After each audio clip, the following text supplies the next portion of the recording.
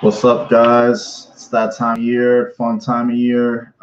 Man, you wait all year for this, and it's nice to see fans there. It really is just like a lot of these sporting events. UFC this past weekend.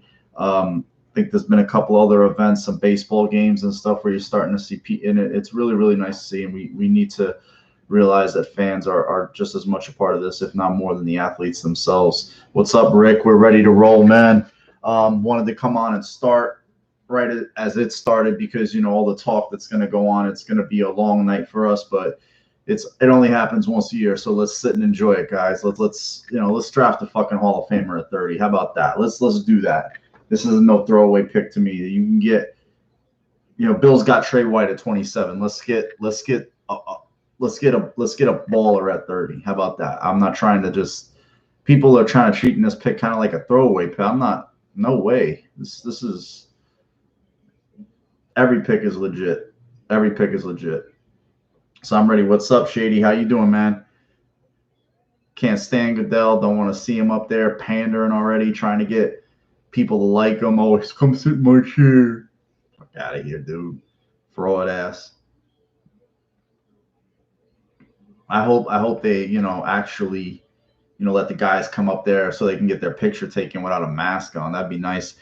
You think there's any chance? Nah, man, I don't see it. I'm just the way they are right now. The way that I think, if anything, I would see them trading back before trading up to try to recoup a 4 or some mid rounders or maybe something next year. But you've probably heard the same as me that people aren't too keen on moving picks for next year because the draft pool is going to be so much more. I don't even know why the Jacksonville Jaguars are on the clock, Shady, Rick, because we all know who they're taking. They know who they're taking. Everybody in the league knows who they're taking. So I guess they got to get their production dollars, their advertising dollars, and milk this clock for me. It's going to get interesting once the 49ers get on the clock, obviously, because it's like, who is it going to be? It's people pretty much think it's either Mac Jones or Trey Lance. So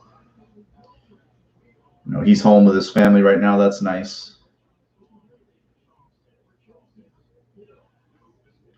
They change their uniform like every other year. You notice that Jacksonville, they got a new logo or new uniform every other year. Don't mind me, it's just a back scratcher.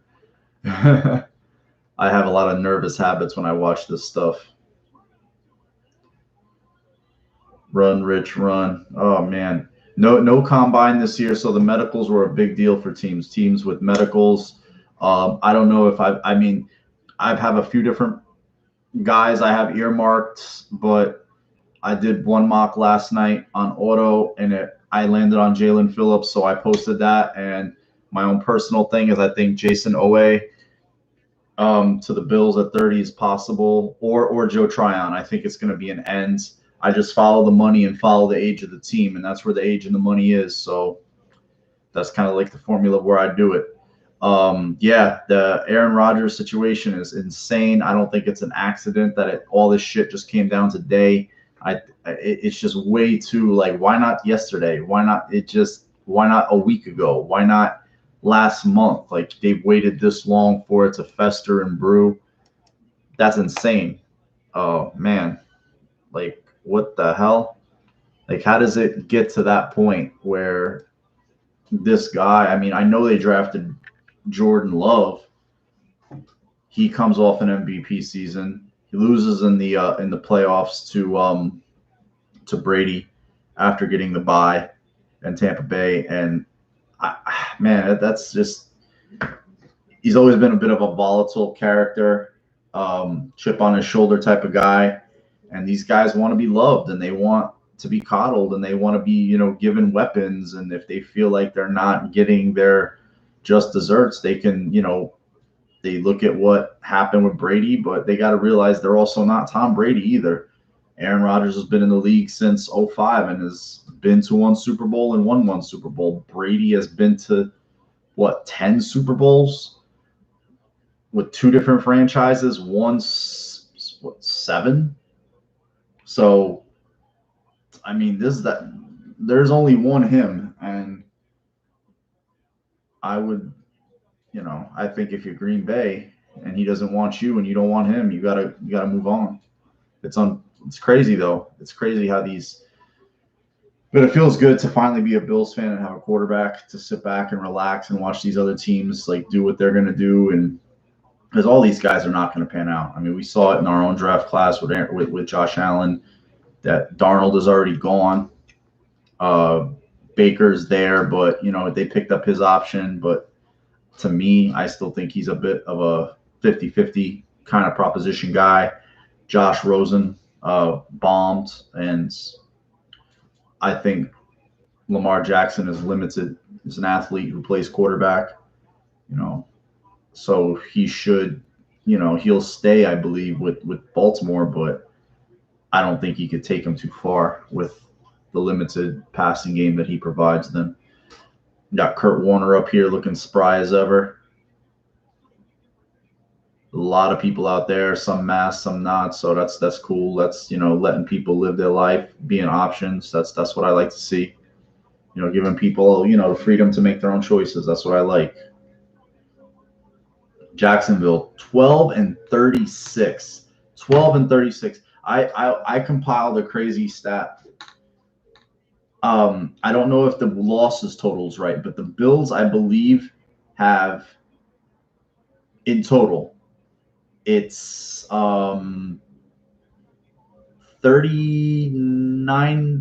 wins. I think it's 13 last year. 10 the year before, 20, and so 38 wins in the last 4 seasons. 38 wins in the last 4 seasons. That's the same amount of wins as both the Jets and Giants combined. But if you add the playoffs, the Bills have 40 wins. So they have more than 2 franchises, including 3 trips to the playoffs. And obviously, it's like they have like 90. I think it's like 92, 94 losses, some crazy thing like that. I get crazy, insane. You just answer this call really quick. Hello? Yeah. That's fine. Bye. Sorry about that. It's a live stream, so shit's gonna happen. I don't have to take calls and stuff, but it's gonna be a long night. I might jump off here a couple of times, come back on. They're gonna let this run all the way down. That sucks. I'm watching the NFL one. I don't know what's different about ESPN. ESPN. Which one's better in your guys' opinion, the ESPN feed or the NFL Network feed? Okay, you got Schefter. Why is the pick is in? Okay.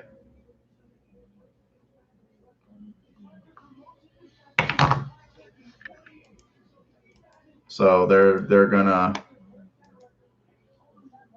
put Trevor Lawrence's name on the big screen right about now. He's wearing a Peyton Manning in Knoxville. He wasn't even alive when was he even alive when Peyton Manning? No, he wasn't even alive when Peyton Manning was playing. That's insane. Now I'm starting to feel old, guys. He wasn't even alive when Peyton Manning was playing. At Tennessee. At Tennessee. He hadn't been born yet. Wow.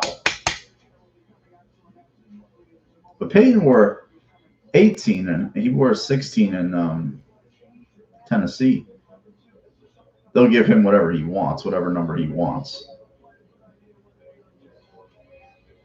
Imagine being the Jets, and I've living here where I live. You've had so many Jet fans here just telling you how great Wilson is going to be.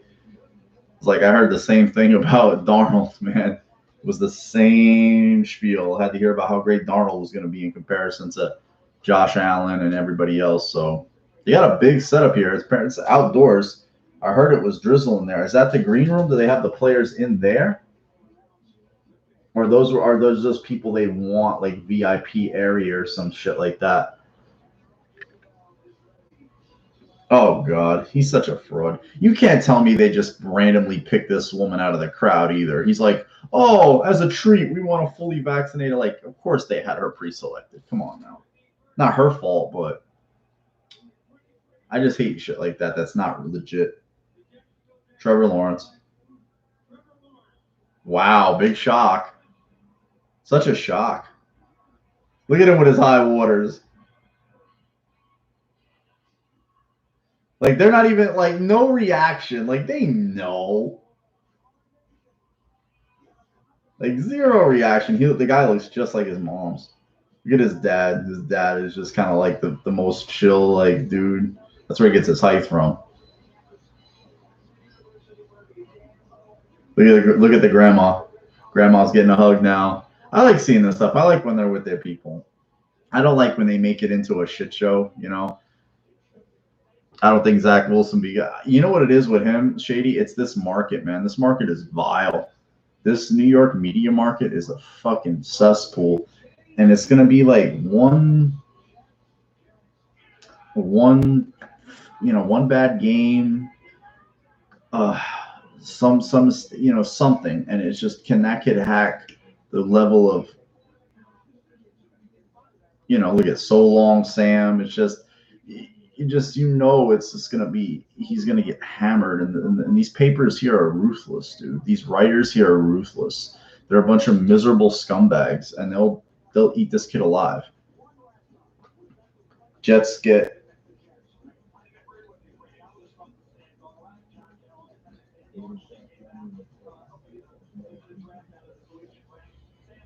He knows he's going. Look, he's already getting a hug from his mom and shit. I mean, come on. Is that his girl or his mom? That looks like Elizabeth Shue. Doesn't that girl look like Elizabeth Shue from Karate Kid? A little bit. No, that's his girl. I'm sorry. I was saying that's his mom. Maybe that's his mom. You know what I hate? I'm old enough to be these guys' father. Like that's crazy. I'm old enough to be some of these dudes' dad. Ooh. Jets letting the clock tick. They're gonna pick Wilson. So this is gonna get real interesting now.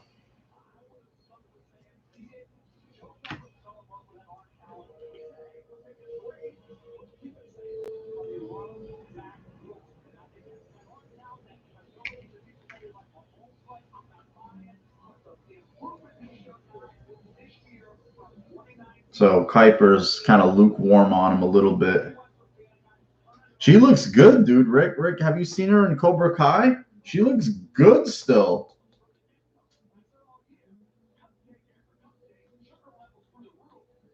She looks good. I've heard this kid had great protection, but that's not his fault. He can't. Whoa, that was a fucking hell of a catch. Nice.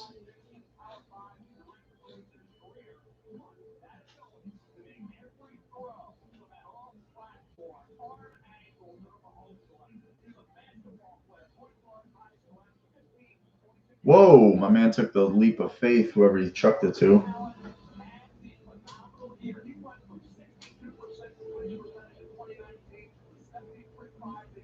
He reminds me of Sam Darnold, though. He moves around like him.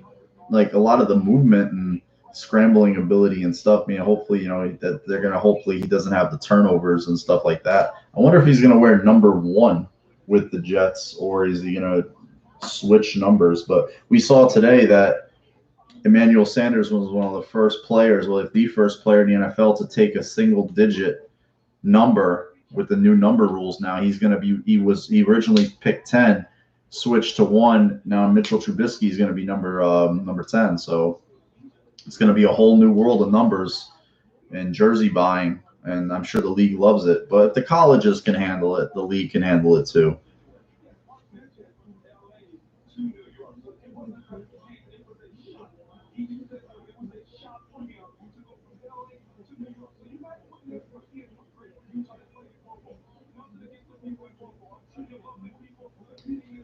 Yeah, they're kind of expressing the concern. Not the concern I have, but the concern I would say if you're a Jets fan or a person that's like, dude, they're all in their draft room with Matt. Like why the shit with the masks in the draft room? You all know you don't have it.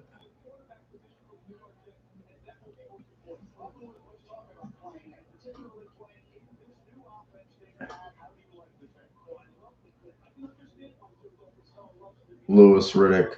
They're already talking like I guess the production truck has given them the heads up that he's going to be the pick, which is probably the case because I know they call the league with like 5 and change left on the see these pro days are empty to me. They're empty.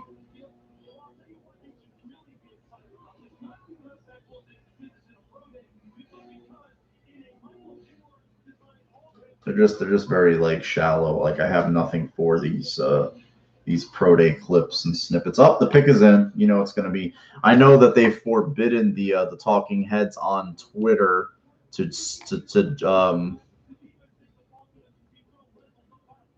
you know before, like we all know like they're gonna who they're gonna pick. So I can't believe Urban isn't running it back with Tebow. I mean, come on. What kind of shit was that? First, the news about Tebow today wanting to play tight ends. Talk about a team that wants to get fans in the building or attract fans somehow, some way. I mean, they're desperate, the Jacksonville Jaguars, because they pretty much have a transient fan base. They don't really have a fan base. And they would get more Gator fans that would come up just to see Tebow and relive that on the sideline with Meyer, more so than this prize rookie quarterback, which is insane. Oh, look at this, got the old school Jets blazer. And I give you credit if you're still a Jets fan. I really do. This guy's with a.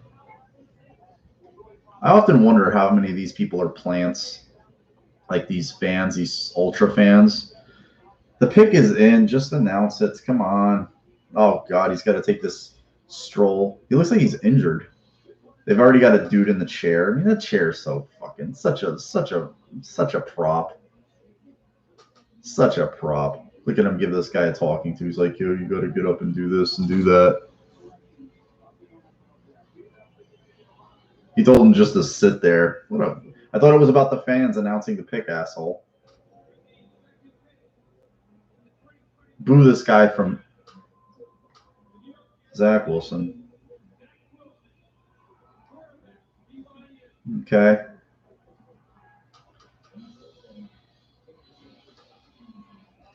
Good luck. You're gonna need it, dude. You're gonna need it. That's that's a tough call. That is a tough. He's a slender kid. I mean, I got to see him stand next to Goodell. See what his size is like, because he looks he's got a baby face. He's got like a real little boy face. Oh, he's mucking it up with some Jet fans trying to get them amped. Yeah, he's a good sized dude. He's a good 6'2". Yeah, he's a fresh faced bumpkin, man, from Utah, Draper, Utah. They had a big crowd out there. It's a really nice scene. It's a big crowd. The stadium there is really nice in Cleveland. The people were really, really friendly, really, really cool. What's up, Dougie Masters? I think he's a little bigger than Baker. Flyboy. Flybaby. Sorry. What the fuck am I talking about? I should know better. But I'm no notcher. Don't you worry about that. Talk about an epic soundtrack, too. I got to get that shit. I can't wait for the Bills to fuck this kid up. Well, yeah, I mean he's gonna get indoctrinated, man. He's gonna get indoctrinated. Yeah, I got to get that that soundtrack. I know it's on here, but I gotta do something. I gotta strip it or something because there's some instrumental shit on that. It's really good. Oh, he's giving the guy that was in the chair some pounds, so that's nice. He should have let the fan announce the pick. That's my thing. If you're gonna do this little shit, let the fan so-called announce the pick. Get your ass out of there, you fucking empty-suited corporate prick. The downfall of this country is Fifth Avenue, New York, in every way, shape, or form. Now, the 49ers pick is going to be interesting as hell. What do you think, guys? Mac Jones or Trey Lance? I think personally it's going to be Mac Jones, but if they take Lance, wouldn't shock me. I've never heard this kid talk. Let me hear him talk. He sounds like he looks like young dude. Think it's gonna be Lance? Okay, one for Lance. I think is obviously I think it's gonna be Jones. They're 5 minutes in, so I think Atlanta's gonna stay put and take Kyle Pitts, and I also think that Cincinnati is going to take Jamar Chase, and then at 6, things get interesting. I kind of lean towards Penei Sewell for the Dolphins. The hats are pretty cool though. The draft hats that they made up are pretty nice. So looks like all the Bills options are still on the board. Wonder if Zach Wilson's arm's a bit overrated because he played half of his games at over 4,000 feet elevation. Does that play the same as baseball? I'm not sure. I'd have to wonder that. I'm reading a Twitter timeline, so forgive me. Oh, they got the stadium lights on. Joe Namath, Richard Todd, Ken O'Brien. I remember Ken O'Brien. I was born when Richard Todd was still their quarterback, but I don't remember him. Pennington, definitely. Sanchez, obviously. I remember all these guys. These are all the quarterbacks they've taken in the first round. The Bills in their history have taken, what was it, 1, 2, 3, 4, like four quarterbacks in the first round in their history. Thanks for the like. I appreciate that. Jet fans are so hyped about Wilson the moment it's the moment he has a bad game. It's not so much the fans, it's the media that's gonna tear him to shreds. It's the media, and it's just how he responds to that. What is his mental ability to not let that bother him, because that's a tough. I mean, this market, man, is ruthless. It's ruthless on the baseball teams. It's ruthless on the football teams. It just not so much on the basketball teams, but I mean, I would say with the baseball and the football, they're relentless. Are you guys watching the? Yeah, it's toxic as fuck, man. Are you guys watching the NFL Network speed, or are you watching the ESPN? Me personally, I'm watching the ESPN one right now because I'm just so used to Kuiper. His hairline is disappearing. He looks like a CEO, Mac Jones. He looks like he's getting ready to interview to be like the head of a hedge fund or something.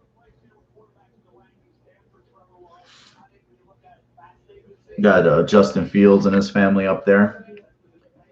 I mean, I kind of wonder if these kids, just for the sake of production value, kind of know where these guys are going. They kind of have a general idea, but they have to like play it coy. I mean, but they know obviously within like the first, I think 5 minutes of they would have a good idea. Like I'm gonna be here. I'm gonna go in between this. Like this is what I'm being told. Okay, he took a sack. That's a smart play. See, this is an era where you're getting knocked for being a pocket passer.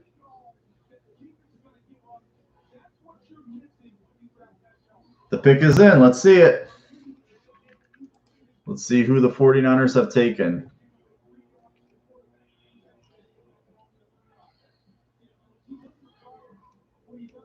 Okay. Nobody's tipping it, which is good. That's nice. That's a good thing. If they're keeping Garoppolo, you kind of have to lean towards Lance because it's like they don't want Lance to play. Shanahan went through hell. I mean, he was the offensive coordinator with the Browns with Manziel. I mean, he was there with his dad with RG3, so he knows what throwing a rookie quarterback in there so fast. No, it's all good, man. Don't, Dougie. You do what you do, man.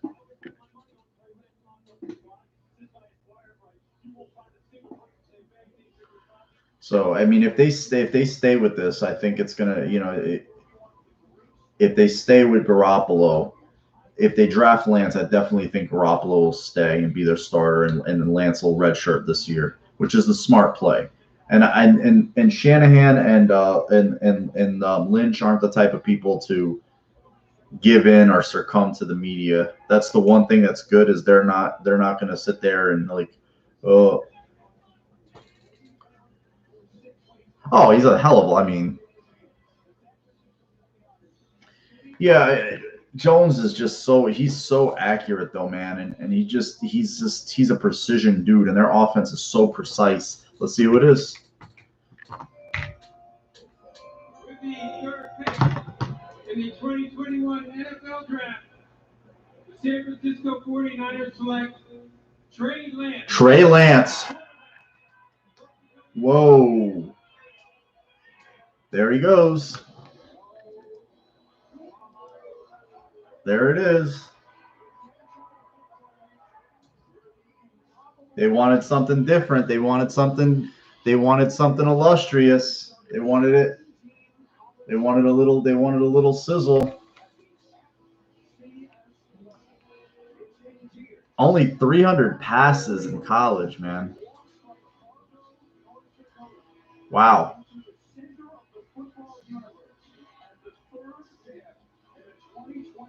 Hit my boy up that's a 49er fan. Wow.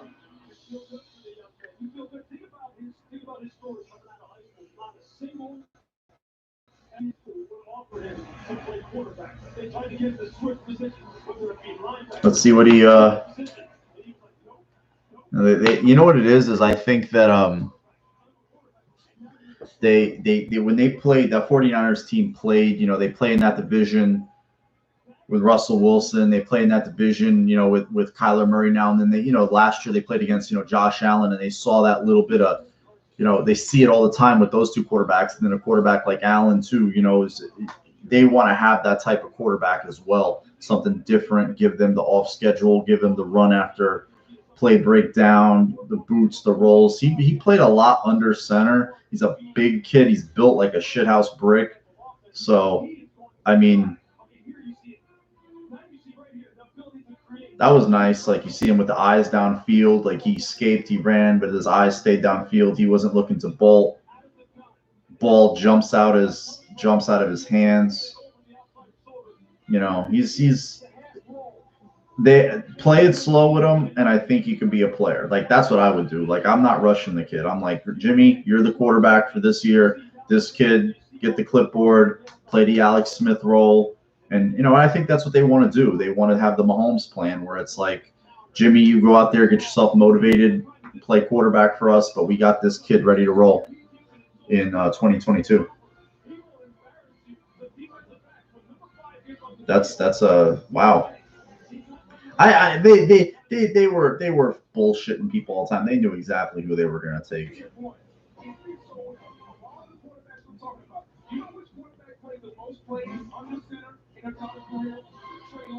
Who likes to run the football from under center? Kyle Shanahan. It's a perfect marriage with the run game. How they want to do get outside on the edge. And you got what it says. So who do you think? I think Atlanta's going to take. I think it's going to be Pitts. That's a wow pick, though, man. Not wow, but it's kind of like wow. Like, it's a big jump.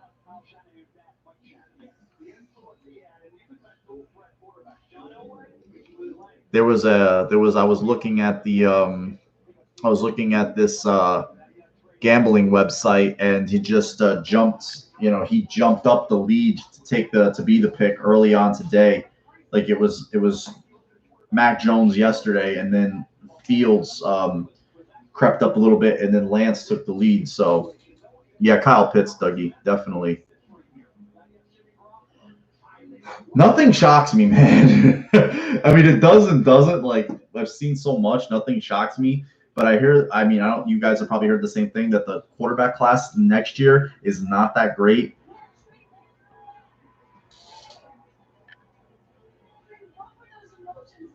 That's a crispy suit. I like the bow tie.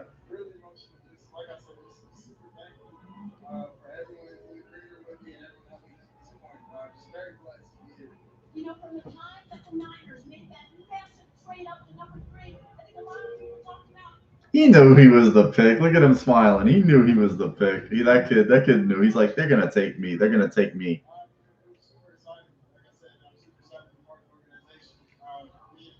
You know, he's a face. He's the kind of guy they can put out in front. You know, he's got that look. You know, good-looking kid. You know, if he turns out to be good, you know, he's a guy that very, very marketable. His style's marketable.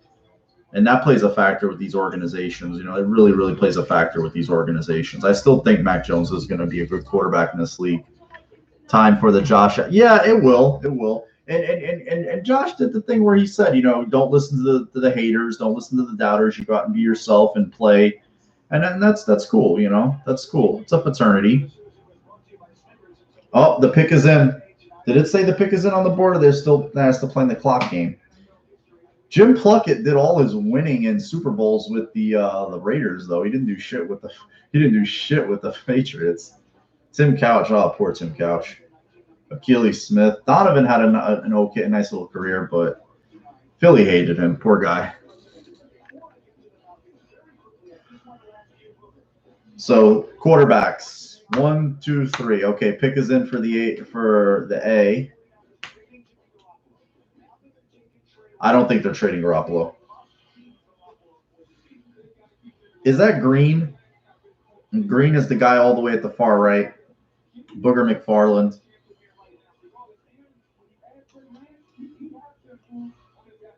Yeah, like the streams are like depending on your Wi-Fi or whatever your connection, they're 50-50.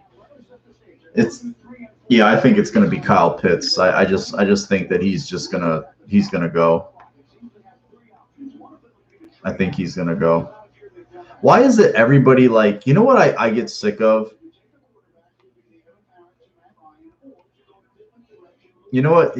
Every time a player comes available, right? I get sick of this fucking thing. Every time a player becomes available, no matter what it is, some asshole on Twitter or Instagram has to post the Bill Belichick walking out like he's some. Can we stop with that already? Can we stop? I mean, 61-72 without Tom Brady as his starting quarterback. Let's stop the deification of this fucking guy. You know what I'm talking, dude. It's just so tired. It's so tired. Like, put that shit to bed already. 61-72 without Tom Brady as his starting quarterback. That's with a fluff 11-5 Castle year. Come on now. But his record as a coach isn't stellar either without him. It's Kyle Pitts. Kyle Pitts. I knew it was going to be Pitts. I mean, come on. Look at this guy. He's a fucking freak. Look at that suit. I love it. Oh, emerald green with the gold stripe and the elbow. That's a slick suit, man. Oversized bow tie. Guy is a freak show, man.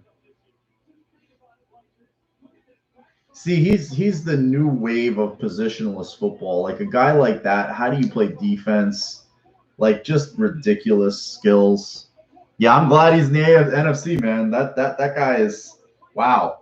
What an I mean, such a rare unicorn, man. Those types of guys, special like that. Like, you know, Vernon Davis wasn't the size of this guy. The athlete, most definitely. Vernon Davis is a ridiculous athlete. But, man, for a Kyle Pitts, I mean, this is the highest drafted tight end ever. You know. So it's an insane. Yeah, stick him with the Bucks and the Saints division. Yes, perfect. Yeah, it's like you can't defend him. Look at him go up and get these balls. It's just ridiculous. Jamar Chase is going to be the next pick, I believe. You know what it is, though? I understand why they do this. They should let the player define his own career. You know, you're comping him to the best tight ends in the league, guys who have played a decade plus in the league, overcome a lot, won Super Bowls. Let this kid craft his own career. Let him make his own mark. Don't put all that shit on him just yet. I don't like when they do the comp stuff. I get it. I've done it myself, but it just puts a false thing in people's heads. So let's hear it, guys. I've got 6 people in the room right now. I don't care if there was 1. I don't care if there was 1,000. I want to know, what's your pick for the Bills at 30? Do they even stay at 30? What is it going to be? Look at this kid just like texting on his phone like he could care less what's going on. It's probably Arthur Blank's son or something, or Arthur Smith's son. Just gets to hang out in the draft room. Happy Pitts didn't go to the Dolphins. Me either, Shady. Did he go out and get the hat yet, Pitts? Or did I just totally just talk my way through that?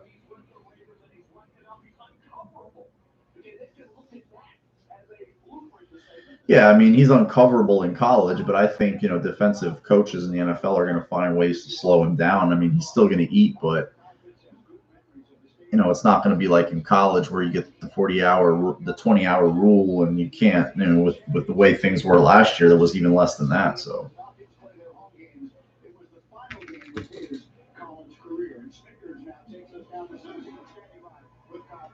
Yeah, I'm glad he didn't go to the Dolphins either. I didn't want to.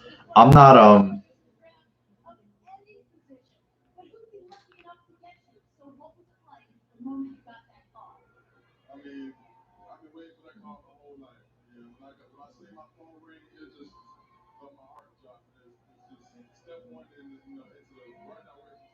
Oh, they're doing this type of interview. Who do I think the Dolphins? I'm kind of vacillating between Penei Sewell and Jalen Waddle for the Dolphins. I don't know if a trade of a guy like Eric Flowers makes you make a pick in the top 10. Like, trading a guy like that should not move you in that direction. I just now realize this is Trey Lance's wife. Like, he got not Trey Lance. I'm sorry, Trevor Lawrence's wife. He got married like a month ago, like last month. Or there's Trey Lance, freshly new minted 49ers quarterback.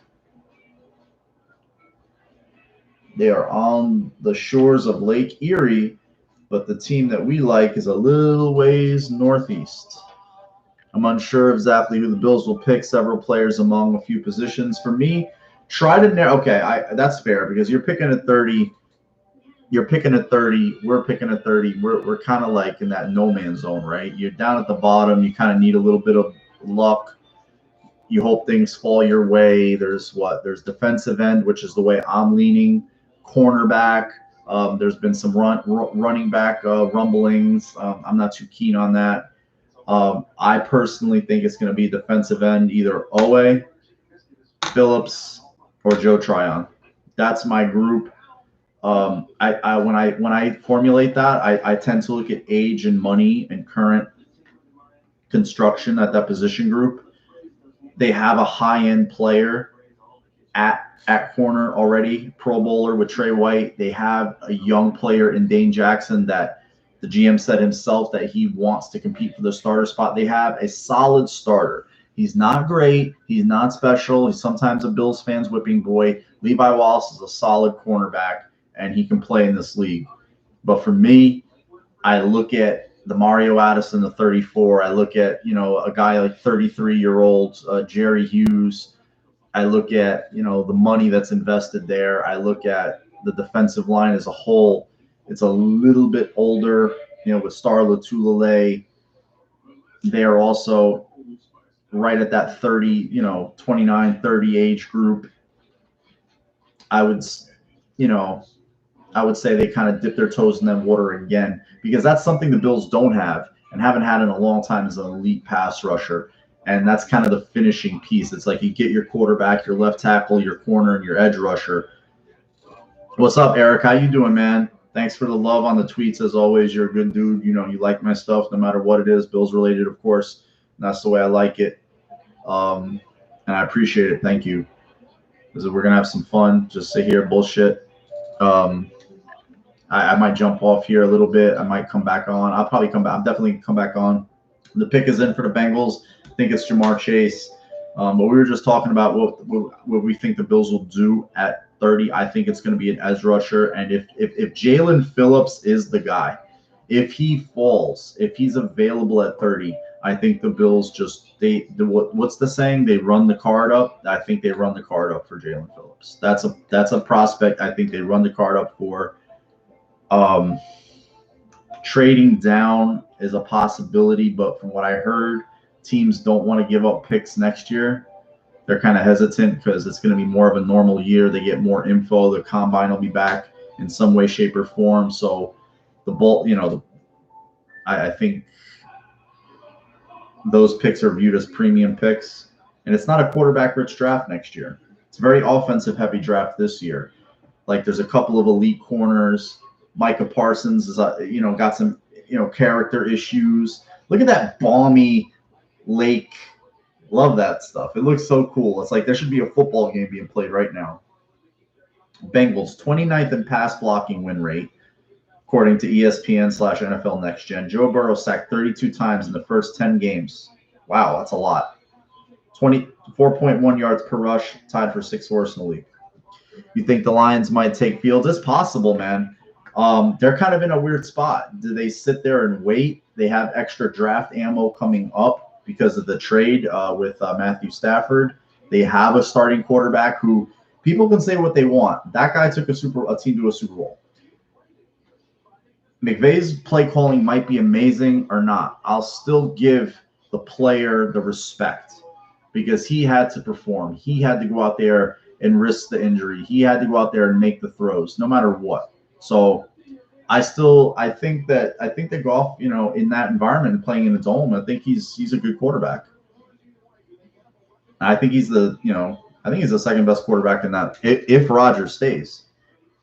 Where does Fields go? Wow. Denver. I think he goes to Denver. If from what Mark Schrader tweeted, Aaron Rodgers could get traded there. Jamar Chase. Jamar Chase. I knew that was going to be the pick. They're going to reunite him with Burrow. He looks like Marshawn Lynch a little bit. He's got a lot of alpha dog in him. Plays there. I love that ice cream suit, man. That's a nice ice cream suit, right? He's got right there. Really slick suit. I'm a fan. No tie, no, just a clean look. I'd lose the sunglasses though. I want to see the face, but definitely a nice look. Guy was such a monster last year. The year before last at LSU was pretty unstoppable. AJ Terrell's lunch in that national championship game just destroyed him. Dolphins are 5 minutes in. See, that's what I mean. Is like that pick. So that pick was called into the league over 7 minutes ago. So the Dolphins their clock is already over half done, and so we've had to sit here and just listen to bullshit. I don't understand. Why don't they just get the picks up? People don't want to go to bed at midnight. They want to see the picks, and we want to discuss it as a fan base. That's what we want to do.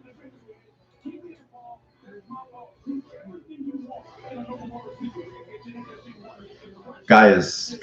You know what? I was kind of shocked that he measured in at just like a little bit over 6 foot because he plays. That's maybe a little bit of an overrated cliche. Plays big. He does play big. He does play big. But I like Jamar Chase. I think he's a better wide receiver prospect than Sewell and Slater are offensive linemen. But I get protecting your rookie quarterback. And I don't know if you guys saw the Bengals have new uniforms. They look pretty nice. And there was a photo shoot. I forget if it was Sports Illustrated, and the ACL scar Joe Burrow had. It's scary, man. It's scary. It's a big scar he had on his knee, obviously, but it's like, whew. Didn't look too swollen. It didn't look swollen, but you still know that's what happened. Chase, number 1. He could wear that number now if he wants. The pick is in for the Dolphins. The pick is in. Let's see. Nobody's tipping picks. They've been told not to. They've been told not to tip picks.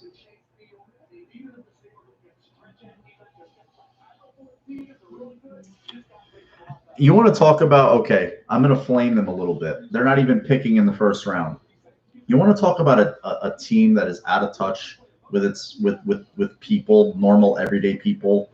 All these corporate run leagues are so out of touch with their fans. the LA Rams with that Malibu beach house. Waddle? You say what are you watching, Eric? Are you watching the ESPN or are you watching the NFL Network? Because I'm watching ESPN.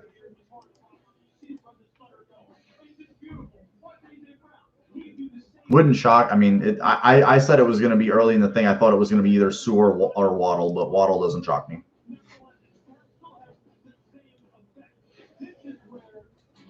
Toughness over the middle. Now he plays strong.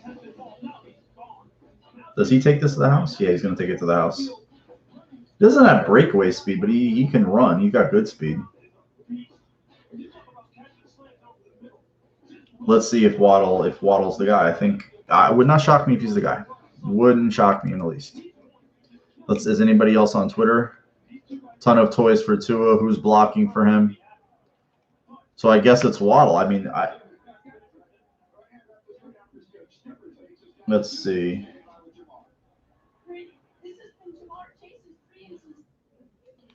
Did they announce it on NFL Network? Okay, the pick is in. The NFL Network is kind of a lame. There's not a lot of. It's not like a loud production. It's not. There's not a lot of sizzle in it. I mean, I like Daniel Jeremiah. He's a chill dude. The Appalachian State App State quarterback, former. Who else they got there? Is that Tirico? Looks like mine Tirico, but I'm not sure. Dolphins. So this is still a byproduct of the Laramie Tunsil trade. My God, like imagine, like what a fleece job they did on the. I mean, every trade that guy O'Brien made was just such a horrible trade.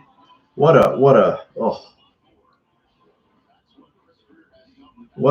tire fire. See, if they know it's out there on Twitter, I mean, come on. Like put the let's just get to it. They know the pick. The Lions are on the clock. Let's see who it is. But we know I'm taking Eric's word. It's Waddle. I believe that it's Waddle. 21 points allowed. The Dolphins were the number 1 ranked scoring defense entering Week 17. The Bills knocked them down to 6th. Just to predict, it's a good dude. You're probably right. I think you're right actually. It's for me. It's either Sewell or Waddle, but if Waddle, I mocked Waddle to them, so I've watched Sewell to them, so it does not shock me. Okay, I'm on NFL Network now. Also, Dougie.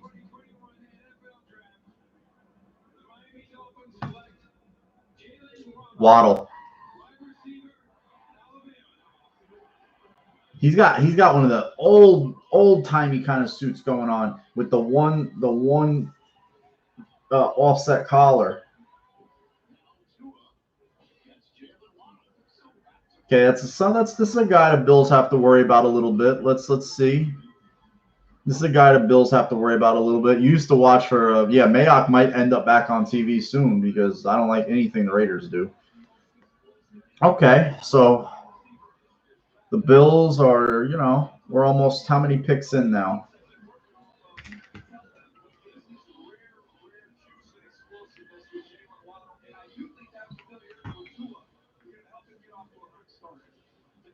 Let's see what happens.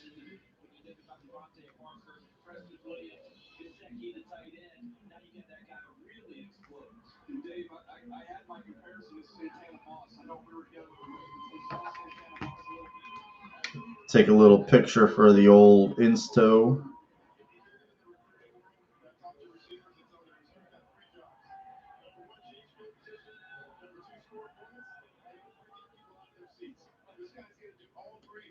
How you guys doing tonight? Dougie, You think he goes in the next 2 picks? Fields goes in the next 2 picks. Dougie. Flybaby says that's what's going to happen. Eric hit the nail on the head with his prediction. 5'9.5", huh? I thought he was a 6-foot guy.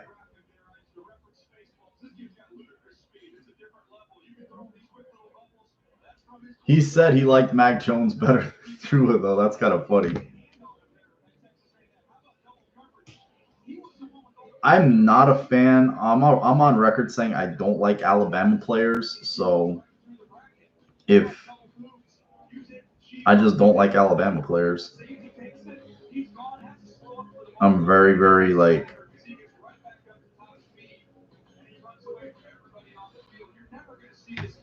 Okay, so the pick is in for the Lions. Let's see who it is. I'm not worried about them getting a quarterback, man. I'm really not. What's up, Christian? How you doing, man? 30 seconds behind me. In the video or on the TV stream?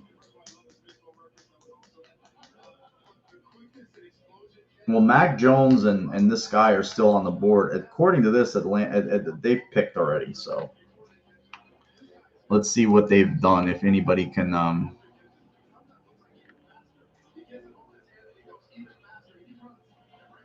With Detroit, my gut tells me they take a wide receiver.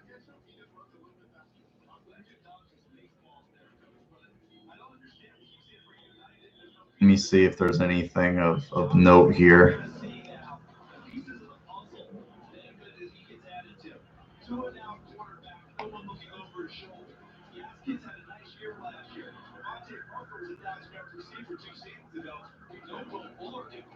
Let's see. Nothing really of note here with the Lions.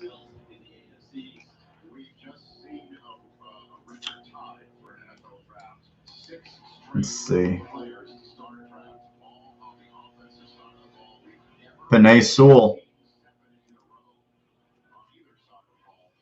It's gonna be Sewell. Was I right? I hope I was. I put a mock on Instagram. Let me see if I'm like. Let me see if I did anything right here.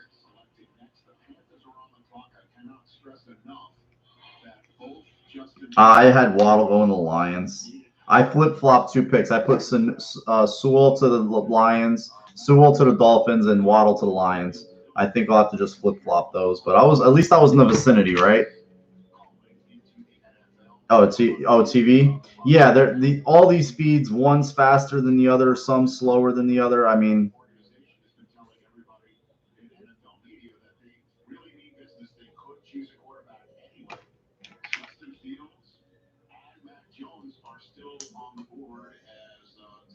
Yeah, I think it's going to be Sewell here because apparently somebody's getting the picks out because I see certain people, putting it out there.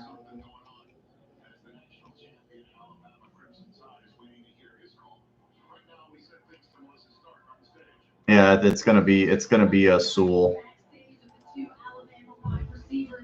People hinting at it, Sewell. A couple of guys saying it without saying it, Interview the guy like a human being and not a infected zombie, please.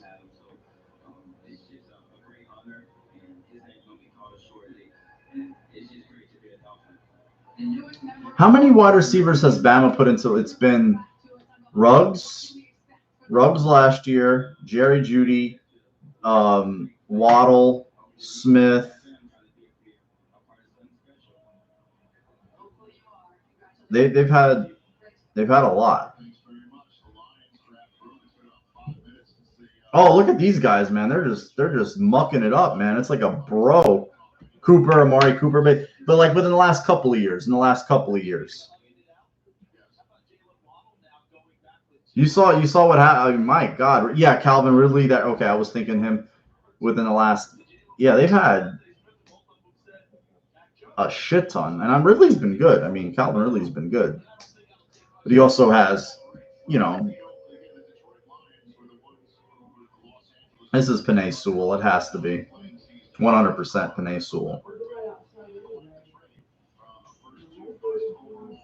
Okay. Did Rich Eisen run the 40 this year? Because they didn't have the combine for him to run the 40. Robert Frost. That's a good one, dude. You got that. Okay, Penei Sewell. Okay.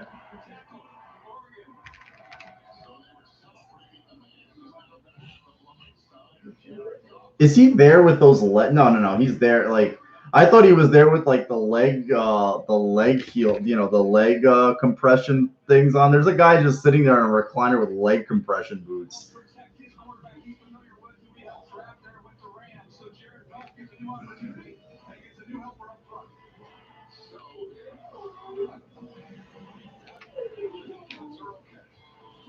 Oh, look at this guy. Holy shit. Hard hat and overalls. Why didn't he let that guy announce the pick? He should have let that guy announce the pick. Whoa, next 4 picks. 2 quarterbacks are on the board. 2 corners. 2 corners, 2 quarterbacks, I think. That's interesting. What do I think, Tom? And I picked it was a defensive end. It's either going to be Jason Owe from Penn State, Jalen Phillips, Miami, or Joe Tryon from Washington.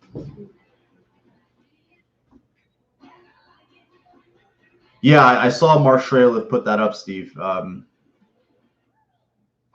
I kind of, at this point, I kind of think that wouldn't they? I mean, there'd pretty much be. I mean, it would be culminated, right? I mean, you're. I would assume that they're going to have some sort of. They would have it ready. They would have that pick like, hey, this is going to be the pick. This is going to be the guy. Like, let's just if you're acquiring a player like that, you're not hiding anything. You're just going to go do it. I got to step out of the room for like 1 minute. I'll be right back. I eat this special fiber cereal every night. I'm going to bring it back. It's just part of my routine. I'm going to come right back. So if you just hang with me, I appreciate it. But I'm going to be right back. Okay. It's going to be a long night anyway for us. I'll be right back. My cat might jump up here and like want to be on camera. So don't mind, Ramius.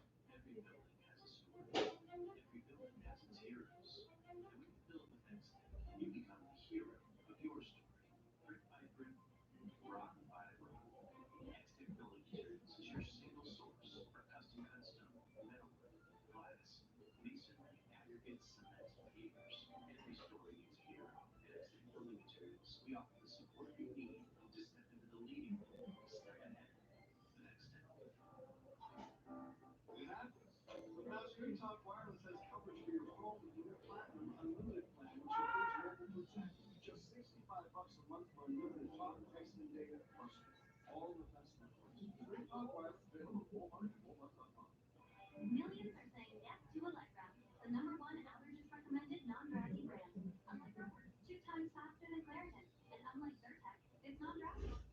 Say yes to the best non-drowsy 24 hours a week.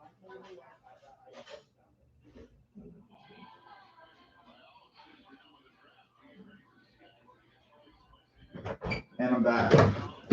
Sorry about that, guys. I'm back. The pick is in for Carolina. So Ramius made his appearance. So what does the cat? Ramius, who do you think this is going to be? You think it's going to be a cornerback? You think it's going to be Patrick Surtain? Okay. That's Ramius. He thinks it's going to be Patrick Surtain. The cat has spoken.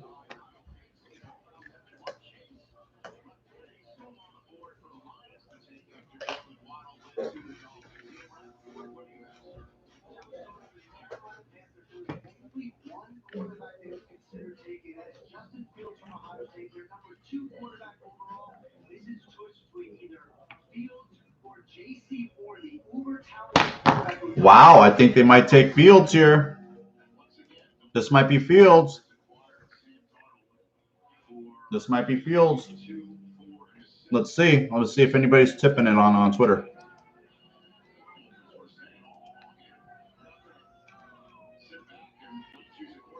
Let's see.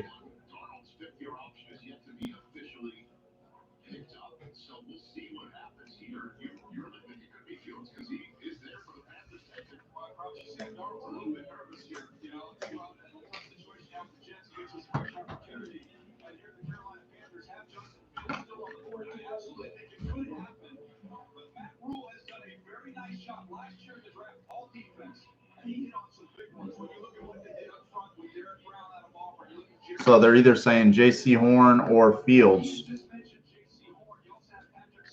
What do you think, guys?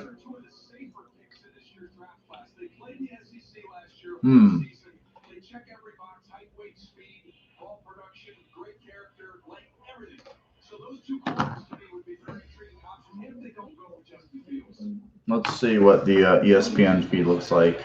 They're just coming back from commercial break.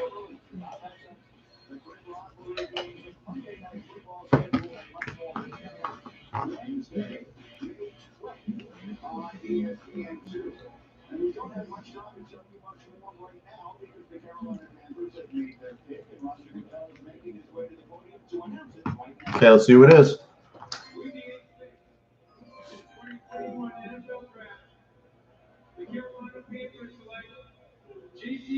Horn.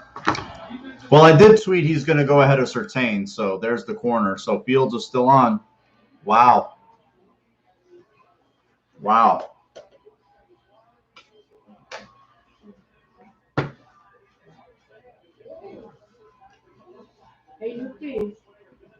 Who does Denver take now? That's the question. Is who is Denver going to take? I have no clue who they're going to take, but I would have thought it was going to be Fields there, guys. But if they're looking to stay with Darnold, I mean, we saw him. I don't know.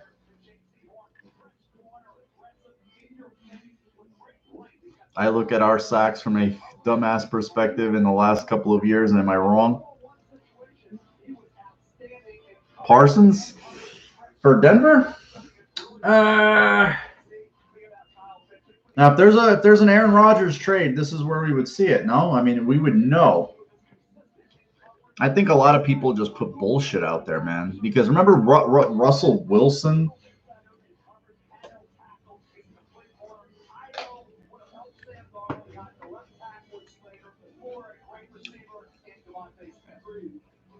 I could retweet this. Somebody did tell me that Horn was going to go ahead of Surtain like 2 days ago. I tweeted it out. If you want to go back on my timeline on Twitter, somebody was like, all the noises, Horn's going to go ahead of him.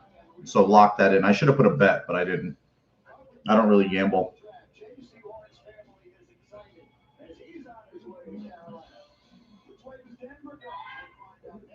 See, I like when all the families are together. I like those scenes. Stat-wise? Yeah. Yeah, when you don't have a guy that's like a stud, and people want to talk about like what was the difference between the Bills and the Browns game. Well, first of all, the Browns didn't have to defend Patrick Mahomes for a whole quarter, all half, I should say, and they have a guy on their defense that you have to game plan for, and you have to watch every play, and that's Myles Garrett. So that's different. This is the different, animal. So, and when you have that dynamic, I mean, I would lend to them the Bills getting a defensive player.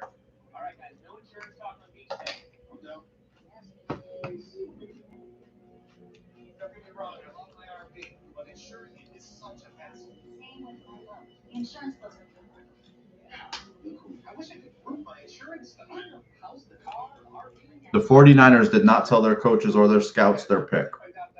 They didn't know the team was selecting Trey Lance until the pick was announced. Why do these insiders think that that's cool to like? I think that's bullshit.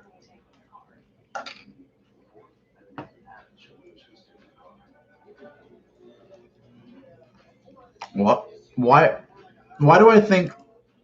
Why do I think that 90% of these insiders are bullshit?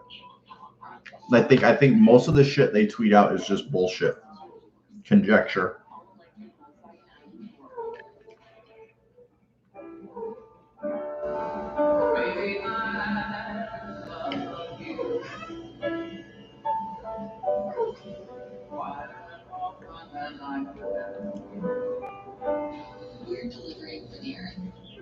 Nope. I have some giant friends on the old IG, and they're losing their minds. Yeah, I don't. Yeah, Shady. I just think a lot of their stuff is garbage, and I just think they're gonna milk this puppy for all it's worth. There's not gonna be another NFL eye draw event for the next 3.5 months. So they got basically a quarter of the year of dead time, and they're gonna try to milk it for everything.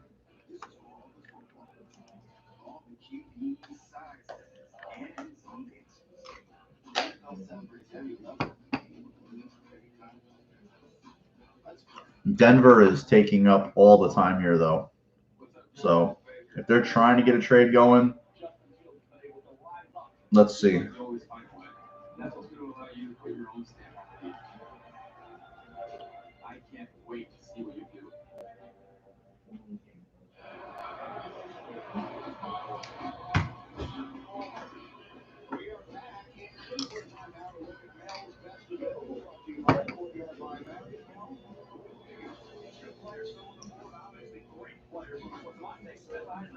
Devontae Smith, Slater, Fields, Vera Tucker, Parsons.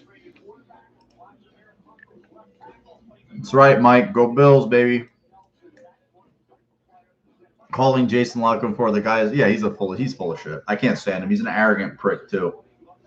I don't like anything he tweets. Nothing. Zero substance. He's a Baltimore Oriole fan too, with a chip on his shoulder. So yeah. Thanks. I'll talk to you later. Yeah. Jeez, people know I'm streaming. They still want to talk to me. Oh, what did she give me? Oh, dollar pieces. I collect dollar pieces. That's awesome. I can't stand the bullshit either. The commercials, the band, yeah, like we don't like wait a year to watch who was playing, what band was playing earlier. Like, why are we watching this? It's not about where you get drafted, though, man. It's what you do when you get drafted or after you get drafted.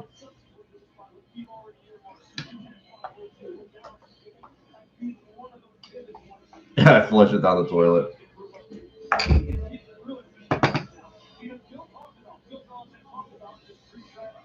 Denver is just taking the whole plot. So we'll see what they do. But the pick is in, so they didn't trade it. They did not trade the pick.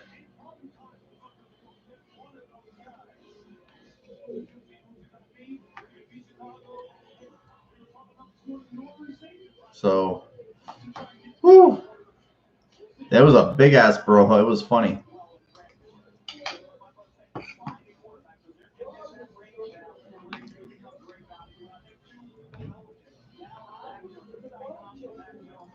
Oh, that's Joe Horn's son? Wow. I didn't know that was Joe Horn's son. Cell phone Joe Horn. Yeah, it's like they build this up. I know it's an entertainment-based show, but what we want to see are the players get picked. We want to see about the player, learn a little bit more about them, focus on the player, not all the fluff. You guess Parsons? I could see that with a defensive-centric head coach like Fangio. I could see the corner. I could see the quarterback. The pick's in, so they didn't trade for Rodgers. So I don't know what the hell Mark. I mean,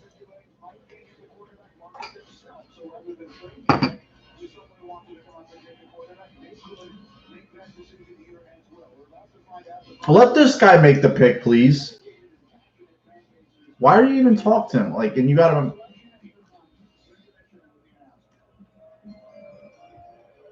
With the ninth pick in the 2021 NFL Draft, the Denver Broncos select Pat Surtain Jr. Surtain Jr., the corner.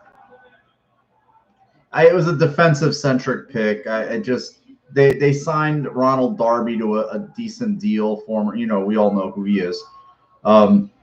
But I knew it was going to be. I know Dallas has to be crying right now. They have to absolutely be crying.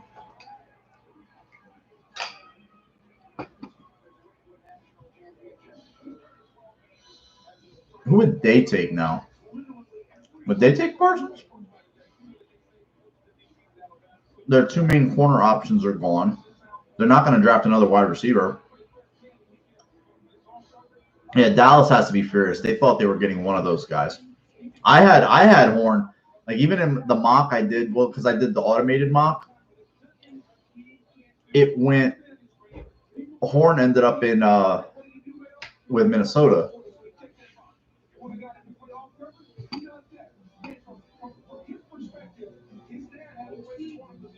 His dad was a pain in the ass for the Bills, though. Him and his dad was Patrick Surtain and Sam Madison. Terrell Buckley was in there in the beginning a little bit, but I fucking couldn't stand those pricks.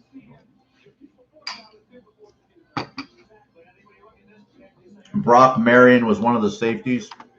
Yeah, the Bills Pitts. Yeah, who knows? Because he's a nut.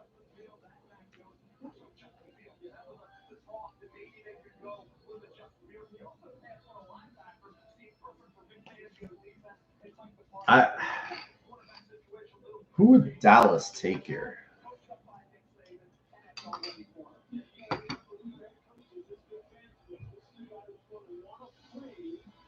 Who would Dallas take? We saw that Dallas team last year, and the Bills destroyed them. Absolutely destroyed them. I don't see where in one spot they got better. For Dallas, I mean, they gave Van Der Esch money. They signed Jalen Smith to money. Bubba, come on, Bubba. Don't do that to the table, Bubba.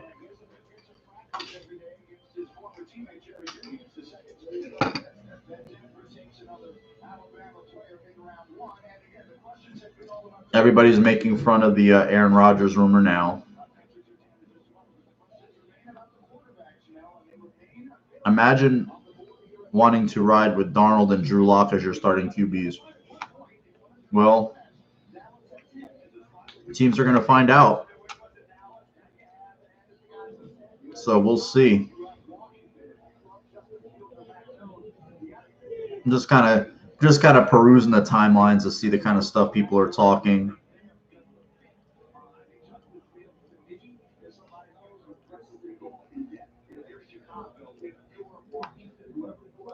You think so? Who do you think is going to make a move for one of these quarterbacks? Washington, Chicago, maybe Minnesota takes a quarterback. I wouldn't be surprised if Minnesota takes a quarterback.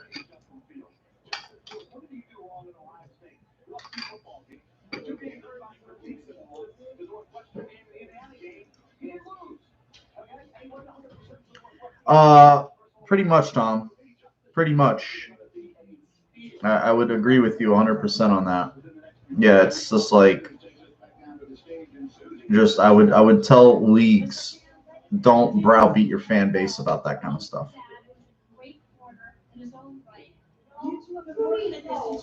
Yeah, I think yeah, the Raiders are crazy. They'll do anything. The Raiders, whatever they do, it'll be a shock, but not a surprise because they're crazy. Trade. Dallas trade the pick to the Eagles. They swap picks with a division rival.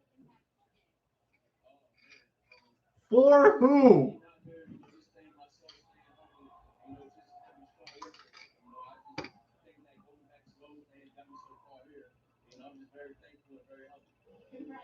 Who would they have traded the pick for?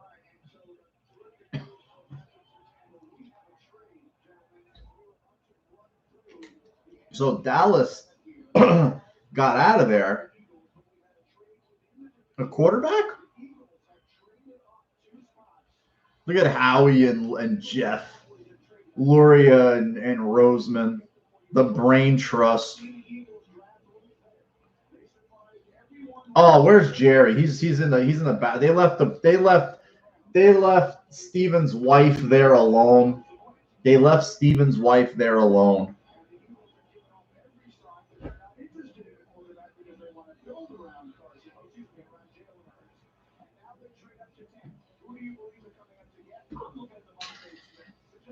They're going to trade up for Devontae Smith?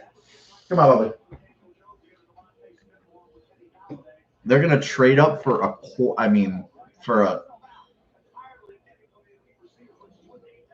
kind of reminds me a couple of years ago, Philly traded up. Oh, Dallas Goedert. It won't. I mean, it's just crazy when the division rivals make those types of trades, because I would kind of not tend to lean to not do business with my division rivals, but to each his own. They're still on the clock, but they have to know who they're taking if they made the trade. I don't know why I skipped the pick. I thought it was pick 11 to 13. It's actually 10. It was 10 and 12 swaps. So you used to fear. I don't fear the Cowboys anymore. I pity the Cowboys. They're living off a bygone era, man. Scarring, from, of course, the Super Bowls and stuff, but they're not those Cowboys anymore, and they haven't been for a long time.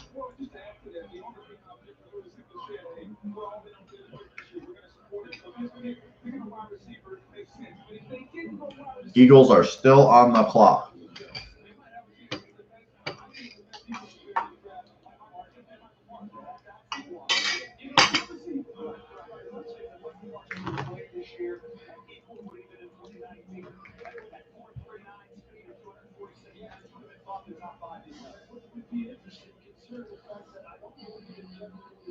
Yeah, I get it though, man.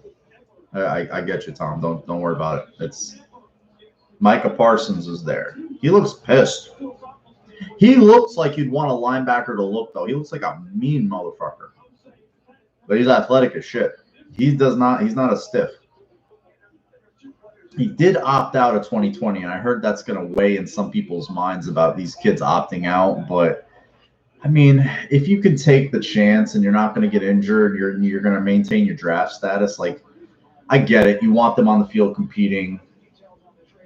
The 10th overall pick. So they just moved up 2 spots for a 3rd round pick in this year's draft. The pick is in. Let's see what the NFL Network says here.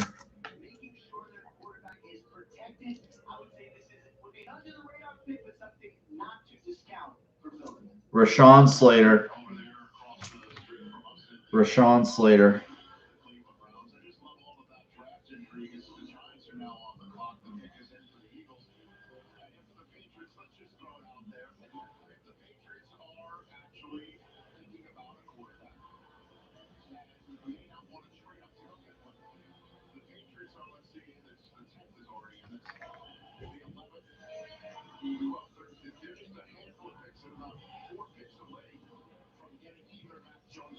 It's going to be Rashawn Slater. Well, yeah, it's terrible, Tom. It's at 0. It's at 0 for me, and I'm at, I don't know, like, if you watch HD, it's slower for some reason. If you watch the HD streams, it's slower than the standard def streams, but if you're streaming it online, I think it's faster. It's weird. It's weird how they have it set up. I mean, I'm watching on my TV, and I have a thing here on the side. I think it's going to be Rashawn Slater.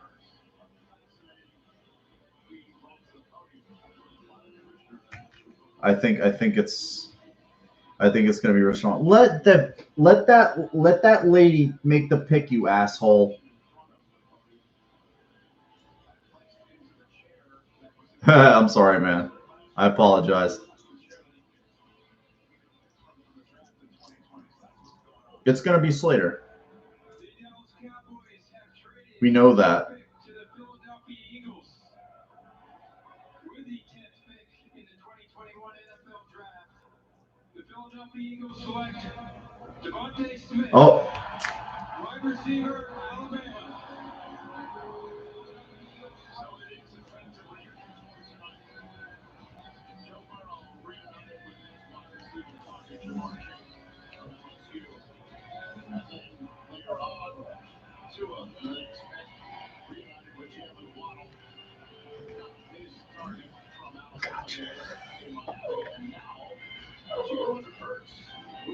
Devontae Smith. My cat says he's predicting Slater to the Giants. Bubba, come on, Bubba. I know you're in heat, but chill out.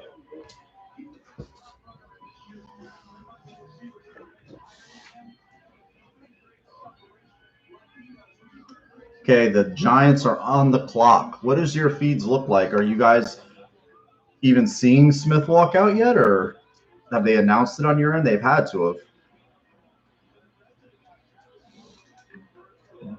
Man, it is, man. I enjoy it. I love coming on. I try not to water it down like I've told you in the past. I try to just, come on here and there and just enjoy you guys' time. And I don't want to take up too much of your time, but as a draft, one time a year, I'm going to come on and just try to have fun with it. Yeah, I'm football crazy too, Tom. Anybody who's in here right now is the true fan. There's no other way. We're ultras through and through. The guy is a burner, though. I mean, I guess they want to, rekindle Deshaun Jackson memories or something like that. Yeah, it's exactly what we're doing. That's why I don't watch sports television anymore. Like, that's not the game. It's basically that's all it is anymore is guys hanging around talking. I'd rather just do that with my friends, like you guys. I'd rather come on and do this. I don't want to sit there and watch it. I'd rather do it. Goodell just coming to the stage and now, okay, he's just doing it now. That's dude. Like, wow, you're 3 minutes deep behind. It's wow. Who's your who's your cable provider, Dougie? Holy shit.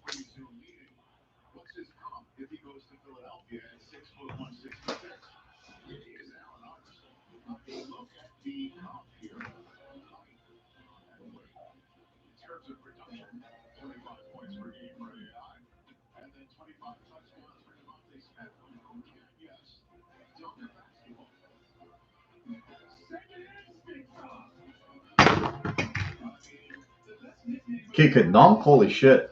Is that Devontae Smith dunking? Oh fuck. I'm so getting nervous about New England and Fields. I'm not. You know what?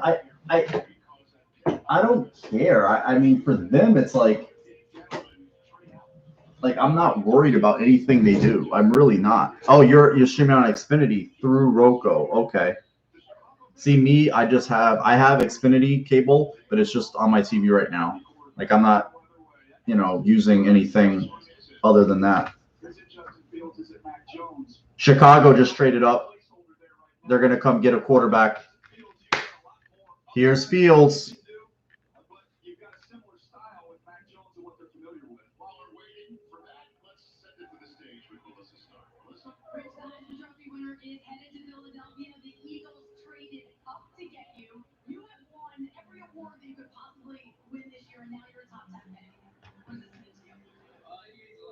Wow. Trade down. Yup. Here comes Justin Fields. They had to have gotten a one.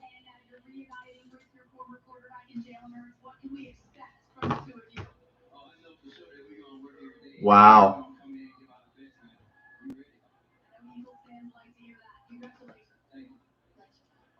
Yeah, I'm more nervous about Bill coming out as the second coming of the. Yeah, me too.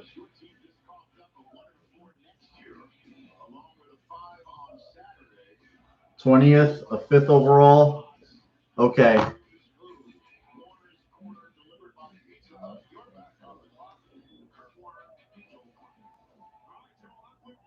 I mean,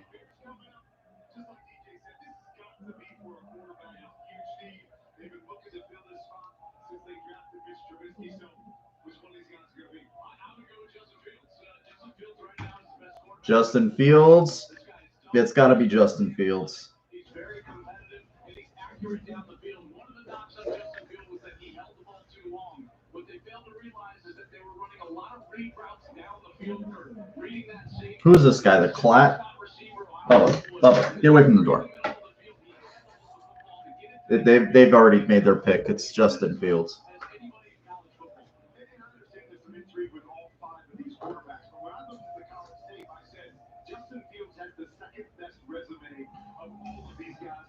So no Fields to New England.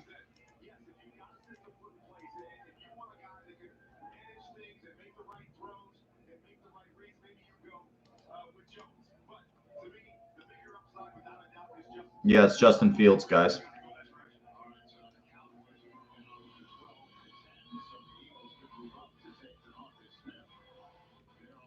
Wow.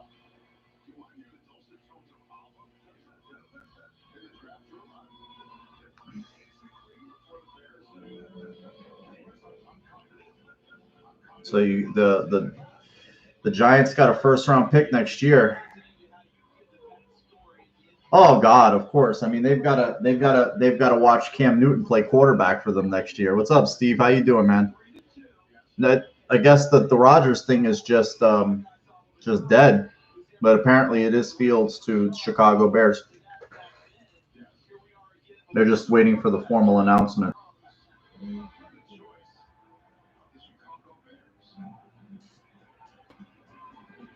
Through this year's draft-a-thon, the NFL is supporting our nation's path to recovery from COVID-19 by focusing on the critical issues of mental health, food insecurity, health disparities, and the digital divide.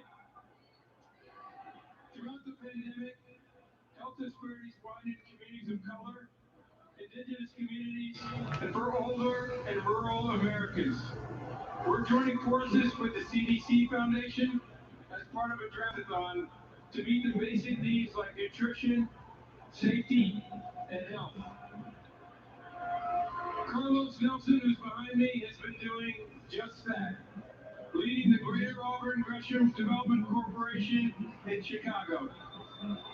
His dream of creating See what's going to happen here. a qualified health center to provide medical care in his neighborhood is becoming a reality with support from the Chicago Bears, and it will open in 2022. Congratulations, Carlos, and please take it away with the Bears selection.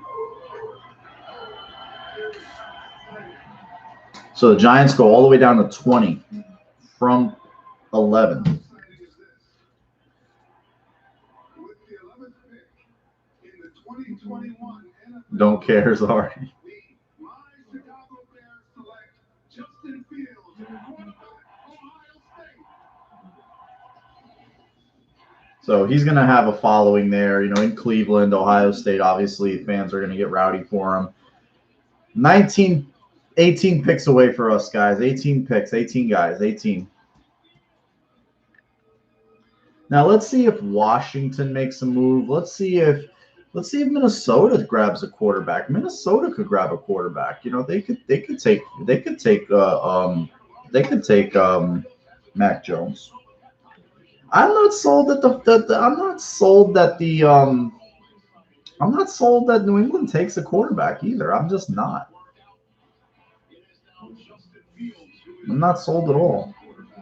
Yeah, this is a Bears team that needed to get more dynamic. They were one of the last in the league in terms of explosive plays. They were tied for 27th.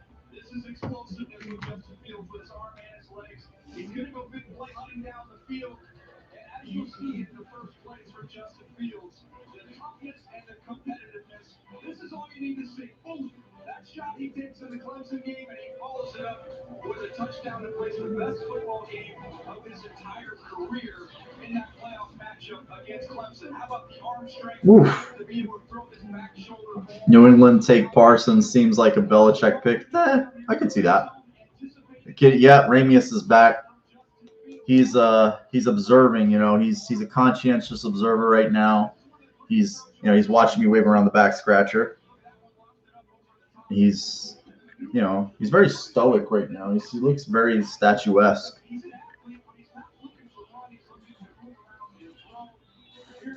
So he's going to be Chicago's new darling. And for such a storied franchise, I mean, with the history that they have had, they have no quarterback lineage whatsoever. I mean, with the Bills looking like they finally hit on Josh Allen after a long period of nothing since Jim Kelly. Chicago's really never had, even when Jim, nobody mistook Jim McMahon for a top 10 quarterback in the league ever. Never. He was a gritty leader, a tough guy. He was never considered one of the upper echelon guys ever in his time. And I think Eric Kramer had a good career, a good little year with them once. Cutler had a couple of okay years, but I mean, they've had no quarterback. So I mean, Rex Grossman took them to a Super Bowl. Obviously, he was just, he was just a guy. I think when he got hurt, that kind of ended him, though. He had a really bad ankle injury. Oh, is this Davis, from the coach from Stanford? Oh, Davis Shaw.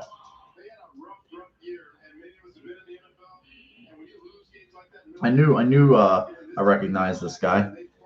Sid Luckman. Yes, the guy like him, Sid Luckman. And what is he, the 50s? The 40s? I mean, like, you really have to get in the time capsule, man, for anything of any sort of like juice. So the Giants got a 5th round pick this year, the 20th overall, the 1st next year, and a four. So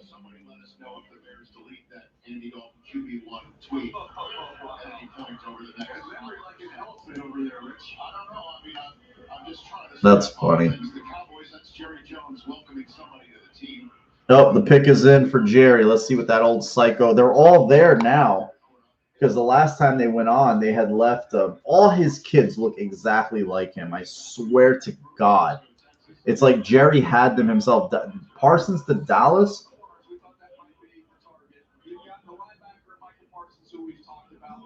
It's weird not to see edge rushers go. I was talking to another team who has connections with Coach Quinn, and as you guys know, that defense, that Seattle scheme is front dependent. They find their corners. They have been able to find some of those corners later on, but they're front dependent. We haven't seen a defensive lineman go. Now, is that Jalen Phillips? Is that Kwity Paye? I would imagine those guys would be in play here with the Cowboys as well. Back on the speed, and if they wanted to flip it over to the offensive side, I still say that's an offensive line. That's not the offensive line we remember. Rashawn Slater's still there. You can play him in guard his rookie year like Jonathan Ogden played guard with Baltimore. Before moving out to tackle. Let's see if the pick has been tipped by anybody. If the Cowboys go with their board, it's Micah Parsons. According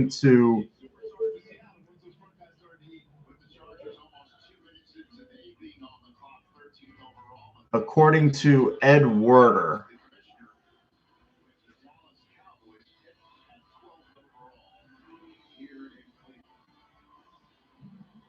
So let's see what he's.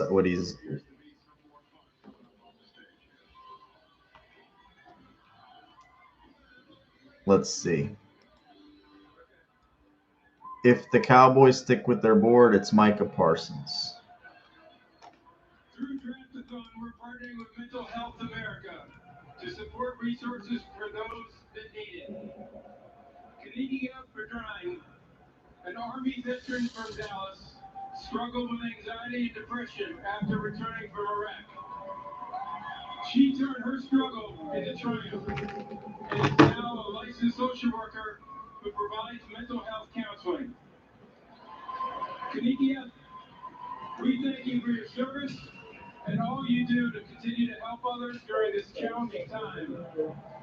Please do us the honor of making the Cowboys pick.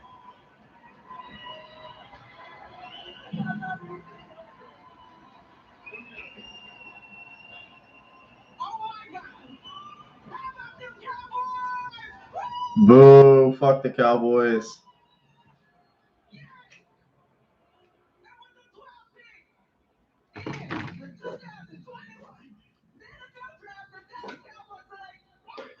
Micah Parsons.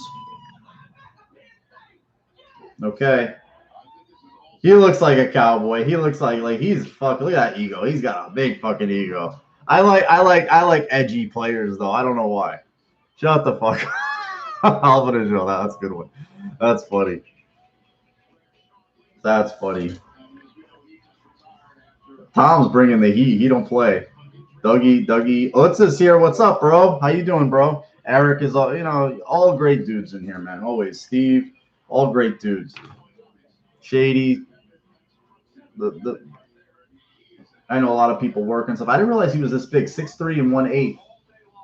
But you know what's crazy is Van Der Esch missed time with them last year for the neck. Yeah, Sean Lee retired, and he's always injured. That guy, man, what a human. And you know what's crazy? He was a pretty old rookie when he was drafted. He was an older rookie. He was like 24. And, man, did that guy last. But, boy, was he hurt a lot. Wow, was he hurt. So we're at 13. I believe this is Sandy. I want to call them. They're the LA Chargers. I still want to call them San Diego Chargers. They're not taking a quarterback. Do they trade down?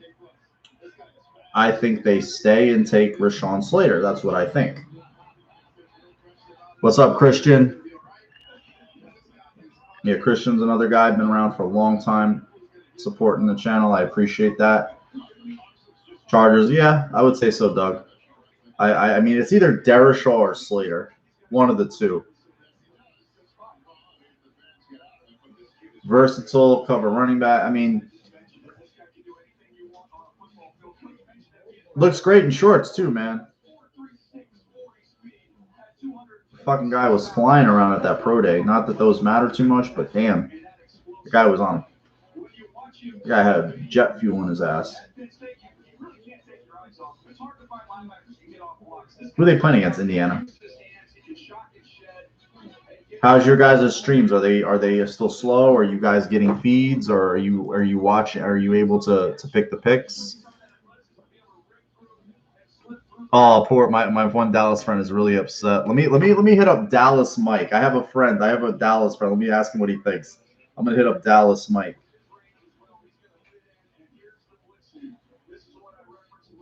Yeah, if she doesn't learn now, she never will. Let me see what Dallas Mike thinks. I just to prove to you, I'm about to text a Dallas fan, Dallas Mike Cowboys. I know him from the gym. I want to see what he feels. Let me see what he thinks. How you feel about that, bro?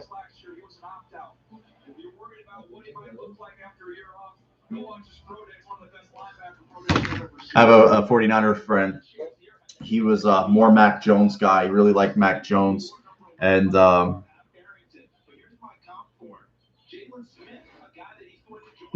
you weren't, Tom. You're good, man. Don't be sorry. We know you were talking about the television, dude. Honestly, like, I would take anybody announcing the picks over Goodell. Like, I do not want to see him. I do not want to see Roger Goodell's face on television. That man, they should keep him in a fucking broom closet. And never, like, he's just a wretch. So Saquon Barkley gets to play against his alma mater. I don't know if they play together. I don't know if they play together or not, but, obviously both Penn State guys, so same division now in the NFL. The Chargers are already almost 8 minutes into their clock. And if it's not a lineman, I'll be shocked. I will be fucking shocked. One trade so far, guys. I'm a little surprised at that. I thought we would see a lot more trading. But teams are just kind of staying with their picks. I mean, you had a motivated seller and a motivated buyer. I think more of a motivated buyer with the Bears than you did a motivated seller with the Giants.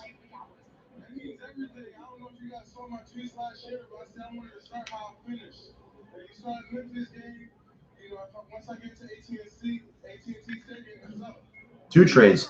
We got two. We got this one, but like big seismic, Eric. You know what I mean? Like, like wow trades. That it's kind of wow for two division teams to trade with each other, but it wasn't like the players that got acquired were like, oh, earth shattering, you know.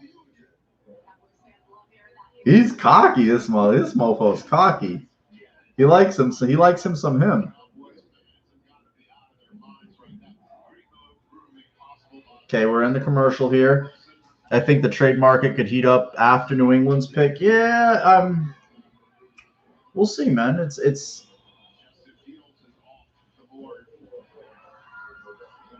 nah, Tom. You're just your channel, man.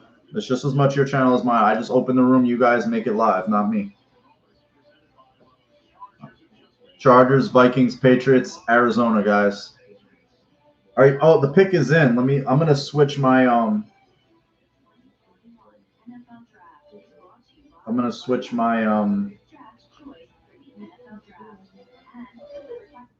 my thing here.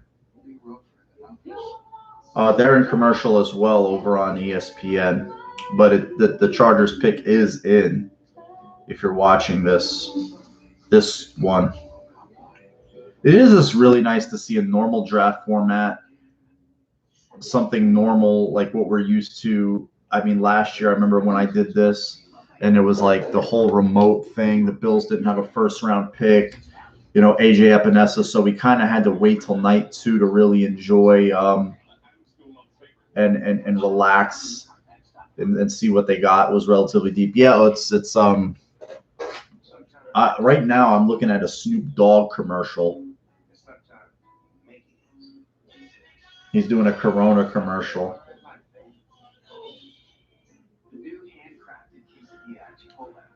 Ah, man, what? I want a defensive player. I'd like, you know, I mean, I'm gonna support whoever they draft. I would like a defensive player.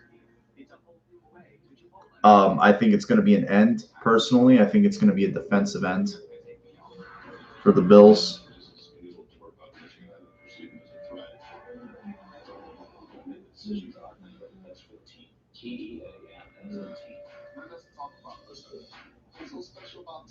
No, they're doing a Tom Brady. They're doing a Tom Brady love fest again. Man in the arena falls. So we gotta get another Tom Brady blowjob documentary. But you know the guy's done what he's done. So what can I say? You know.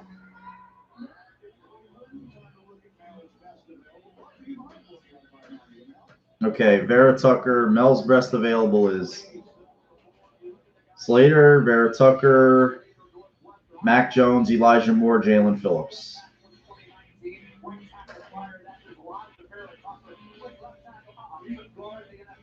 That's Mel's best available. So let's see.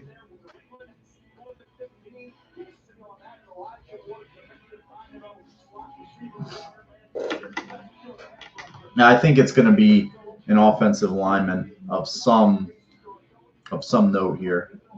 I mean, it could be Vera Tucker, it could be Slater, it could be Darashaw. What do you think of that suit? His girl's like grabbing him and shit. She's like, please don't dump me after you get drafted and get all that money. Please keep me around. I love you. I stuck with you through college. I feel sorry for some of these girls who legitimately like these guys and are just so horrified they're going to like insta-ho it, you know, and get fucked over. Like, I really think that. Like, you saw that poor girl last year with the whole CeeDee Lamb's phone. It just so fucking humiliating. You know that kid's got like a fucking phone full of side bitches. It just sucks. As a good girl, man, she's priceless.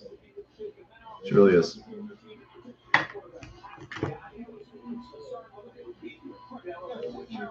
Speaking, I got a text mine.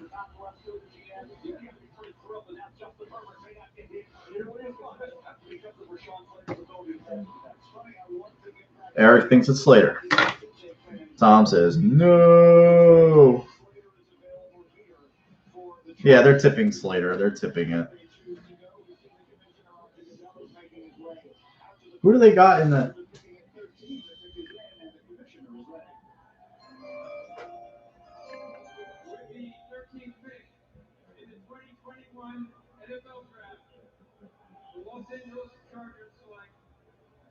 Slater. Okay. So we're almost halfway to the Bills pick. He's got his agent there. That guy looks like Kirk Cousins, I swear to God. The guy right there with the gray suit, if you see him. The girl, the blue dress, I think that's his girlfriend. Look at Pat Fitzgerald. Remember Pat Fitzgerald with the you older cats will remember the Darnell Autry-led Wildcats. They were kind of a Cinderella story back in like '95 or whatever, and he was the middle linebacker, Chris Spielman-esque, if you will, for those teams. Yeah, they need to protect their Justin Herbert. They have to like Bill's scenario. They have to protect that kid. He looks durable and shit. He wasn't injured. I don't recall him getting beat up, but they don't have a whole lot of dearth or talent on their offensive line. I like the numbers on those jerseys, though. Those are some nice looking numbers. Whatever that font is slick. It looks very medieval-ish. They had fans in the stands there, huh? I wonder if that's tape from the previous season or this past. Ooh, that running back just ran over an Ohio State guy. Who are they playing against? Oh, they're playing against Central Michigan. That doesn't even count. Oh, that was Minnesota. Sorry, maybe it was Central Michigan.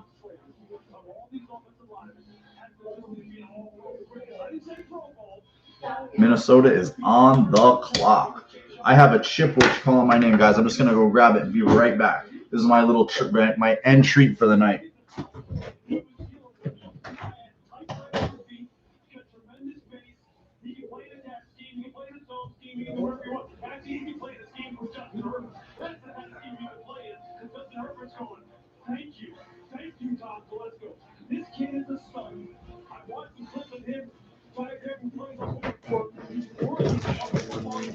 Here, sorry guys, back. What? Oh, look at that! What is that? Is that the takeaway chain like in Miami? You got the takeaway chain. Well, it's better than being Incognito's girlfriend.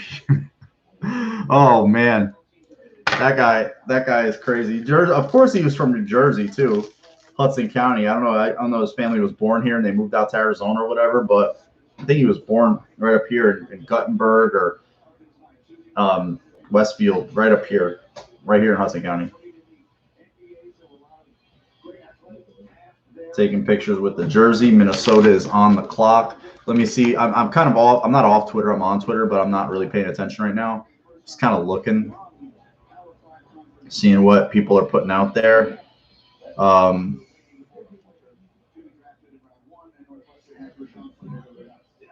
Yeah, the Giants are now select. Okay. Let's see. Anything of note? Nah, same old. Nothing. Oh, the Jets traded up. The Jets have made a trade up. Who are they taking? Wow.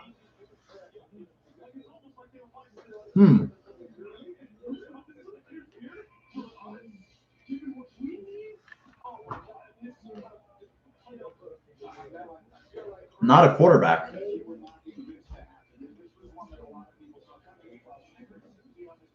It's definitely not a quarterback.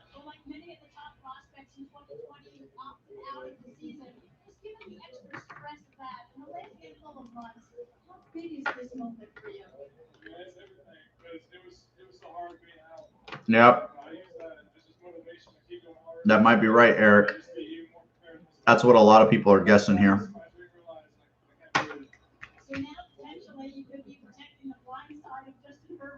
What do you want Justin to know, as well as all these Chargers fans, about the way you play the game? I got you right, man. Hey, I'm a great technician. I'm gonna do my thing. I got you. Let's get it. Awesome job. Congratulations. Oh, the Jets aren't fucking around. The pick is in, guys. The pick is in. Darrisaw?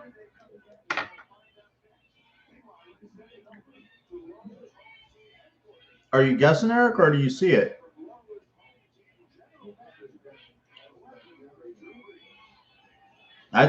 Wow. I gotta run this shit off at the gym tomorrow. Fuck.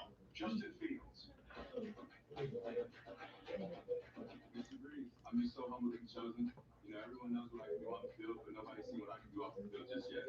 So what community will you go help out first? Now since I have the lowest home team backing me, I got to start with the folks back in my home state of Georgia, so I'm excited. Welcome to the home team.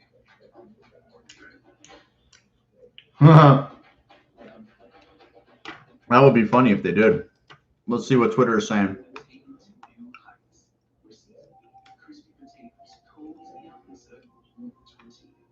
Okay, Adam Shine says Elijah Vera Tucker heard they were big on getting a pass rusher at 22. Now they move. Who?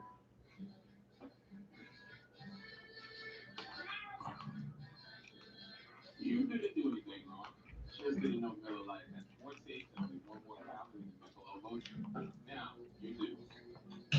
Everybody is saying it's Elijah Vera Tucker, or guessing that's Elijah Vera Tucker.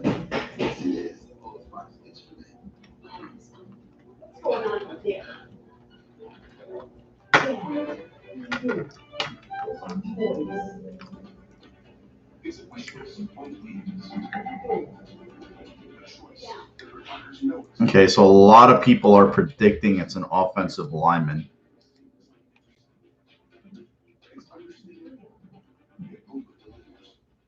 It's Elijah Vera Tucker, 100%.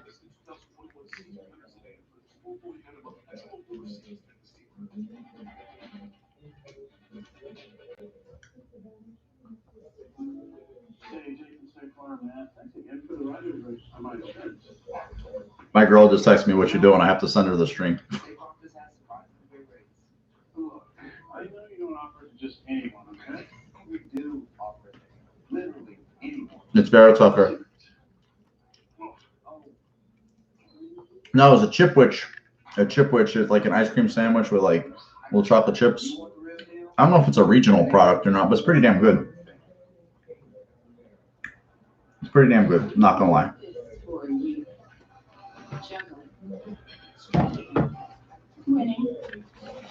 You should look for them, Tom. They're good.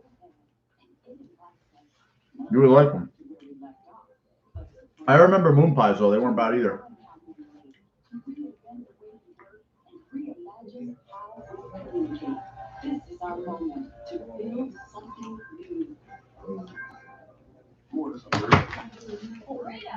You're like, I hate you. I see moon pies for sale in the store. So Elijah Vera Tucker is the pick. And the Jets, what did they trade up? 4 slots? 8? They went from, wow, they went from 23. What did they trade? I think I saw their compensation. Yeah, their food laws and their additive laws are all different over there. So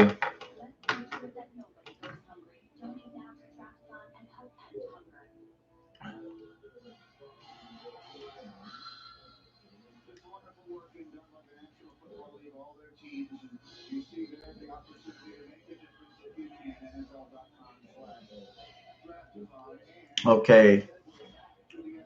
So the Patriots are on the clock. So everybody knows the Vera Tucker pick is in. So the Vikings got 23, 66, and 86. So basically they traded a third.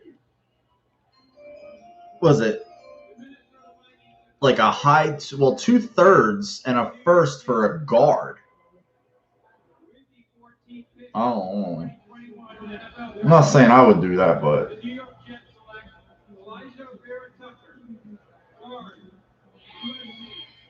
you know they're like on, like they're told what to do. They're told what to do. The fans, these are fake fans that are prompted. They put them in outfits and they cue them when to cheer, when to like react. Notice none of them get upset. That anybody that they show never gets upset.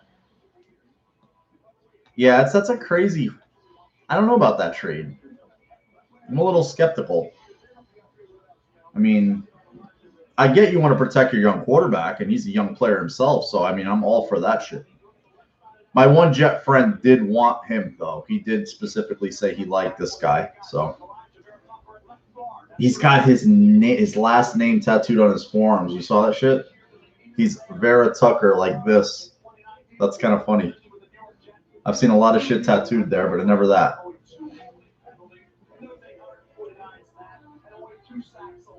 Playing BYU here.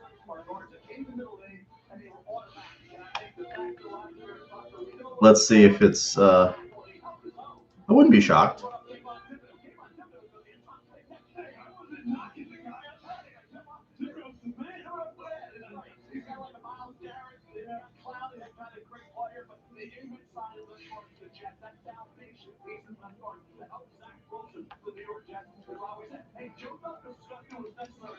Let's see.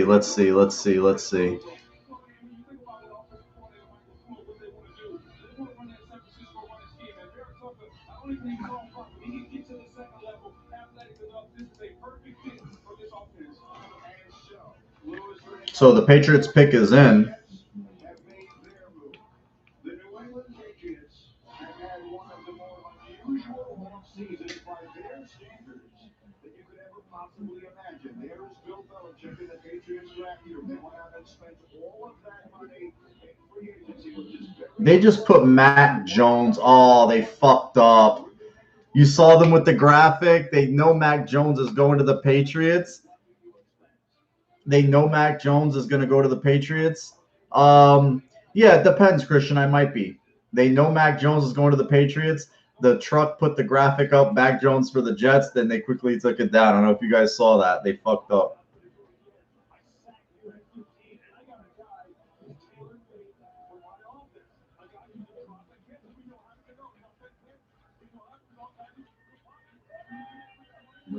Okay, they know. Okay, so the Patriots are going to take Mac Jones.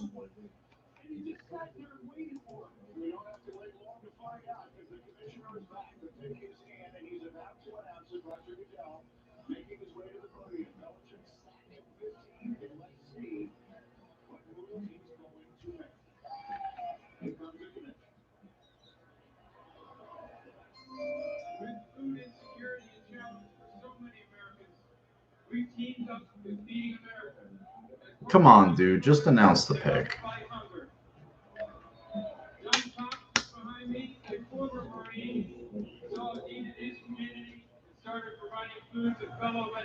Oh, that's a terrible mask for that double chin. Sorry, guys.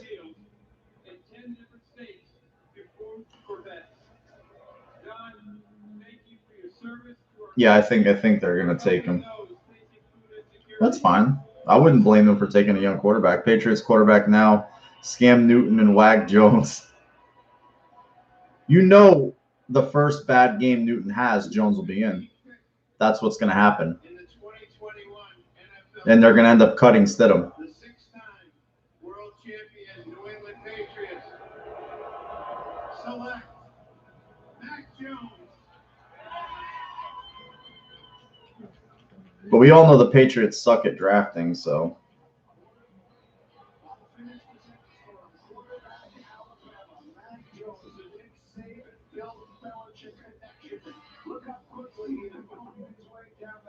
But Mac Jones better than Tua in your opinion? I mean, it's possible. I wouldn't doubt it. I mean, that won't take much, though, because I was not, like, wow about what I saw. But, I mean, I don't want to hear about how Mac Jones was bad for the 49ers at 3, but Belichick, who's not considered an offensive guru, is, a Goff at 50. I mean, no, it's like your guy is your guy. So for me, it's like, okay, he fell in your lap, but how is it celebrated here but condemned here? Like, I don't get that. How would it have been celebrated here but condemned here? Like, Bill's good. Yeah, he'll be like, dude, he could pick me and be called a fucking genius. I'll still cite his record without Brady. 61-72. That's 133 games. Let's just be real about that. 61-72, no Brady. He had a 9-7 with Brady once too, and they didn't go to the playoffs. That was the only time they didn't go to the playoffs when Brady was the quarterback. I mean, in 08, started the season, got hurt the first game, would they have gone to the playoffs that year? Probably. I mean, probably, definitely. They were 11-5 and didn't go, so I definitely think they would have. But still, like, his record is what it is without Brady. You know, he had won 11-5 with the Browns when Vinny Testaverde was starting quarterback in '94. They did go to the playoffs and beat the Patriots. So the Cardinals pick is in. Now it's getting close. You're getting close, guys. We're getting close. We're getting there. Look at this redheaded guy. He looks like a hick from Alabama. He looks like one of those corn pone fed dudes.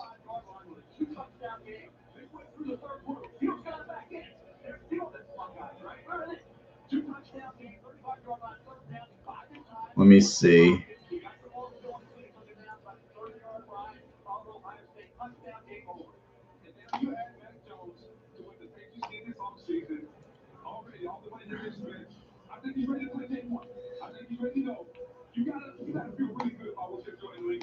He is on the stage right now, and Snickers Texas handler Susie is standing by. Susie. Greatest quarterback standing inside of college football now, standing on the stage tonight as a Patriot. But what was the I mean, just reading Twitter, guys. I'm seeing if anything of any substance is there.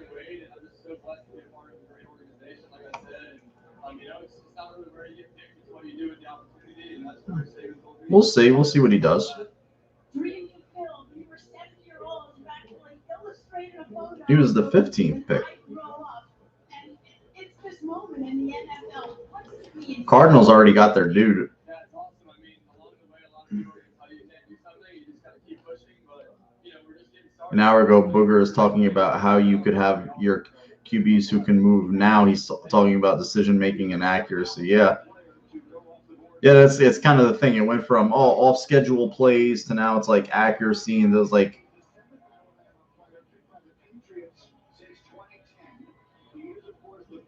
I don't know. He's a Patriot now. I'm rooting against the guy. I'm not rooting for him to succeed. That's for sure. I mean, I don't wish anybody ill, but I'm not going to sit here and hope that Zach Wilson pans out or, you know, or Mac Jones or Tua or Waddle. I mean, I want them all to suck, and I hope the Bills make them suck. That's just my honest opinion.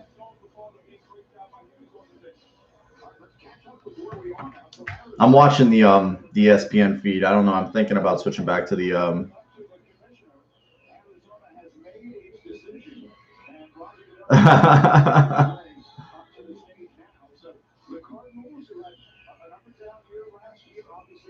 Oh, so you think it's Barmore or I cannot say that guy's name, Eric, for the life of me. Notre Dame linebacker. Gun to my head. I mean, I would be fucked.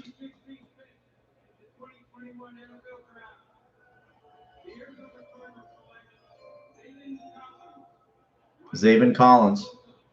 Okay. My next place where the Bills guy might go is in 2 picks. The Raiders are on the clock 5 minutes deep. So they took Zaven Collins. Did I get that? What did I do with that pick? Let me see. I'm just checking out my mock here. It's probably trash, but I mean, I think it is. I had Greg Newsome going there.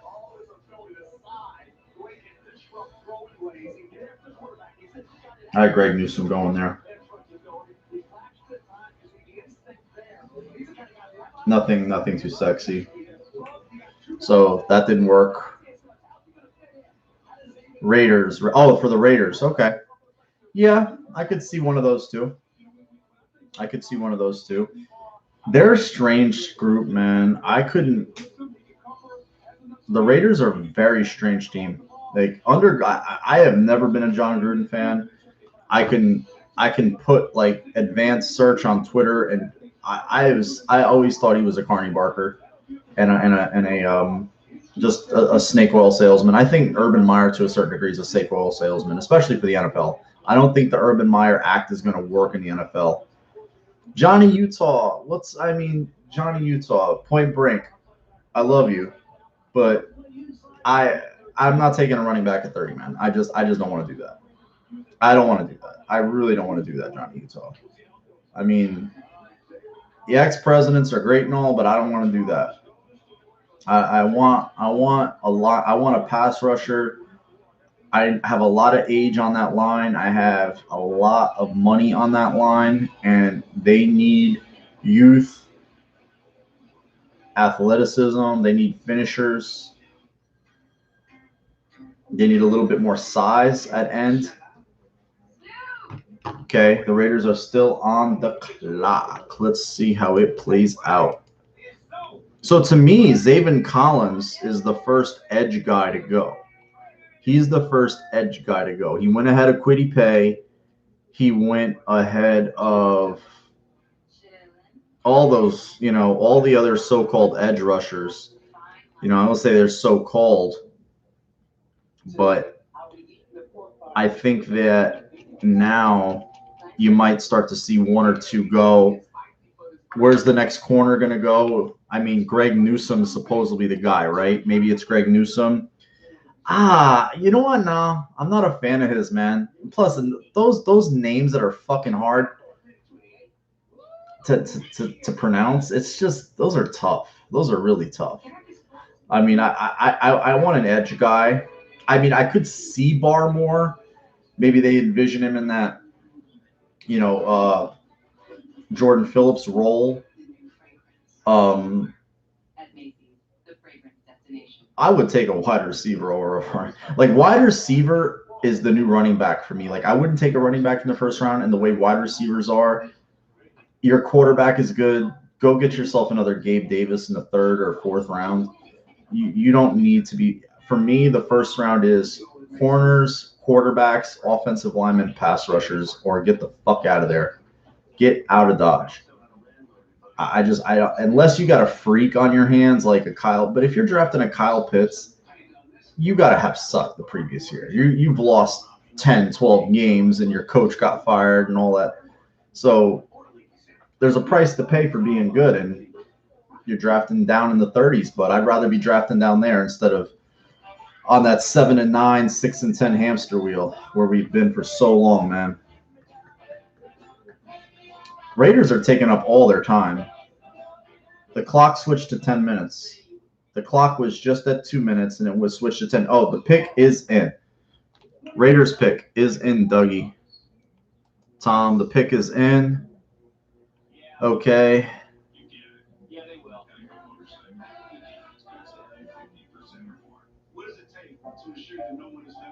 Okay. Everybody's got to kiss this guy's ass.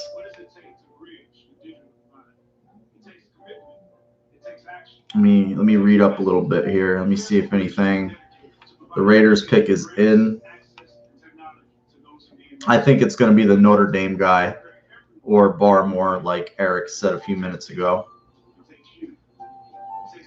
I think Eric got that one. Let's see what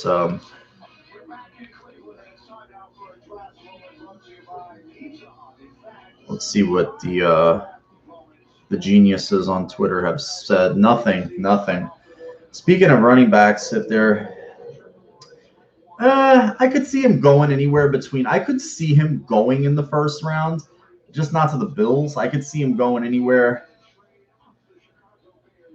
Dude, Johnny Utah, you just mentioned my guy, Johnny Utah. Thank you. Thank you for mentioning my guy. Every pick that passes and he's not picked, I'm like, for me, it's Owa, Phillips, or Joe Tryon.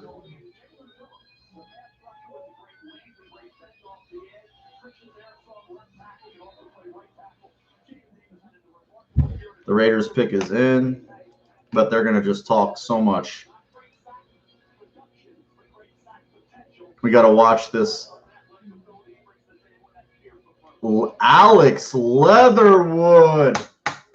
The Raiders are being the Raiders. I love it. I'm sorry if I spoil the pick, you guys. Alex Leatherwood. I knew he was going to be a first rounder. I picked him to the Ravens at 27. Okay.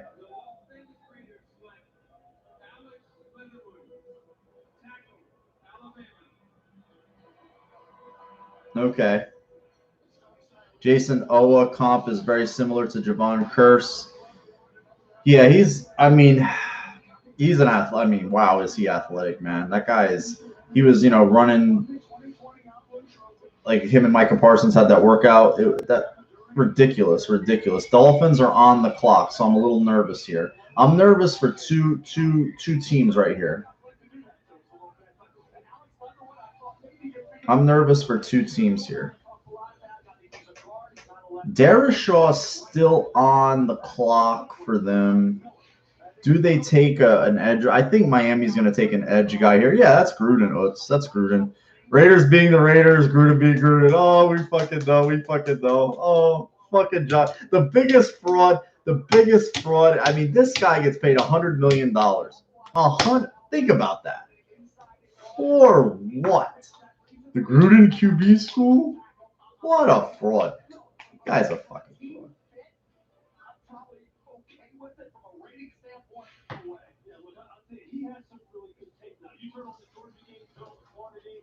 Let's sit back and see. Shady who? What the fuck are the Raiders doing? They don't know. They're just doing whatever. That's what the Raiders do. The Raiders do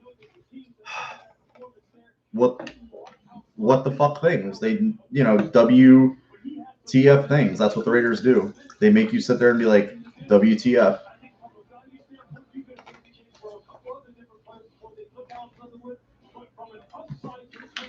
It's just crazy being in the first round this deep.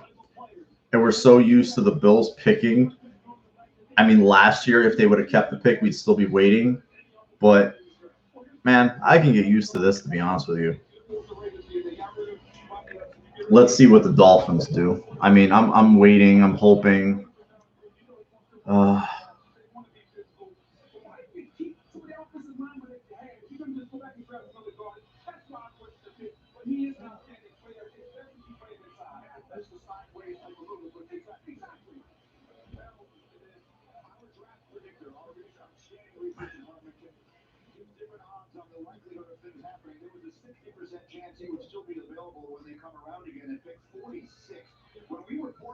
Let's see. The pick is in for the Dolphins. Has anybody mentioned who it is yet? Let me see.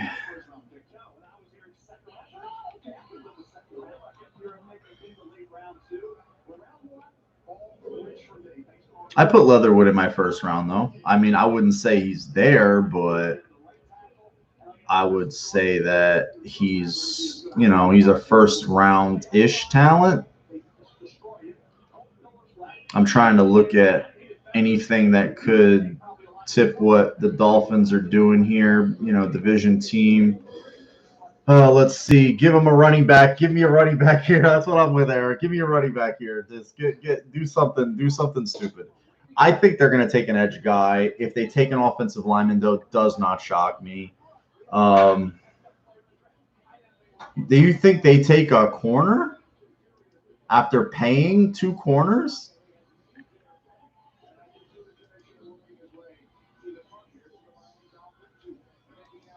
After paying two corners what they paid them, they're gonna take a corner. Wow. So Xavier Howard.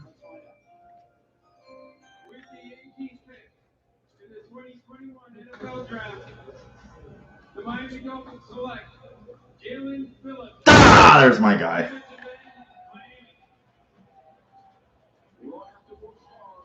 Okay.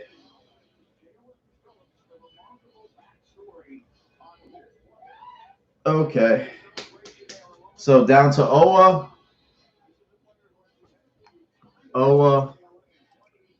and down to Owa, and I'm not a fan of Ojulari, Eric. I'm just not. I think he's more of a 3-4 dude to me. He looks like a Pittsburgh Steeler. He reminds me of one of those dudes, but I knew it was they were going to take a fucking edge guy. I knew they were going to take an edge guy. Owa or Joe Tryon, I'm leaning towards. I think it might be Tryon. Oh, I mean, either or I'm going to be happy with, so.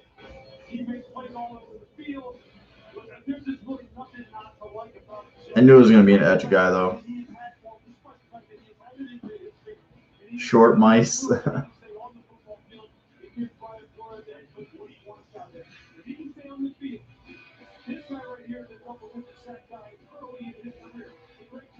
He's a good player. I can't knock the pick because if the Bills would have taken him, I would have been happy. Yeah, he just has to move. Yeah, just right down the road. Oh, did he intercept it? Oh, he intercepted it. But he fell. He couldn't return it. That sucks. I hate that rule in college. They can't get up and return the kicks, the interceptions after they pick them off if they get to the ground. So let's see what they do. We got the Washington football team. How do you have a team for 2 straight seasons that goes without a name? The marketing machine that the NFL is, any chance they take Creed Humphrey, nothing would shock me, but I would be a little shocked. I'm not going to lie. Nothing would shock me. I would be a little shocked.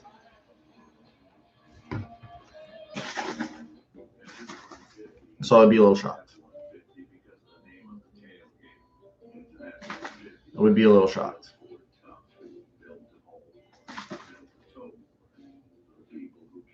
Zaven Collins is an edge rusher. So for people that think he's not, they're insane. I think that's where they're going to play him in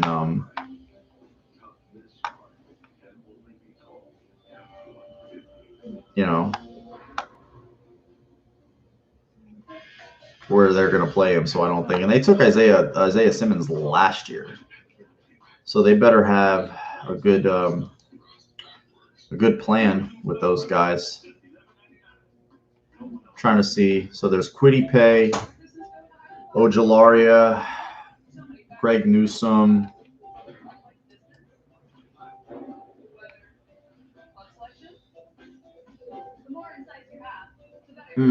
Let's see what Washington's still on the clock, guys. What do you think is going to happen? You could see Newsome here. Could see a corner. Kwity Paye is on the board still. I'm not a fan of Kwity Paye. Will the Bills take if he's there? It's possible. I mean, I could see them taking a defense. I just see it being a defensive player. I don't see any. I see a defensive player here. I really do. Newsome. I see Farley, but I'm leaning end. I'm really leaning end, and I'm going to stick with the 2 guys that I've mentioned.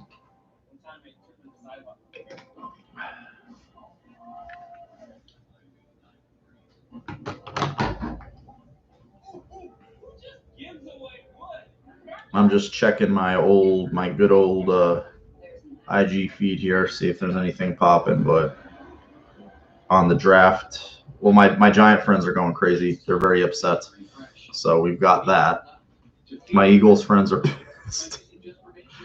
They wanted the quarterback. They wanted well, okay, he's happy. My one boy's happy with Devontae Smith, and my one friend is upset because they wanted Justin Fields, which is understandable. Quarterbacks are sexy things, and you want that.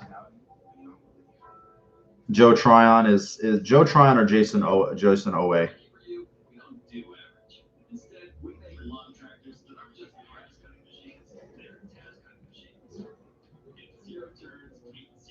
I'm just really trying to see. Let me see what happened. Okay, I blew those picks.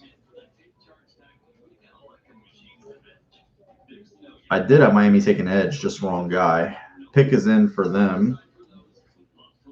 Okay. Still some interesting stuff going on. Still some good players, guys. So I'm not discouraged whatsoever. Let's see what's going to happen. Dolphins are drafting only players, various ways to spell Jalen and Jalen. That's funny. Let me see. Christian Darashaw told me it would be a dream come true to play for Washington. Okay, so Andrew Siciliano just pretty much tipped it was Darrisaw. Jamin Davis? Wouldn't shock me. Barry Sanders had the ugliest shirt on ever when he got drafted. Holy shit.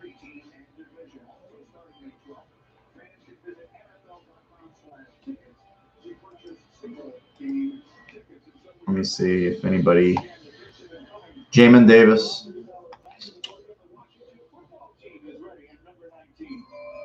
Okay. Did I hit that one? Let me see if I got that one right. No, I picked the linebacker, wrong one. Took the Notre Dame guy. I didn't have Davis going in the first round. See, look at that. Small group. Got 5 people, probably him, his girlfriend, his brother, his mom and dad. I mean, that's it. That's what you need. That's all you need right there. See all the draft hats? I wonder if you get to keep all those hats. Like, do you get to keep all those hats?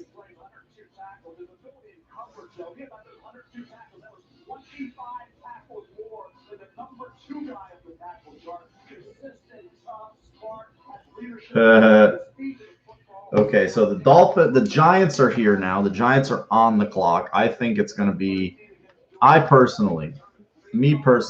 it's going to be Kwity Paye. I think it's going to be Kwity Paye from Michigan.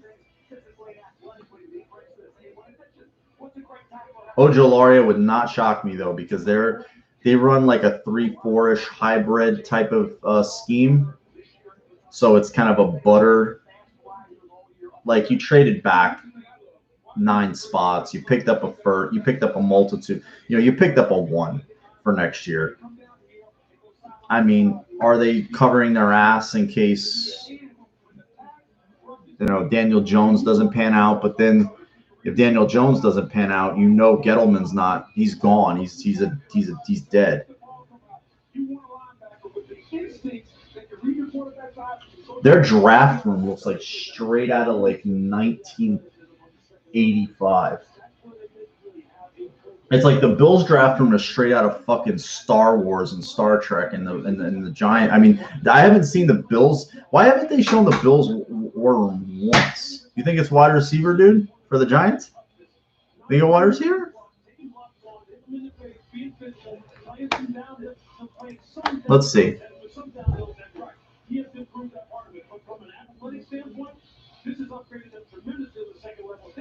Let's see. You might not realize it, but he and I have one big thing in common. Was it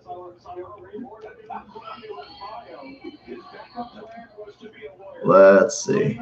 That was my backup plan too. Everything worked out for me. I wish he would have said that. All right, welcome back to the Giants are on the clock. They'll be next, and we'll be back in 30 seconds after a word from the United States Marine Corps. Let's see. Anything worth up? The Giants are still ticking, so expecting a run on defensive players to continue here in the low 20s.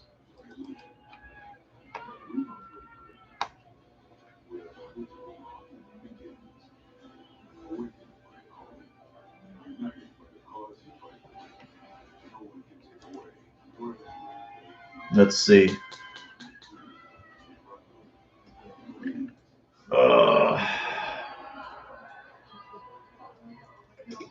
My one friend Eric says he thinks the Bills could trade down.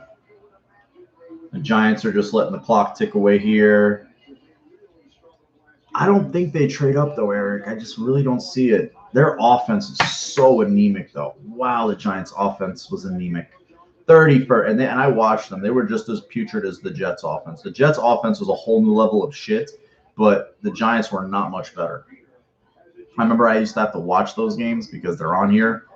You were going to get those as the default games in the North New Jersey. They're just so fucking bad, dude. Oh, my God, they were terrible. Terrible games. They picked somebody because they're all just chilling. Gettleman, he looks like the Penguin. Jesus Christ, Gettleman looks like the Penguin. See, this is here. They're all in the draft room, no masks, whatever. Cool. I get it. Other guys, other teams, they got their masks and they can't even get in the facility unless they've been tested. So it's like, what do you like? Is this a pajama party? Are they wearing shirts? Or they're all wearing the same shirts? It's like the three people up front are wearing the same shirts. This is Quiddy Pick. They're in. I guess he's from Denver. Kids from Denver. Wow, that's a strange place. So he's still looking. I would have thought he would have been gone already.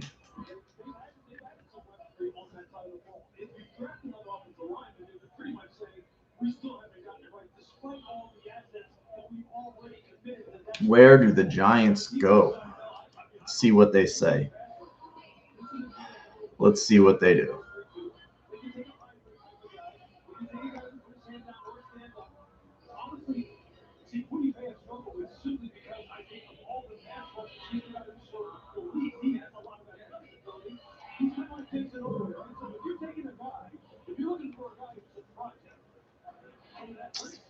I'm just trying to look to see if there's anything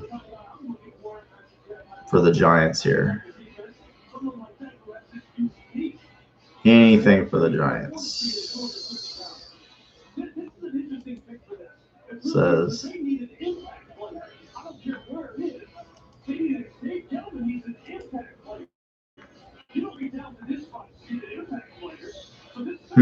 what are you guys thinking here?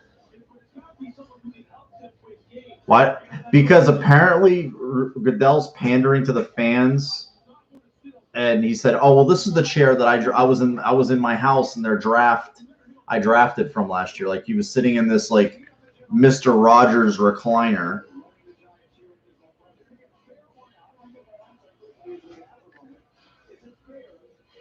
So the pick is in for the Giants.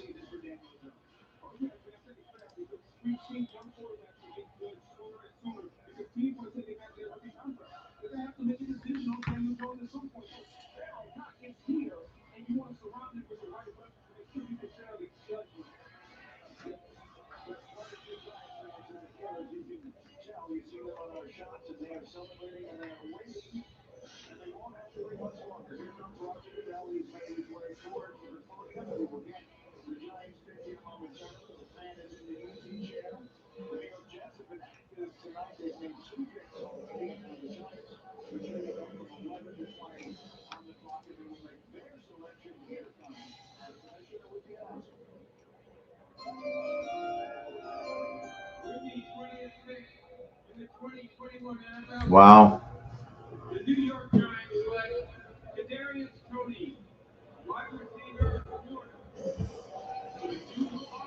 So they went Tony. I had him 5 picks earlier than this to the Patriots.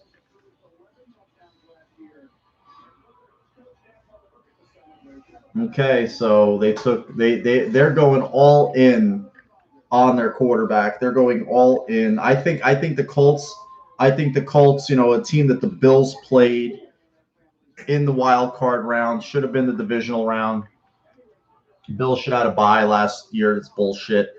I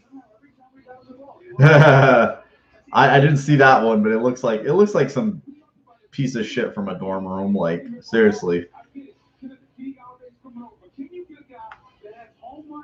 Like that's a nice pick for the Giants. Let's see what they you know, you get the ball on his hands and he just goes. I mean, he's and it didn't. I'm not a fan of wide receiver in the first round, but he's a good player. I mean, there's a lot of looks like a rich man's version of what Isaiah McKenzie does for the Bills. Like a rich man's version of that. Like he's a lot of move stuff. Like they're doing a lot of this reverse, you know, type of thing. He's making a guy miss in space. Oh, I juked the shit out of that one guy. Is he still gonna go? Holy shit! I thought he was gonna take that up, all the way up. Little quick hitter screen. He's got room. This is against Miami too, so he's making them pay, and he's out.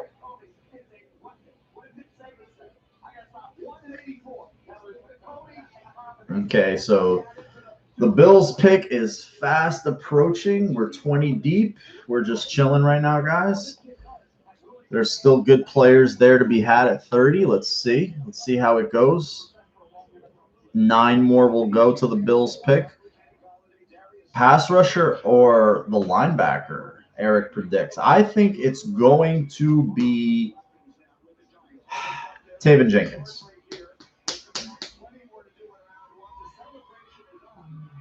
Tevin Jenkins. That's my prediction. Maybe it's wrong. Probably it's wrong. But we will see. Let me see what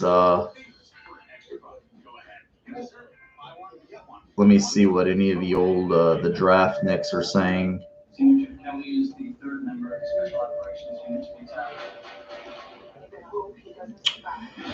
Farley, Darashaw, Owe, Jenkins, Newsome, Tryon are left. So I think the Bills are going to get a good player at soon here. I'm going to look at what Brugler's top. I'm going to look what his top 30 said. Who's still around? In his top 30, JOK is still there. Ojalaria was the 16th player. He's still there. Darashaw is still there. Newsome's still there. Pay is still there. Barmore is still there. Dickerson's still there. Those are all. That's all 15 to 21. Najee, I'm not in the linebacker. I'm not in the running back business. Tevin Jenkins, 24th. Owe is still there. The Levi on I can't say his last name. Caleb Farley. Joe Tryon's 30, his 32nd ranked player. A few guys taken outside of his 32. Jamin Davis, Leatherwood. Some guys that could be interesting. I mean, Carlos Basham. We'll see where he ends up. Stokes, Eric Stokes. That's kind of my cutoff point here. That's really where that's my like line of demarcate. That's my there's a term I'm looking for, but I'm not sure.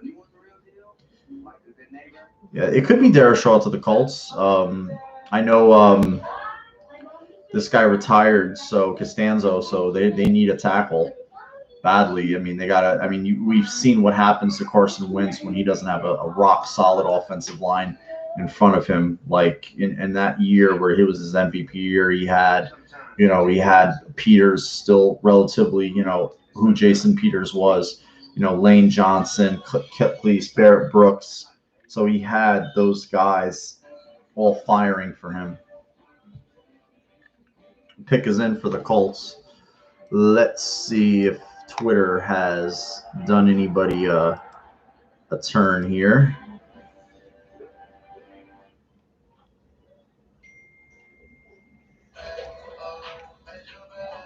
Okay. Let's see. Nobody's tipping the Colts pick just yet.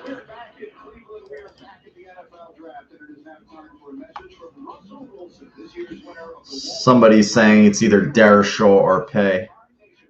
Line of demarcation, thanks.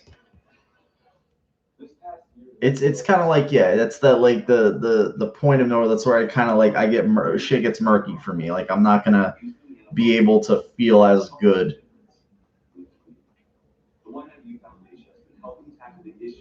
See, remember when this stuff was happening with Russell Wilson? There was all that scuttlebutt about him wanting a trade. He had a list of teams that he wanted to go to. One was the Bears. One was, I believe, was the Cowboys. The other was the Raiders. Like, he had a list of teams. And it eventually calmed down. It's like the whole Aaron Rodgers thing. Where's Aaron Rodgers going to go now? Where's Aaron Rodgers going? Like, all that shit, all that bandwidth, clickbait shit that started earlier today, it's nothing now. It's dead. We're almost 3 hours deep into the draft. Nothing happened with that. And nobody's going to hold these guys' feet to the fire for like, yo, why did you get the football world all up in a ruckus over something that never came to fruition? They did it with Wilson earlier this year. It's like, oh, they worked it out. They ironed it out. It's like, okay, you know what's happening here? Aaron probably wants a contract. He wants some security. They didn't like the initial offer. They put it out in the media that he's pissed, he wants out. So guess what? They're going to come back to Aaron with a revised offer, and it all's going to be cured. They have to kiss his ass in the public. He needs to be placated. That's what's going to happen. That's exactly what's going to happen. And all this talk is going to be just wished away. Colts are going to take Pay. Okay, so Pay is gone.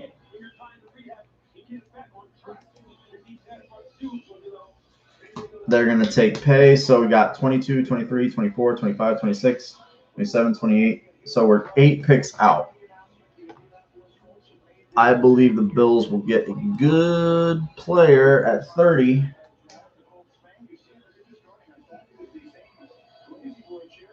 To the New York Giants in 22 after Daniel Jones bust out. They have, yeah, I mean, isn't that kind of the thing though? It's like they're kind of protecting themselves against him busting.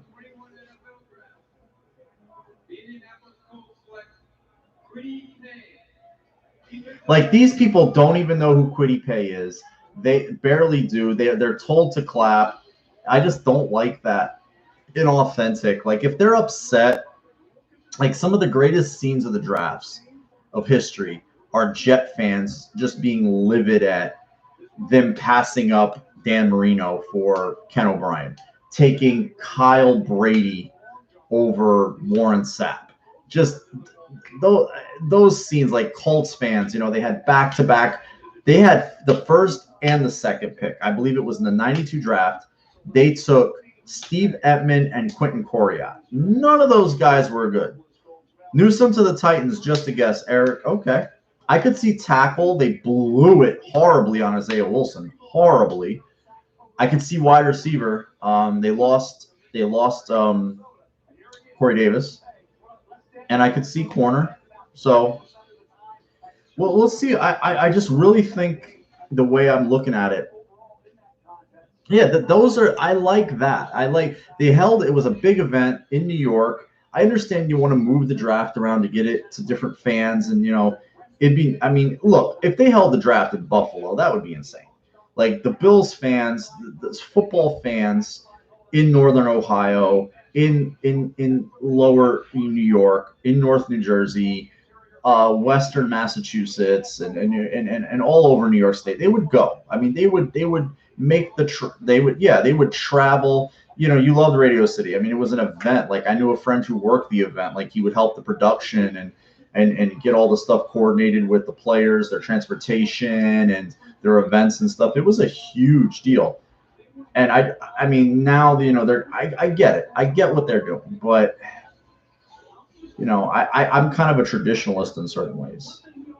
And sometimes I'm of the opinion if it ain't broke, don't fix it. Was that Trace McSorley? Penn State's uniforms are just timeless. Just like the Michigan helmets, they're just timeless. Sometimes these guys get sacked and the way their bodies get driven into the ground, it's just oof. Okay, Tennessee with their ugly logo and their hideous, no matter what they do with them uniforms, is on the clock. Let's see what they do.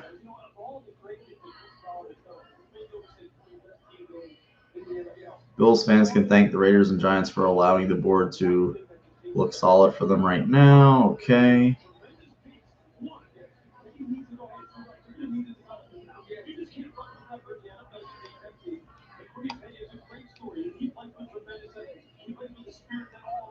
Let me see. Anybody's tipping the Titans pick here? Not really. Creed Humphrey with Wingstop.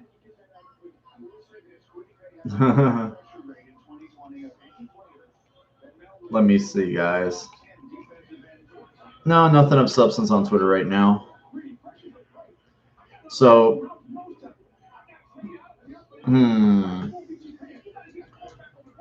let's see.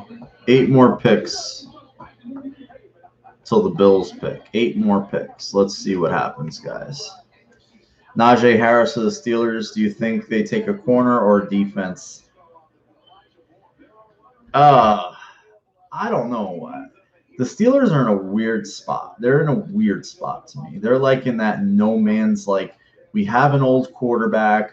I think we've squeezed every ounce out of this puppy we can. They're going to run it back one more year.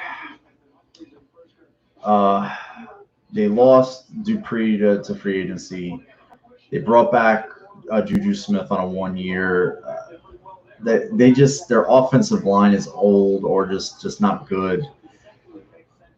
I just they get Devin Bush back from injury, which is good. I mean, for their defense. I just don't know. They're saying Rashard Bateman. Did they just put Rashard? Did they just accidentally put Rashard Bateman up? I think who's ever in the production truck for ESPN is horrible, or they're an intern, because I think they just accidentally the intern just dropped the pick and then he pulled it. Did you guys see that?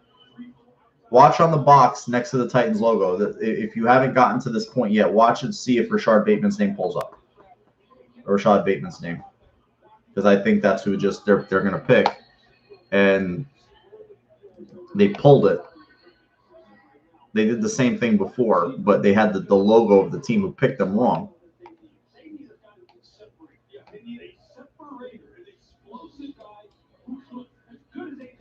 They're going to take a receiver. Fucking, he's tipping the pick. What's his name is tipping it. I hate when they do that. So it's like, stop talking like you've been told.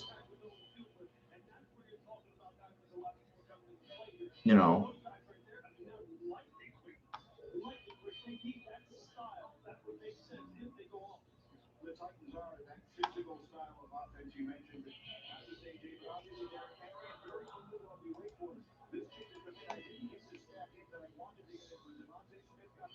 Oh, Caleb Farley, Tennessee.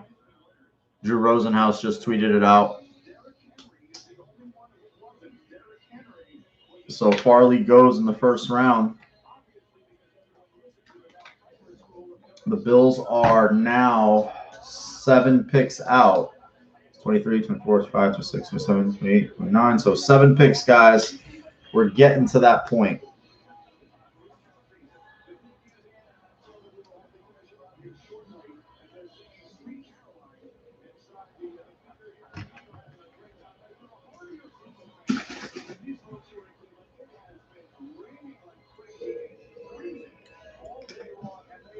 So their pick is in, Doug, for me, and the honks on Twitter say it. Drew Rosenhaus, his agent, just said it's the Titans, so people are gravitating towards that. So that's what I believe. You know, the agent caught it. So the Bills right now, my druthers, Barmore, Tryon, Owe, Newsome. So there's 4 players that are could be in that block. Yeah, it's Farley. Such a hideous. I mean, the Oilers had a classic logo, a classic uniform, classic. And I just feel like they bastardized the colors and they bastardized the logo. They didn't do it justice. I really think that Oiler logo was just a timeless piece of NFL history. There's Packer cheeseheads here. The Viking fans are dancing. I think they picked next, actually. I think they could take a tackle, Darashaw. Surprised he's lasted this long. So it's those they were awesome, Doug. They were awesome. They were just the powder blue, the white helmet, the powder blue helmet. They were nice. The logo was iconic. Caleb Farley. Defensive back, Virginia Tech. Caleb Farley was the first high-profile player to opt out in 2020. He showed you everything you could have wanted in 19. He had 4 picks, runs up 12 more, first-team all-conference. Spectacular, but health has been the big question here. Well, he had surgery on his back in March. So the Bills are 7th away. I think you get a player that's like, you know, be on your team for, you know, a long time. I'm sure Bean is sussing out everything right now. Yeah, their logo is terrible, Doug. It's just disgusting. It looks like something a middle schooler came up with. It's like, Surgery, then another back surgery. That's why there were concerns whether he could be a first-round pick. So you're rolling the dice here. You can stay healthy. You're getting a top 10 player, top 15 player, 22. And the back issue never arises again. I turn on the tape of Caleb Farley. I don't know how many times I said, wow. Look at this closing speed, the ball skills. He can play off man coverage and close on anybody. He said there he was squad receiver, meaning not backpedal from all coverage. He was like, I dare you. he's an athlete, and when he gets the ball in his hands, he's special. He used to tell people he ran 4.3 because he said they didn't believe it. This kid has all of that in terms of man coverage ability. Nobody plays more man coverage than the Titans. The Titans got smoked in man coverage last year. To get him healthy, maybe he starts the year on PUP. From a man coverage perspective, Remember when their owner flicked off the Bills sideline and then Jerron got fired right after that? Like, Jerron refused to, like, acknowledge that this guy flicked off the sideline, the Bills sideline. He was just there gunning it up on the Bills. And he's like, well, I didn't see that. Ralph Wilson was so pissed that Jerron said nothing about it. He fired him, and he was also pissed that he benched Edwards. It's like, you couldn't get through to Edwards. And he was, you know, because Ralph held on to what Bill Walsh said about Edwards. Like, you got a good one. You got a good one. So for that, Ralph was like, oh, he's a good one. He's going to be a great one. But, yeah, that was the kiss of death for him. Not getting upset that fucking this guy flicked off for the life of me. I gotta fucking.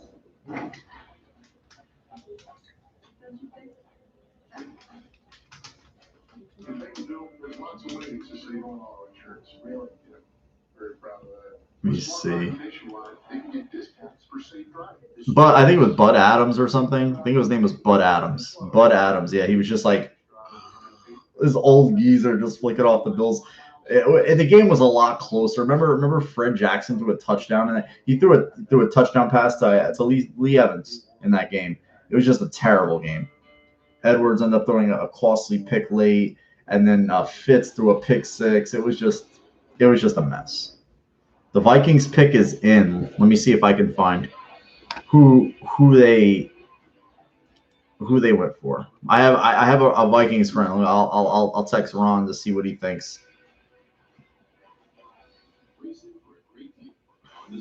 Ojulari, I'm not a fan of Ojulari. I'm really not. I'm just not going to get off on that pick. I'm just not going to get off on that pick. Let me see.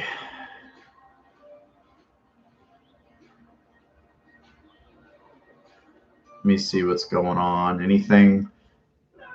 If you guys see anything, feel free to put it in the room. I'm not going to get mad or anything like that. I don't. That's totally cool. Nothing really on the Vikings pick right now. Nothing. I just looked at the video. Yeah, Bud Adams. Yeah, he's just going. Yeah, he's just flicking off, and I can pull up the last press conference that Dick Jerron had was the Monday after the game. That was the last one. It could be, Eric. That's a good pick because they need a tackle. Darius Shaw or Tevin Jenkins makes a lot of sense for me. The two worst Trentative games. I love that you used Trentative. Trentative Edwards. Oh, that was disgusting.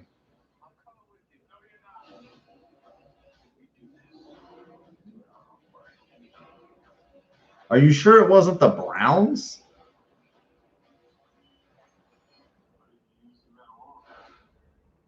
Or is it where the Packers game is where that was his last game where he ran out of bounds rather than throw the ball down the field and potentially get intercepted? That was his last, and then they released him. I believe that they released him on a Tuesday. Yeah, that was it was 6-3 Browns that game. That was the Derek Anderson, who later became a Bill. Fucking was like 2 for he could not complete a pass. Roscoe Parrish muffs a punt, gives them basically gives them the game. One of the worst, I think the worst one of the worst ones for me where I really knew it was over. I think it was the Dolphins 2010 week 3 or week 4. Not 2010. With 2009. He was just a twitching little nub. Like that guy just was just terrible. Yeah, he was just inept, I would say. What's up, Jake? How you doing, bro? Christian Darisaw. So we were on the right track with the position, Eric. Different player, but the right track with the position. So we are 6 picks away, guys. I don't want to break this.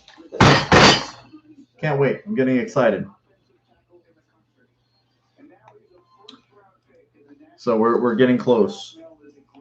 Who's up next? We got the Steelers.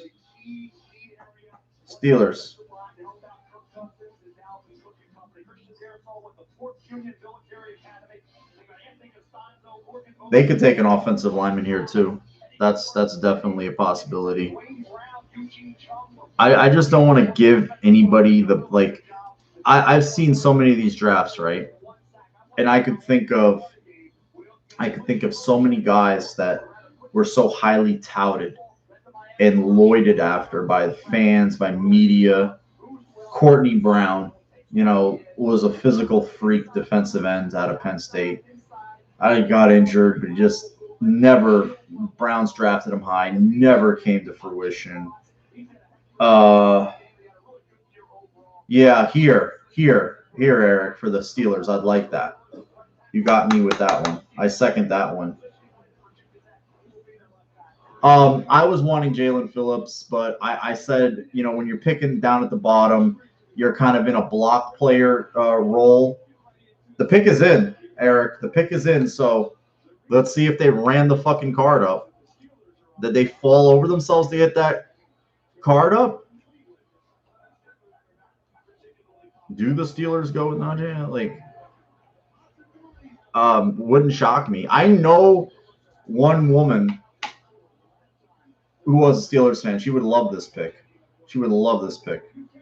But I remember guys like Erasmus James. So many different players that just never panned out that were first round. No Sean Marino. The list goes on. Just tons of guys who just were guys. They just were just regular dudes in the league. Not a fan of Eichenberg. I'm not a fan of him. I don't think he's that athletic. I think he's kind of a stiff. Maybe, I'm just not a fan of his. Wow, the 04 draft.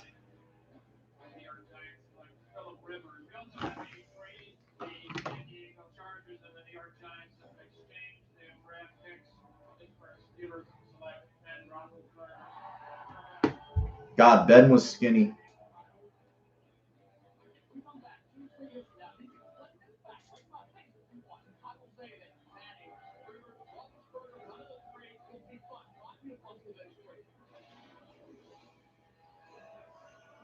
Okay, the Steelers pick is in, so they didn't waste any time.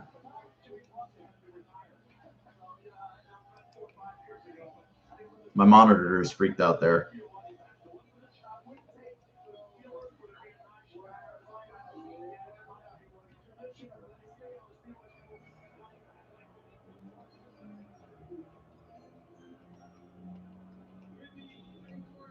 Steelers are getting booed here, of course, in Cleveland. Greg Newsome. Oh, Najee Harris. I don't know why I said Newsome. There, good. Get a running back on. I want him the fuck out of there. Okay, 5. 5.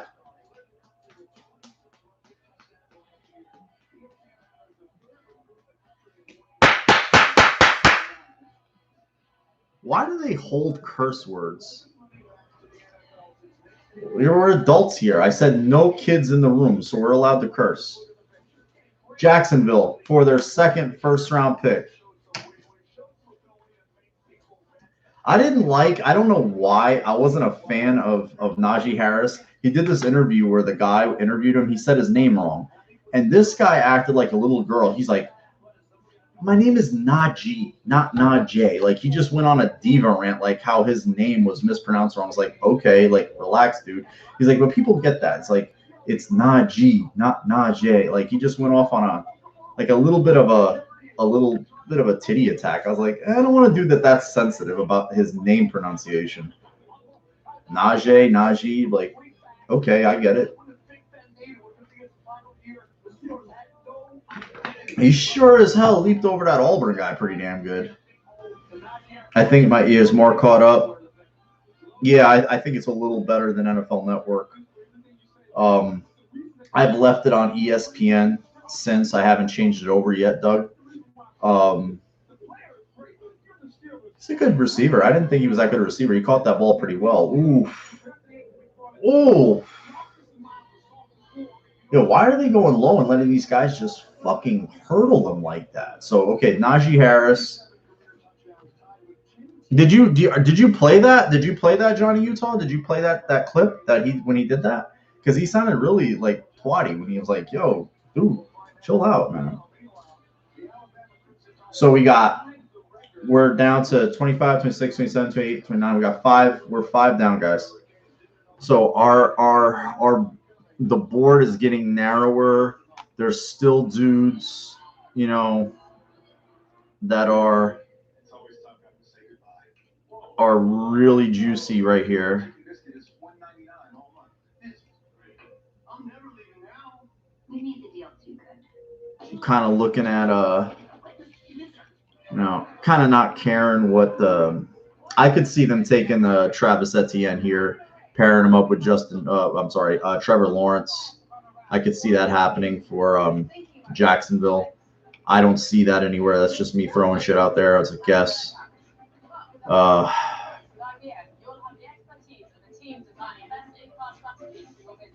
Kind of just reading up. People just speculating right now. Nothing with any legs. Man, if Buffalo gets Tevin Jenkins, I mean, if they take, that's possible. That's possible. I mean, if they get a lineman, I mean, I'm not going to get mad at any lineman, but I prefer a defensive lineman, you know, but they got to go with the best guy. They really have to go with the best guy.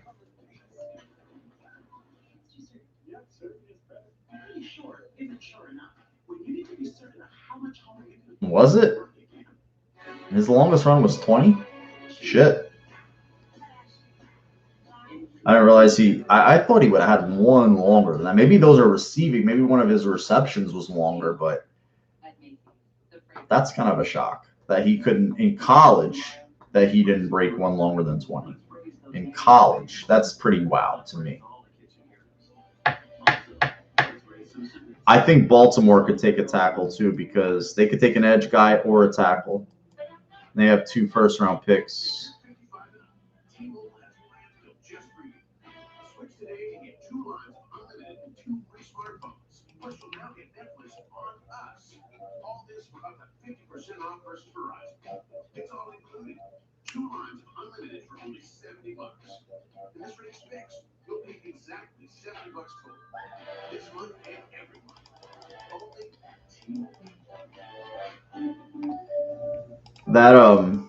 That Notre Dame linebacker could be looking like maybe something the Bills could look at too, because he's so versatile. I mean, he's a chess piece defensive player. He'd be of that Shaq Thompson ilk for the Bills. You know what I mean? Where they could keep base and sub, big nickel-ish on their on the field at the same time. I could see that. I could see that if they don't go line, but I really, the pick is in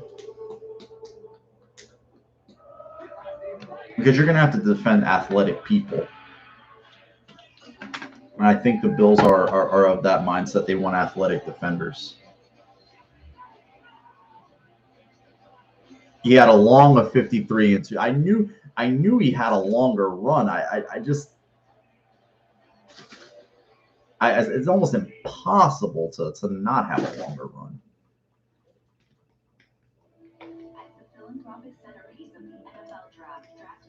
Let's see what the Jaguars did, guys. The pick is in. The Browns are on the clock, according to this guy.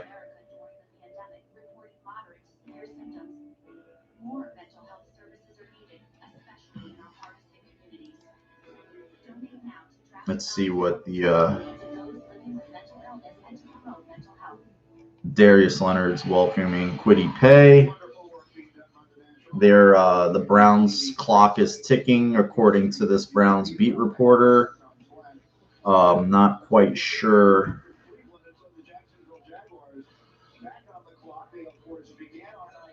where Jacksonville went with this pick, but we'll see.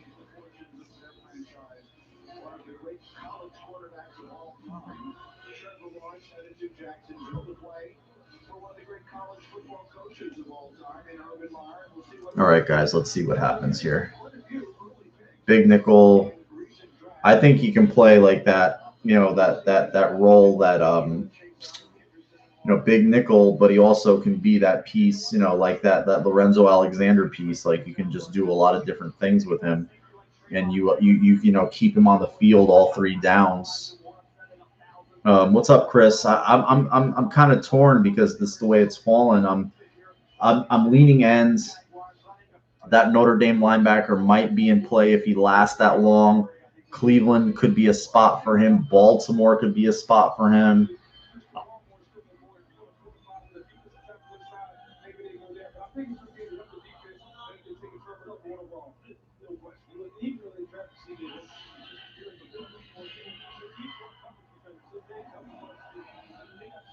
They're going to take a corner. So they're hinting at a corner here for the Jacksonville Jaguars.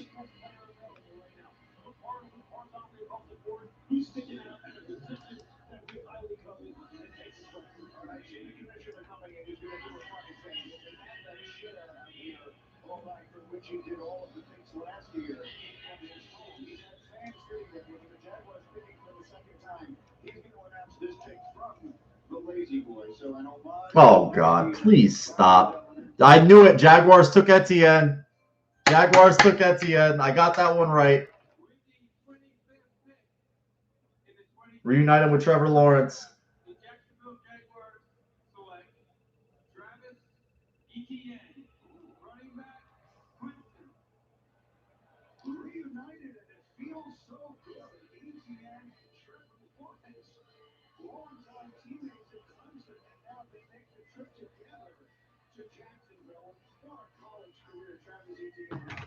Yep, thank God the running back. I did not want to hear the beat writer, the ESPN Bills beat writer, like go on. Oh my God, please! I just didn't. I just can't stand that shit. I hated that pick.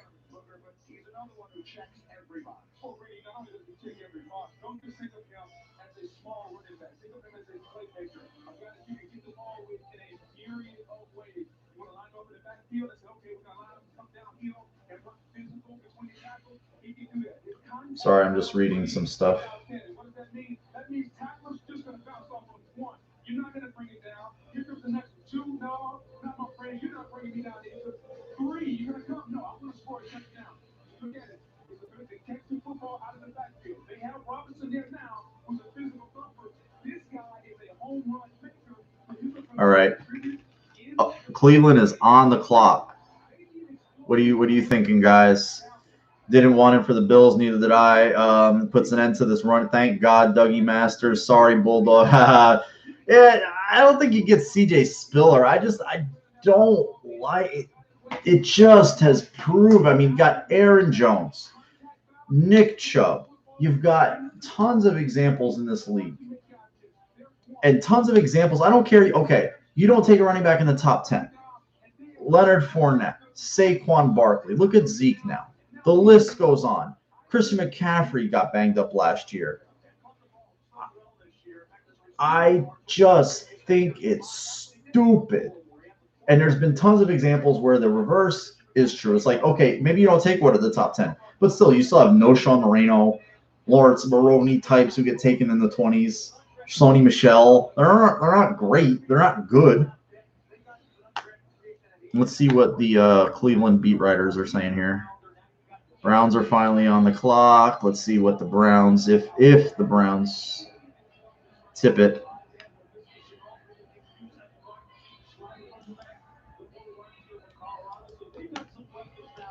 I just see that they're on the clock. I don't see anything coming.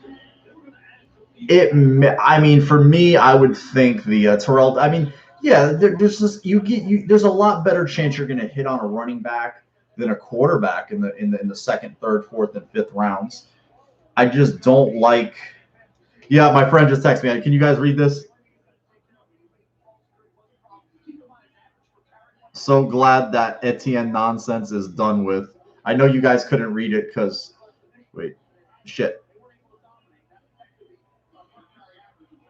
Maybe if I turn, I mean, yeah, he's really happy. Browns. I heard her say, I tweeted that out. Did I tweet that out that Browns are thinking receiver? All right, I sent it in a DM.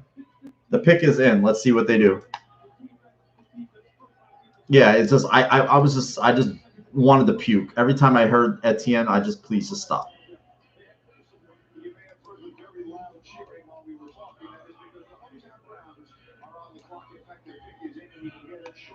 Let's see what they say. Come on.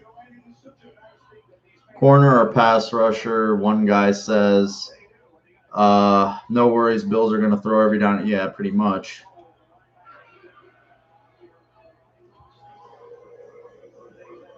Baltimore, New Orleans, and Green Bay are ahead of the Bills. And, well, obviously Cleveland. And there's Tryon, Owe, Barmore, Newsome. They're going to get one of those guys. Barmore, JOK, Tryon, Owe, or Newsome. So they're potentially going to get one of those guys. Yeah, I think so, Doug. I think they take more of a true edge guy, though. Like, I could see them taking, like, a Carlos Basham, but I'm not. They have no logo. Why do they have a jack-o'-lantern? They have a bulldog. They have a jack-o'-lantern. Like, what? They have, like, an identity crisis. Newsome. Yeah, Eric, you are fucking right. Holy shit. For Eric. Eric, this is after they take Greedy Williams, who has, like, some dead nerve in his arm. He's got some condition where, like, there's, like, this nerve in his shoulder that's, like, dead, and they don't know if it can wake up again. I was reading about that. I don't know if you guys remember Carson Palmer had that when he was with the Cardinals, where he had this nerve that, like, got impinged or something, and his arm was just dead. You really want Tevin Jenkins? If they take him, it would not shock me. So I'll keep that in. I mean, if they take an offensive lineman, a tackle, the Bills, they're Bean said picks for the future. He did not say, like, with an eye at the future. So that would not shock me. And the way that offensive line, let's just say, let's see, they let the young kid get up there in front of the hometown and pick. I like that. Let the fucking fans make the picks. Get his crubby ass out of there.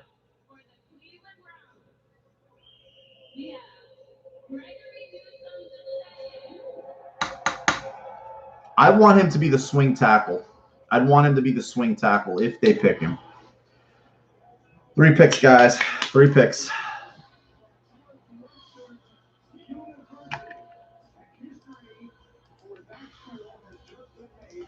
See the 20. There's the next team, which are there. Okay, so Baltimore's 6 in.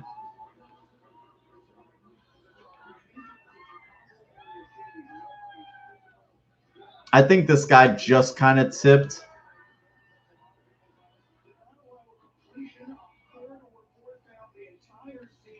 I think somebody just kind of strongly hinted at the Notre Dame guy here.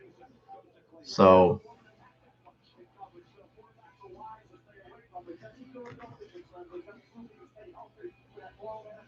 my girl's like, I'm on YouTube, but I'm not watching you. You're boring.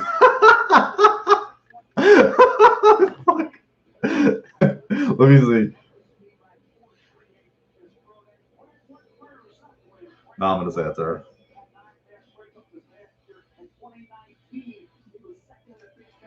Ravens need a line. Well, they brought in Watkins. They apparently tried to talk about Julio. They have Hollywood Brown. I mean, Mark Andrews. I mean, they've got kind of a group. I just think the way that their team is constructed, that they're always going to be a run first team. Jenkins to replace Brown. Jenkins to replace Brown. Brown. Which Brown? That's possible. I just picked it up, dude. Little. I'm a little thick. I could see a tackle here, definitely. I could definitely see a tackle here. I'm just not an Ojol. I just don't like Ojalaria at all. I don't know what it is.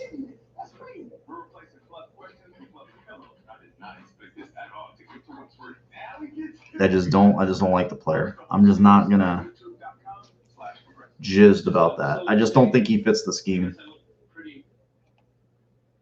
A lot of people had Newsome to the Bills. They were kind of leaning that way, but it didn't come to fruition. So those are mostly Bills guys that had him.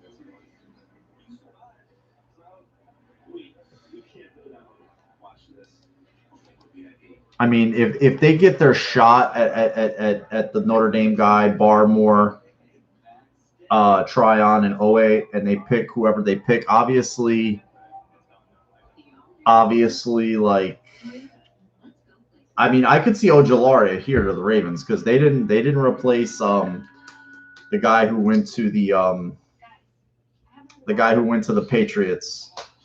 He's a pain in the ass for the Bills all the time. Defensive end, big hybrid dude. Okay, at AT&T, everyone gets our best deals on all smartphones. Let me break it down. We got your new customers. They get our best deals. Let me see. Their pick is in. They also get our best deals. Everyone gets the deals. Question. Mark Gaughan just kind of tipped that Ojalaria might be the pick here for the Baltimore Ravens, which would not make me cry at all. Yeah, Judon. Yeah, I don't know why. Thanks for reminding me, guys. They didn't replace him, so I mean I could see that. Kind of just waiting on it. I mean, some guys, some beat writers tip the picks. Some people know the league's transaction wire. They get a chance.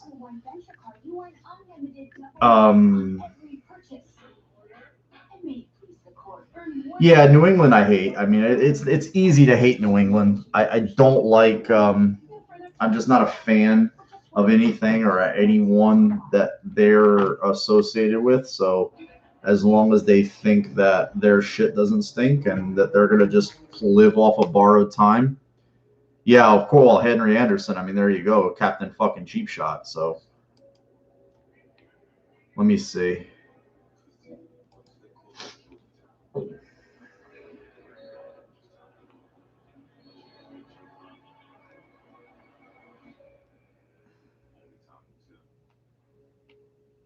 Yeah, I've seen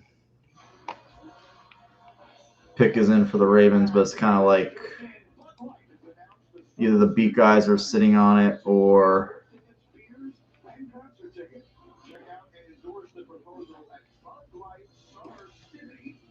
Packers will go Kamosi. It's getting real. Ojolari is too thin. Elijah Moore, Barmore, JOK, Tevin Jenkins.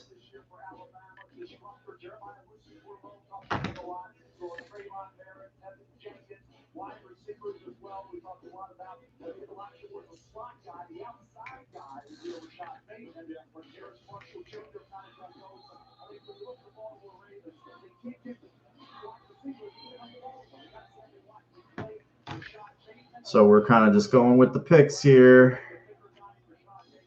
What do you guys see? It's hilarious that Belichick thinks Mac Jones will eventually solve his QB issue. He's 70. So, I mean, how long is he for that team? How long is that whole thing? So it's kind of like Rashard Bateman. Wow, they go wide receiver. Wide receiver, guys. Rashard Bateman to Baltimore. So there's the defensive guys are gonna.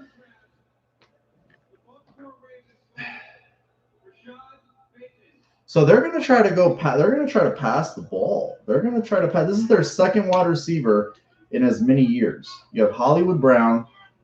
You have Rashard Bateman. So we have Tevin Jenkins. We have Tryon. We have Owe. We have Barmore. And who else? Who's the other guy in the group? We have another. I just don't want to say Ojolari. Please, I don't want to say Ojolari. Okay, the Notre Dame. He could go here to. I mean, I think I could see a receiver or Barmore here for the New Orleans Saints.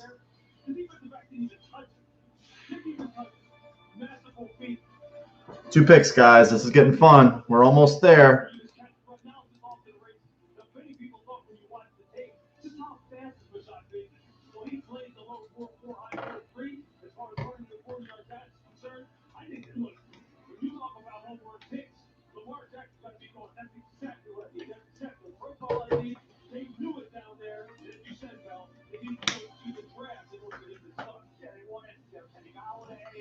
I hope he'd be better than Jake Long. I'd hope he'd be like Andrew Whitworth, play in the league for like 1,000 years, or be like, I would want a guy like I would say like in terms of style of play at tackle.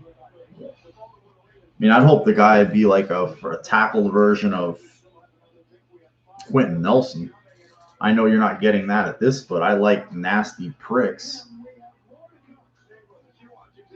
Okay, so looks like New Orleans is fresh. Jenkins is great insurance. I mean, I just think that, whatever, I'm going to trust whatever Bean does. Even if I disagree with it, I'm going to try to look at what's going on, what he sees. I'm going to try to look at it from their perspective.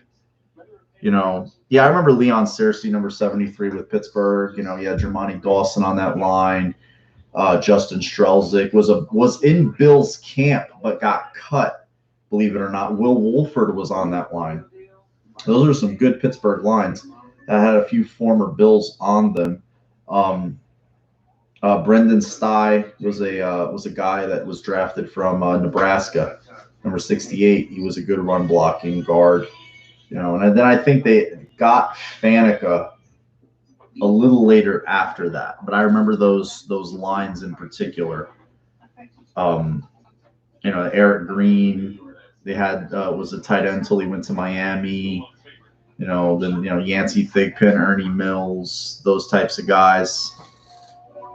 Yeah, I would have thought that too, man. I was thinking that they would take him, but if they don't, the Saints picks in, so they've already picked. The Saints wasted no fucking time. They didn't give a shit. They just did it. They just took the pick.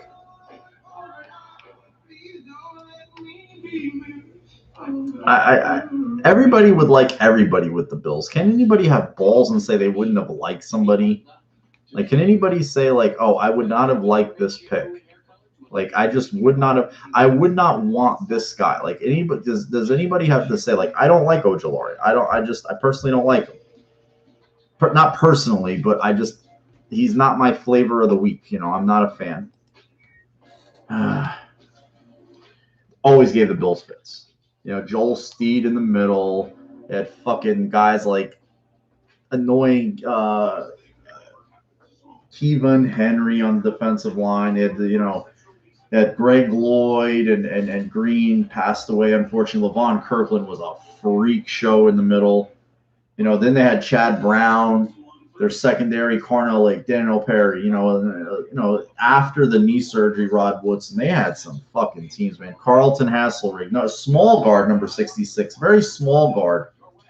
Went to the Jets. Remember, he went to the Jets briefly during the part. Like, the Jets went on a little spending spree in '97. They brought in, you know, Neil O'Donnell from the Steelers, and he only lasted a couple of years. I wouldn't mind Eric Stokes. I would not mind Eric Stokes. I would take Eric Stokes over Ojulari. Is that fair? I'm not hating on Georgia Bulldogs. I just don't like Ojulari.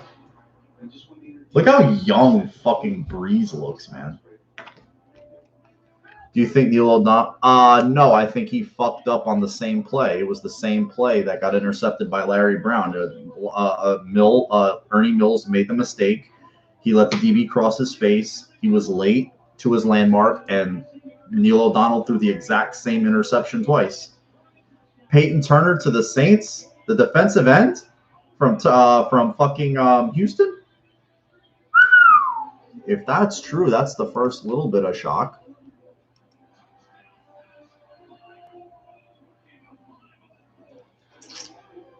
Yep, you're right. Okay. You got it. It's Peyton Turner.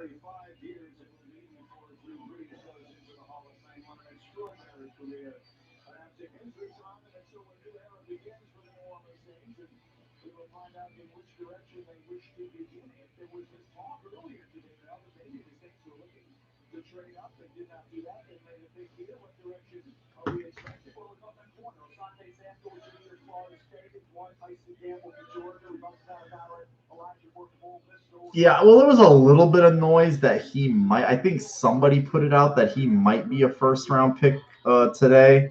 I forget who did, but somebody put out like a little bit of like a little thing. One pick away, guys. We're gonna have we're gonna have some good players. Good players. I hope we take a punt. Who was the? I don't even know. I can't even throw out a punter's name.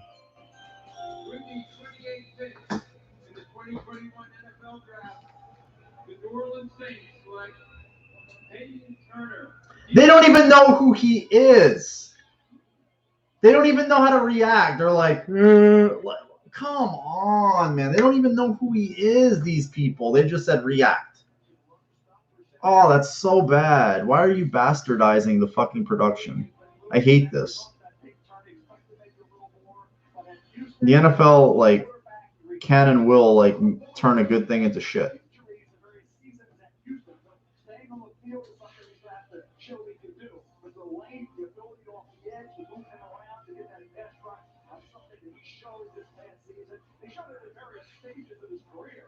Raiders, yeah, they did. Sebastian Janikowski. Shit, I remember the Jets missed 2 Doug Bryan field goals in San Diego. Next year in the second round, they took Mike Nugent. And he didn't last too long with them, Mike Nugent. And he lasted in the league, but he didn't last long with the Jets. Shit, look what happened to Roberto Aguayo. Oh, my God. Owa, Tryon Smith. I mean, there's good players. The Packers are picking. They just picked. Bills are on the clock. Who the fuck did the Packers just run it up for? If the Packers go defense, let's see. Packers just put the pick in. Ojulari, Tryon, Rousseau, Owa.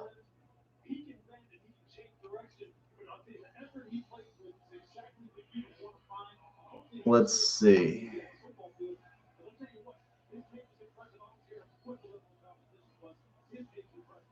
So the Green Bay Packers are now on the clock. It has been a very long day for Green Bay, and if you do not know why I say that, let's bring Adam Schefter back into the conversation to catch us up on all the activity there. Schefter. Well, Green, we knew we would be talking about quarterbacks tonight. We just didn't expect that it would be Aaron Rodgers. Now Rodgers is both some within the Packers organization that he doesn't plan to be back in Green Bay, doesn't want to be back in Green Bay. And the Packers. Wow. Green Bay went defense. Green Bay went defense. I think it's the Notre Dame guy.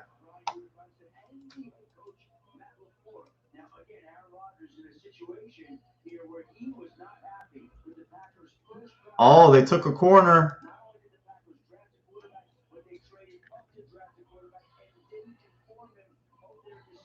They took a corner.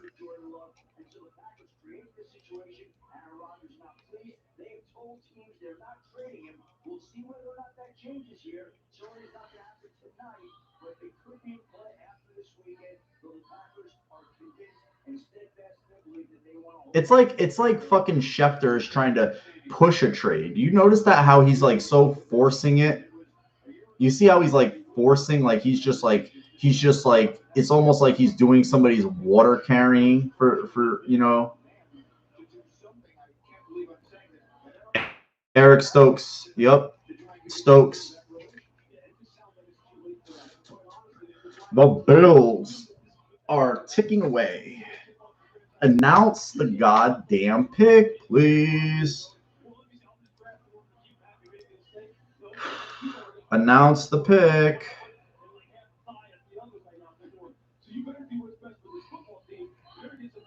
Okay. All that I ask, I'm just going to ask this one time. Just this once. Let's not tip the Bills pick in the room, guys. Let's just wait. Let's just wait till he announces it. I'll sit here. I'm not going to look at Twitter. Let's just all try to be surprised together and react. Let's see if we can do that. Just this one pick. They took Eric Stokes.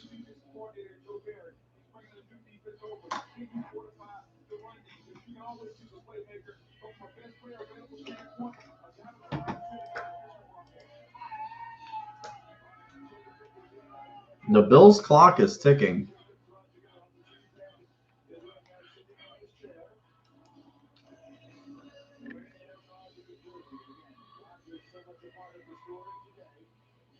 Yeah, it's Eric Stokes. Yeah, let's just take it. Let's see the pick. Let's wait. I'm not going to Twitter. My phone is down. I just want to like sit.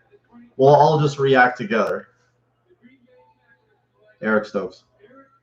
I mean, he ran a 4.29. He's 6 foot and change, like a little over. He weighs $190, so I get it. Like, Bills have 5 minutes 40 seconds from what I saw on that screen. Bills are on the clock. It is so nice to see the Bills watermark on the fucking TV. Look at that fucking logo. Look at that sexy red, white, and blue logo with that red speed streak. It's the most delicious thing you'll see in all of sports, really. It's one of the most beautiful, if not the most beautiful logo ever created in sports. And I'm being totally fucking biased. 5 minutes. See, I knew there was 5 minutes. I'm down to, we're ticking away. We're showing Eric Stokes highlights. So we have on the board, guys, Christian Barmore. Best fans, too. Best fucking fan base. Fantastic fan base. Loyal fan base. A real fan base. Not a fraudulent, fair weather fan, plastic fan base like many others that we know of. We got Barmore, Tryon, Owa, JOK, and Tevin Jenkins. Those are my 5. Those are my 5 guys. Asante Samuel Jr., you could throw him in there too, but let's see, guys. The clock is ticking, so the Bills have not picked yet. You got to remember, there's like a 15-second to 30-second tape delay, too, from production truck, from what's being what's live, and what we're seeing. Okay.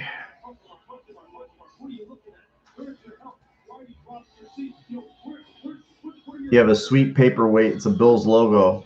So I would ask you for a picture. Yeah, my TV right now says 346. I'm not saying shit.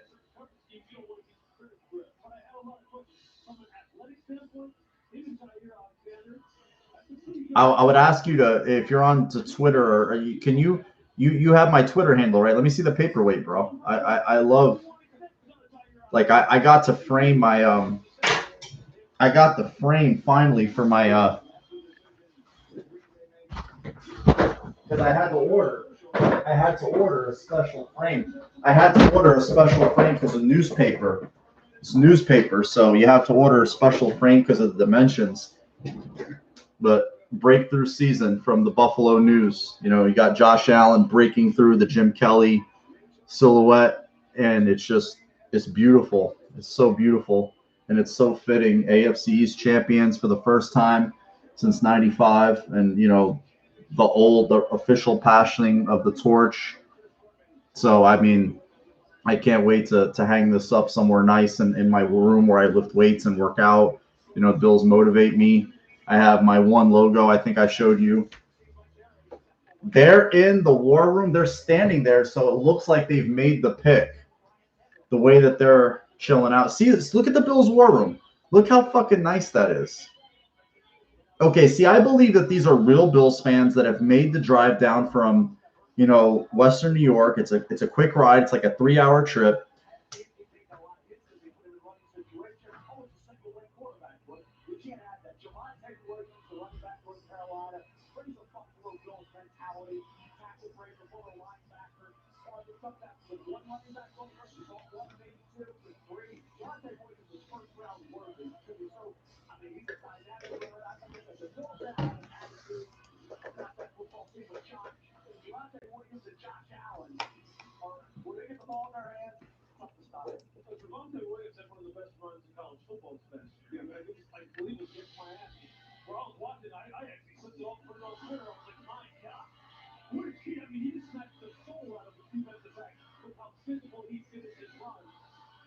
Was he there? I know that guy posts pics. I mean, I have nothing. I mean, I don't really follow them. The pic is in. Oh, is he? I have no clue anything about the guy.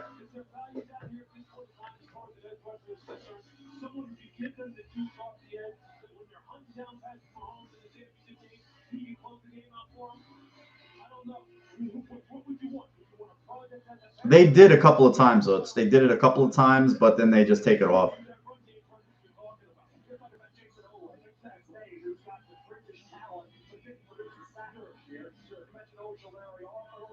Okay, the Bills pick is in because the Chiefs are on the clock. They're almost a minute in.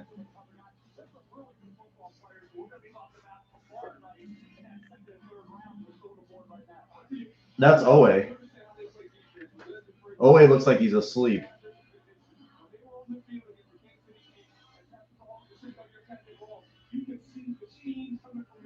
No tipping of the picks. No tipping of the picks. Let's just soak it in. Let's just see what they do.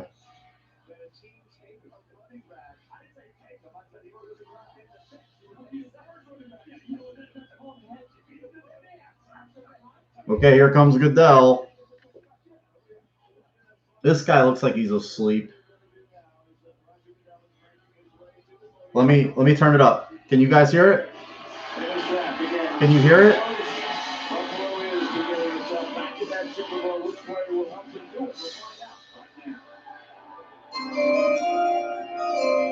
With the 30th pick in the 2021 NFL Draft, the Buffalo Bills select Gregory Rousseau.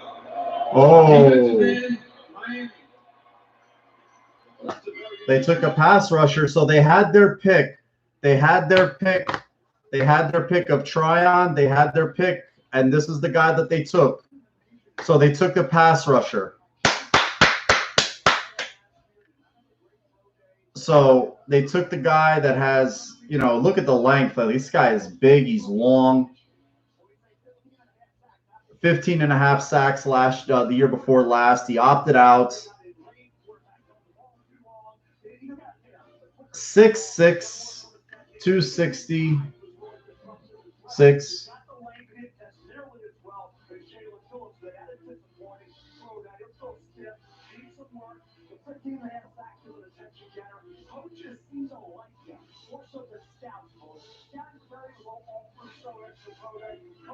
Lines up everywhere.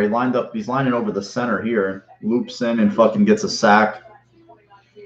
They needed for me, I really had a strong feeling it was going to be a defensive lineman, because I just follow, like, when I look at this, the simplest formula to me, and the one thing I could relate to you guys is age and money. Follow that, and that'll tell you, like, where, like, the Bills need, they drafted AJ Epinesa last year. They bookend it with Rousseau, who's, a lot of people considered, if you looked at mocks early on, he was considered a top 15 pick, but now they get him at 30. I mean, he just carries his weight really, really differently. He's displayed. He's a big guy. I mean, he towers over Roger Goodell.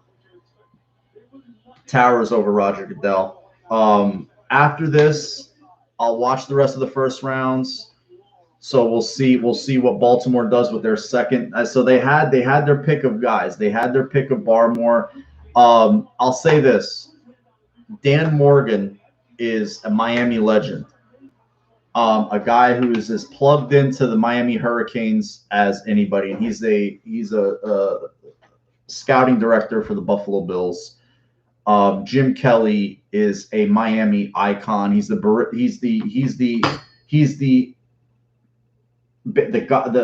father of QBU with Schnellenberger. They're gonna have great intel on this kid.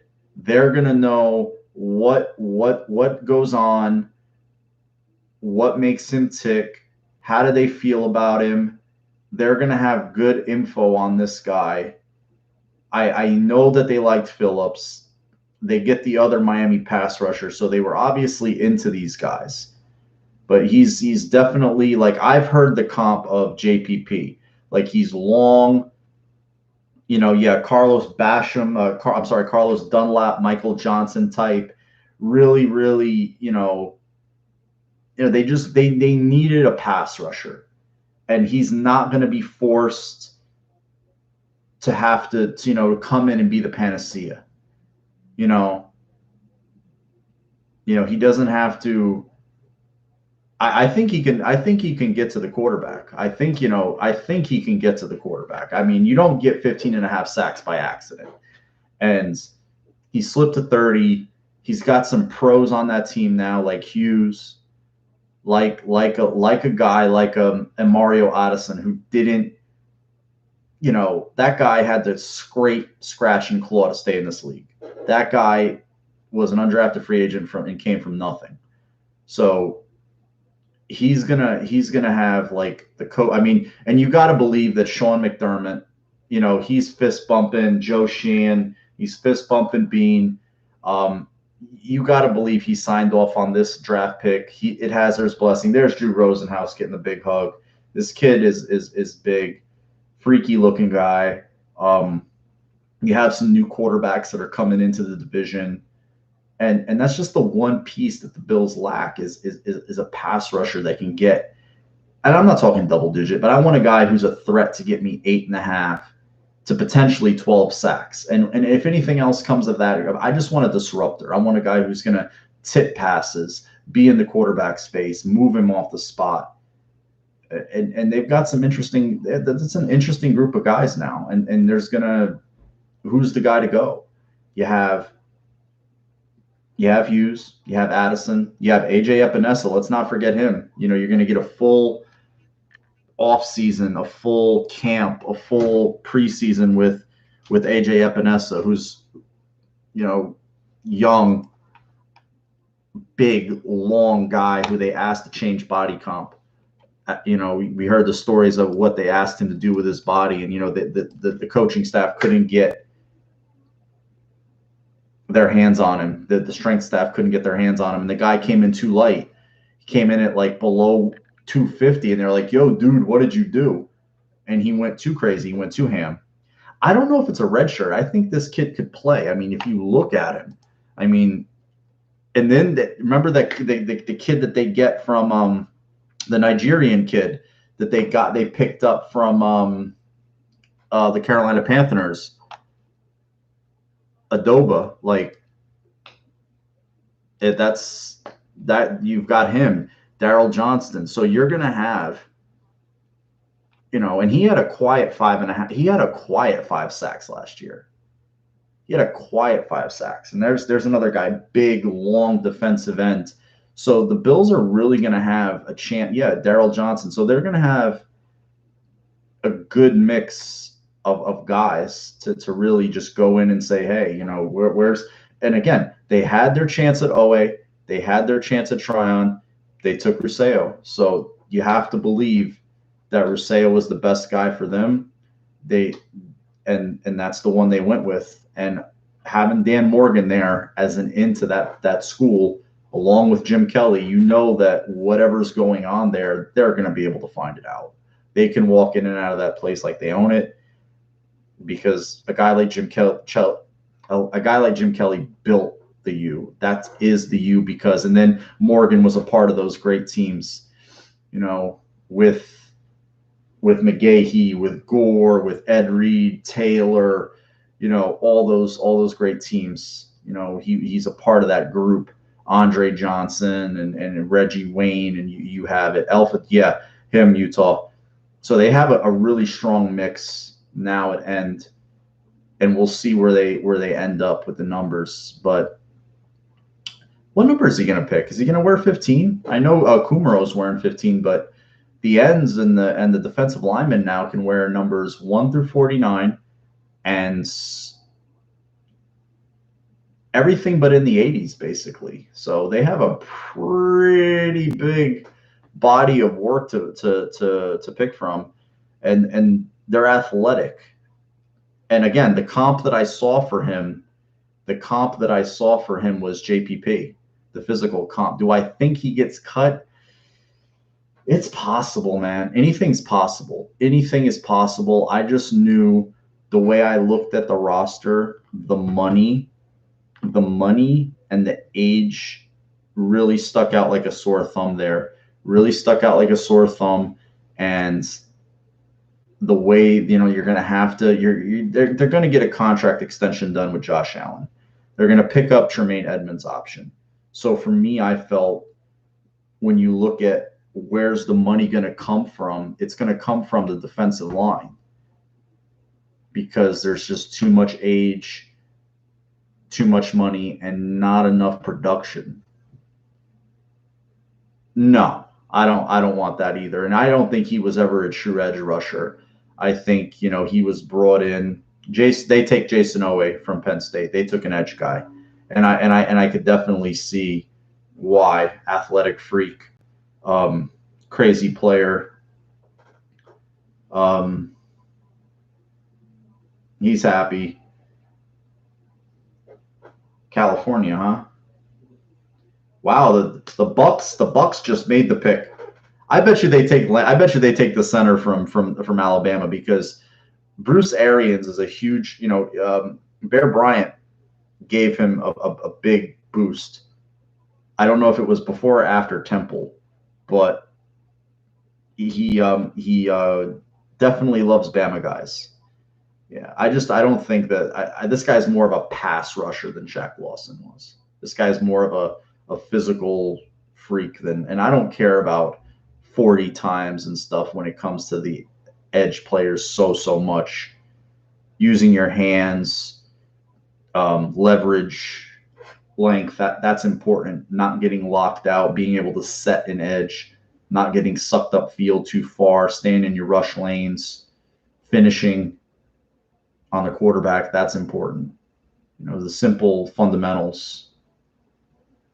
So I think Eric Washington will make this kid. And I think, you know, a guy like Mario Addison, they'll just say, you know what, make this kid, you know, hang out with this kid. Just stay there with him. Just help groom him. Jerry Hughes has turned into a real leader on the team, very professional, and he's still gets a lot of pressures. Who did the Bucks take? We can tip picks, guys. We're my girl's sister Mila was one pick off. She was one pick off.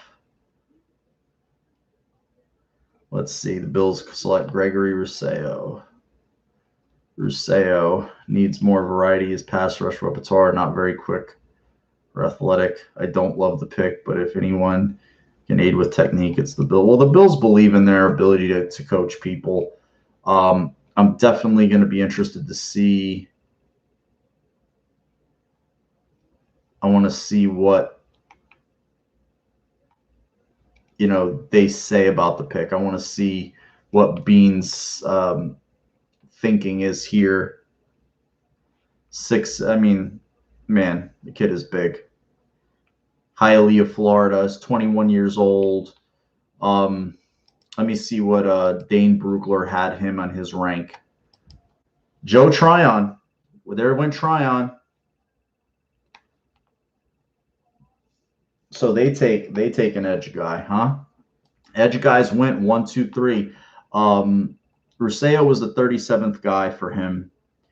He had Tryon ahead of him. He had Owe ahead of him. But you know what? It's the Bills. Ultimately, it's the Bills ranking for me that matters. I'm going to trust Bean and see what, you know, he has to say. So tomorrow, the second round starts, I believe, around 7 o'clock. I don't know if I'll be in tomorrow that early, but I'll definitely try to get in when the Bills make their pick. I don't know if I'll do one this long, but we made it all the way till midnight, guys. That was awesome. That was awesome. What are you guys feeling in the room? Let me know. At the end of the 2020 season, Gregory Rousseau average project. Yeah, he averaged. So let's put it up there. He averaged 12.3 despite opting out and went down to 20. I mean, a lot of kids opted out. So yeah, I don't understand the plummet. Maybe some guys, you know, maybe people got caught up in the workout numbers. That happens a lot too.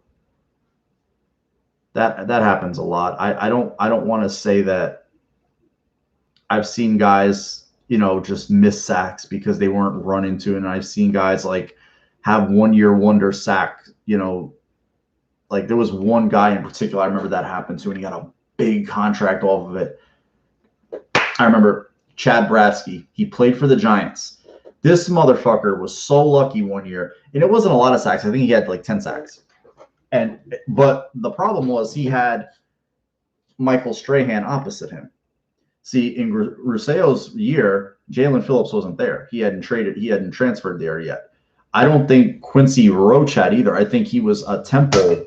I think he was still at Temple. So they had gotten 2 transfers. So he was kind of like alone.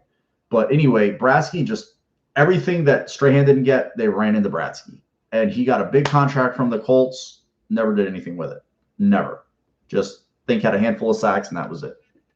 So I don't want to say what this kid is and isn't going to be. If you guys can tell me, is Bean going to talk at any point during the night? If you guys are seeing it, I'm going to put the live stream on. Okay, they're talking right here. Manny Diaz from. So, Coach, you know, I know he's talking. still literally growing into the position. He's still growing into his frame. He just turned 21 years old. So, what do you kind of see as a ceiling for him, you know, maybe a couple of years down the line in terms of what his frame's going to look like when he's fully filled out, and maybe what he is as a complete player? I think his upside is without limit. I mean, I really do. And I heard what you mentioned, you know, and there's no telling what a 2020 Greg Rousseau would have looked like. You know, I mean, all we saw was the 2019 version, and that was his, you know, that was really his first year playing defensive end. And we had those same conversations with him. He knew, very well, the things that he would have to improve on, but the relentless motor, the length, the ability to bend and move for that size, I mean, those are all things that are elite. And I wish we could have put 12 games to tape. I wish we'd have had him, but we have to respect his decision to opt out this year. Greg is a phenomenal human being. I know the entire Buffalo community will benefit from having him join the Bills organization. So I think the version you see in 2019, it will already be a better version that shows up in training camp, and the growth potential beyond that is off the charts. Oh, is he? Can I put it? You want me to put it on, guys? Thank you so much for telling us a little bit more about Gregory Rousseau. We've got our Bills general manager, Brandon, he's going to talk. Waiting on. So we're going to have to let you go, but thank you. You want me to leave this on, guys? Put up a thumbs up in the thing if you say. Special talent. Great night. Thank you for having me on. And they're going to put him on Bills.com right now. In a great spot. We definitely are too. And now we are joined by Bills general manager Brandon Beane to talk about the 30th overall pick and what he saw in this edge rusher named Gregory Rousseau. Kind of describe, what you were looking for in this particular pick and Gregory Rousseau, why you guys were comfortable making this selection at number 30, both as opposed to anyone else or even moving down. Yeah, no, we were excited about Greg.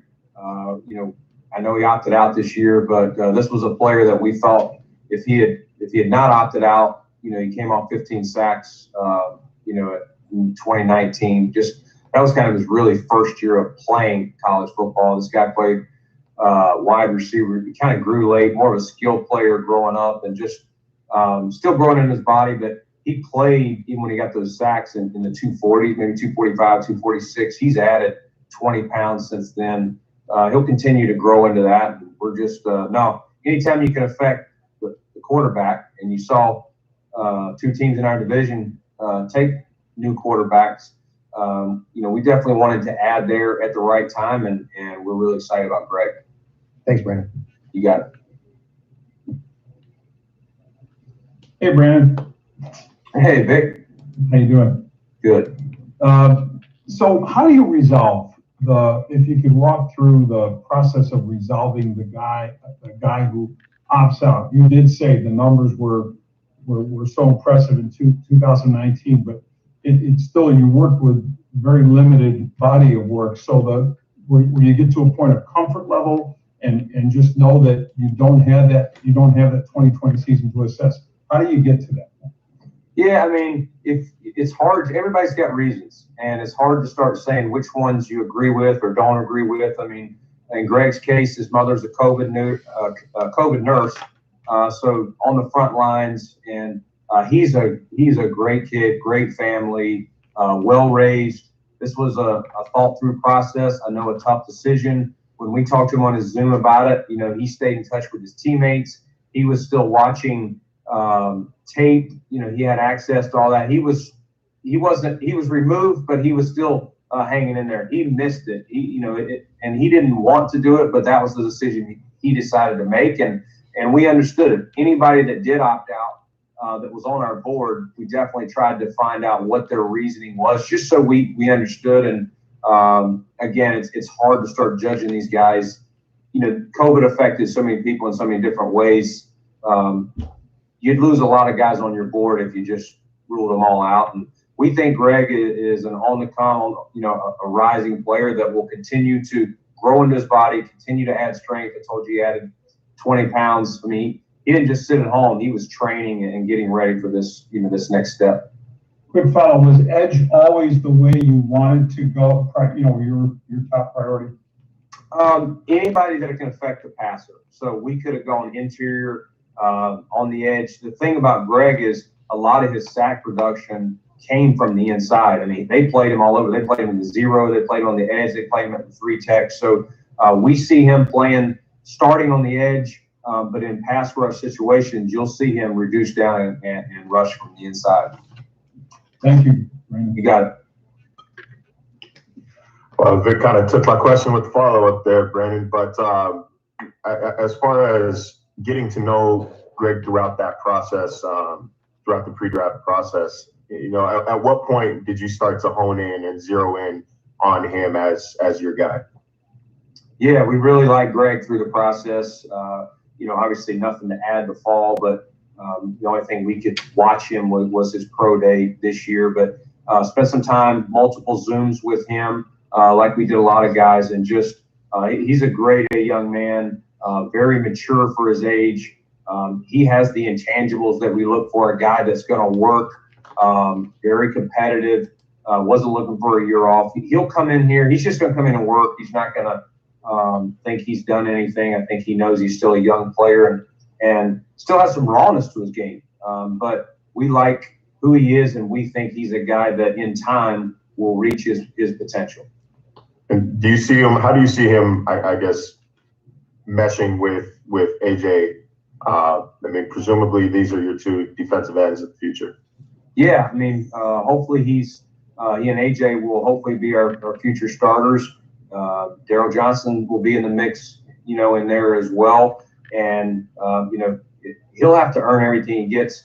How we rotate guys. So this year, who knows, but he'll definitely, we see him affecting that rotation on the edge, but also in, like I said, in nickel rush situations, reducing down inside. You got it. Thanks, Brandon. You got it, Marcel. Hey, Brandon, I just wanted to follow that. I think fans are kind of interested in the process in situations like this. The opt-out factor you talked about, a lot was made of what he didn't show at the pro day. How did you weigh that in, and how much of a factor was that in your consideration? Yeah, I thought he still did good things at the pro day. This guy, he measures well. He ran 4.68, I believe, at 266. So this is, he I think his 10, which is an important, his get off was 159. It was one of the better ones. I think the people on his pro day, Jalen Phillips was there, who's probably a little more fluid, but Greg has length and some other things. So they both get to the passer in different ways. He uses his get off and his length to affect the passer, whether it's just engulfing or, he had several plays where he got the sack because he's being blocked and he reaches around and causes a fumble with the quarterback. So again, his pass rush stuff will improve. He needs to improve his counters and things like that. But again, a one-year player, he's got a knack for getting to the quarterback. A lot of guys can get off and rush, but they don't necessarily have the feel to how to get the quarterback down or the instincts. Greg is an instinctive player. He's just a young player that, again, we think has a ton of upside and will fit in here well. Thank you. You got it. Brandon Beane, a.k.a. the Bird. You did it again on draft night, drafting Greg Rousseau. Now, one thing about Greg that a lot of people don't know about, kind of like Espinoza, he could play a little bit inside and outside, and he had the biggest ends in the draft. So, just get to talk about those attributes and how would that help the defensive scheme? Yeah, he's a prototype size, Mookie. He's, you can't create, you can't coach size, length, get off, things like that. He's got all of that. Again, there's, as I said, there's some rawness, but, having him and AJ and Daryl, that's three young, longer players. We added F.A. Abada this year, who's another guy. So length just helps you, helps you, get off that tackle or that guard, whoever he's going against. So he'll help the rotation, and we see him being part of the mix, for a long time here. Absolutely. Good luck tomorrow. Thanks. Appreciate it. Hey, Brandon. Good to see you. Can you hear me okay? I hear you. How you doing, Heather? Okay, awesome. Good. How are you? Good. How much did, maybe trying to get younger at that position factor into this decision to take him? Yeah, pass rushers is a premium position. After you get quarterbacks, probably the next highest position is pass rushers. So they're hard to get, and there's very few of those guys that the really premium ones always go in the top 5. You've seen that with Bosa and the young man last year that went to Washington. So, we were looking for different things. You only have so many cap dollars, so you got to try and find it in the draft. Probably is your best opportunity, and we liked Greg through the process, and it was the pick we wanted, and it fell our way. And how close, if at all, were you guys to possibly either trading up or maybe even trading back at all or making a deal today? Yeah, we had conversations on both sides. We could have traded back. We had one team that was really interested. Another called late. I don't know what their final offer was, but I think we could have gone back. I don't know if there was a perfect opportunity to go up, but we were playing close to the vest. And again, Greg was the guy we wanted, and patience worked out. Awesome. See you tomorrow. Thanks. Or later today. Thanks, yeah. Hey, Brandon, what do you think the benefit will be for Greg to get into a room with Jerry Hughes and Mario Addison already in place where he doesn't have to, have the burden of jumping in right away? Yeah, I mean, we got some vets in there, and those are two of the best. I mean, guys that, pros, tough, going to show them how to work hard, get in the training room when you got an injury, just grinders. And I think they'll really help. And I think, those guys did a great job helping, Epinesa grow last year. I think Daryl as well. So I have no doubt that Jerry and Mario will show them, what it is to be a pro. Some of the counters that I talked about, that some of these young guys in college, they don't, a lot of them don't have those developed yet. And, Jerry and Mario are two guys that really do a great job of when they get stymied, having that counter, whether it's a spin or a hand move, to get off the tackle. So excited for those guys to be around Greg, and we'll see what happens. Thanks, Brandon. You got it. There you have it, guys. Bills GM Brandon Beane. BB. I mean, it's a match made in heaven, right? So there was like Steve alluded to in the room, a lot of his sacks came from moving around. They didn't really come off the edge necessarily, but he's a guy that's going to be in the mix. And, I wasn't aware that he had played wide receiver in high school and really didn't have a lot of edge experience.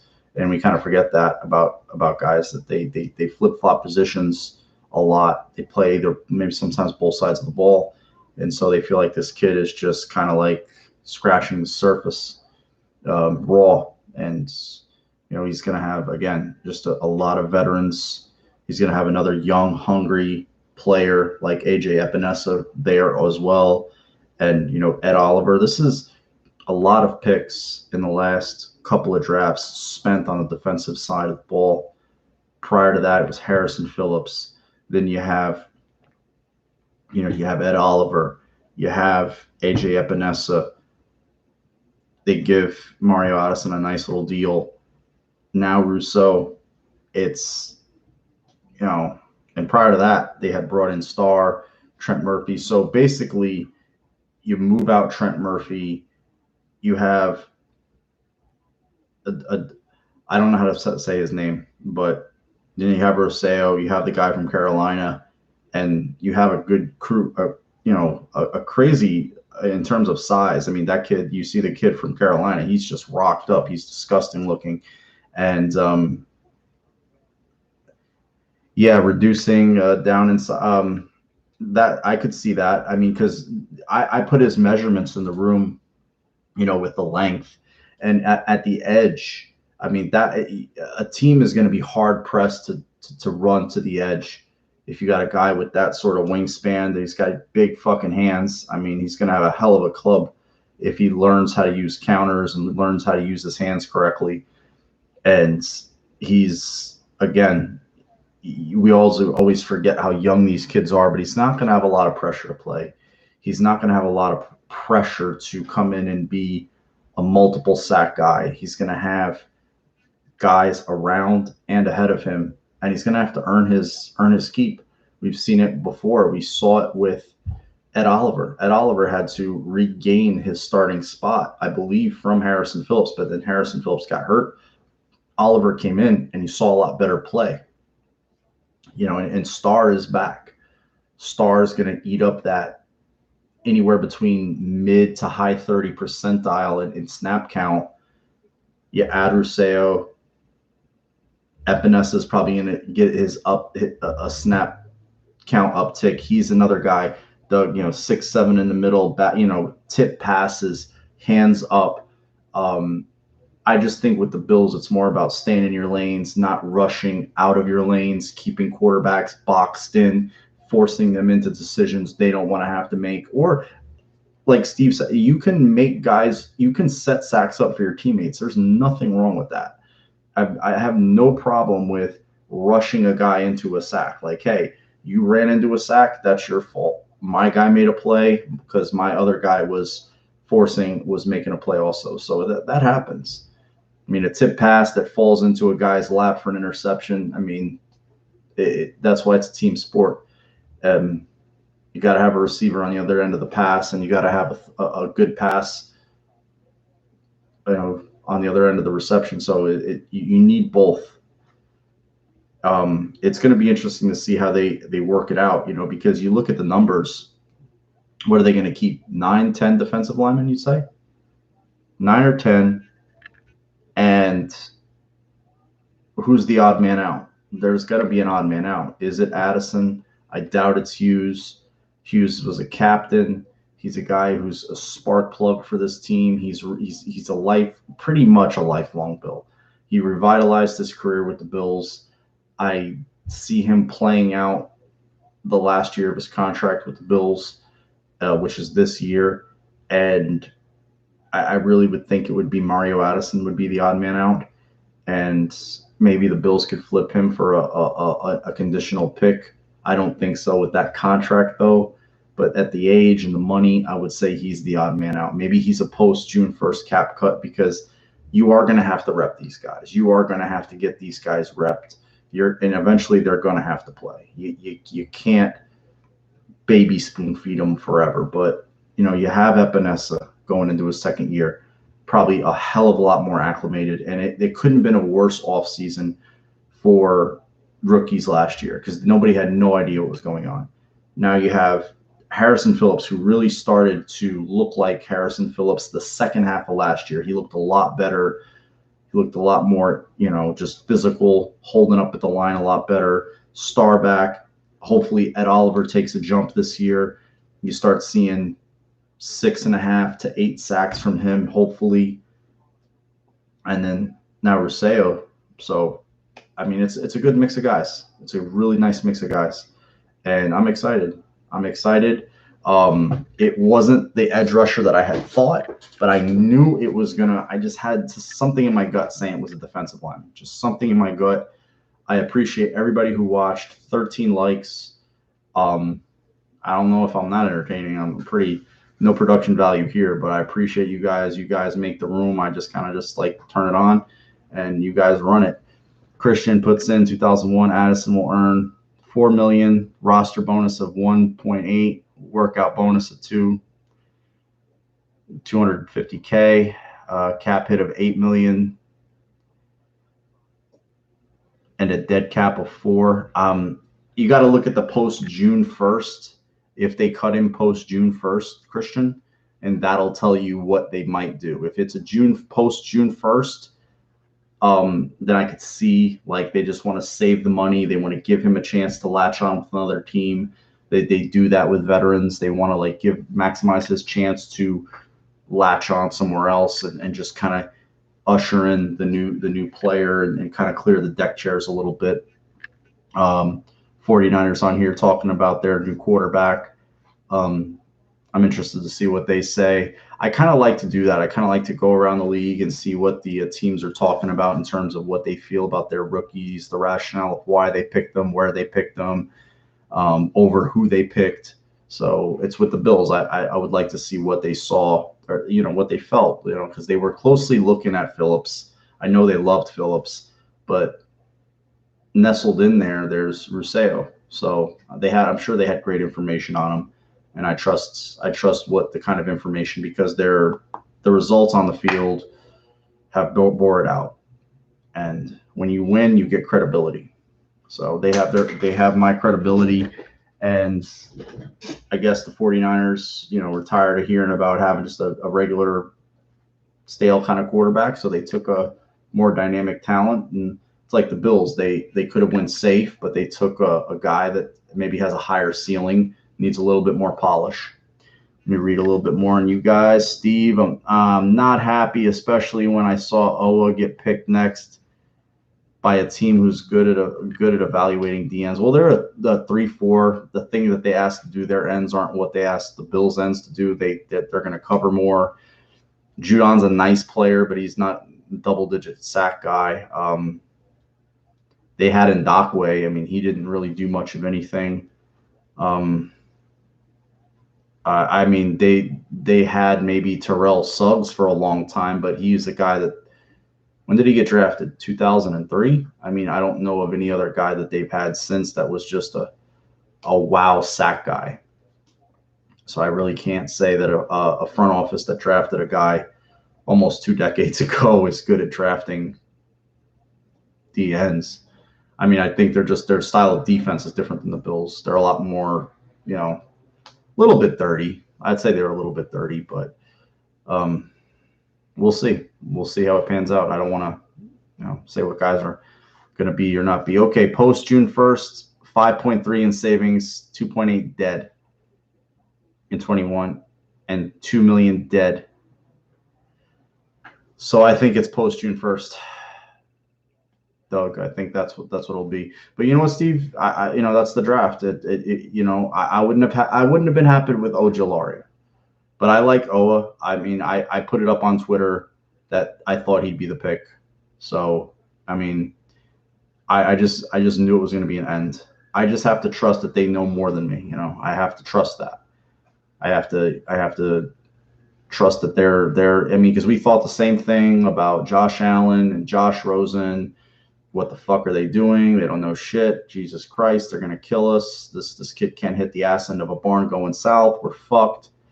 And he worked and he worked and he grinded and he grinded. I mean, I'm sure even a guy like Josh Allen's gonna be in this kid's ear, be like, yo, and you're gonna see. We'll see how this kid plays out. And if this guy is getting 10.5, 12, 15 sacks, it's gonna be like, oh shit, you know what?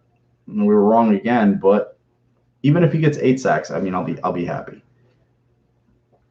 Do I think corner?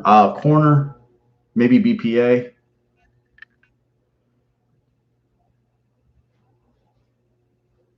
But again, they said he was raw. You're playing. You're not getting the same type of coaching, the same attention to detail. Again, like one guy put in the room, I believe it was Doug. Let me see. It was Utz. He goes from being an average of 12.3, like everybody was predicting in mocks, he was at his range. That was his floor.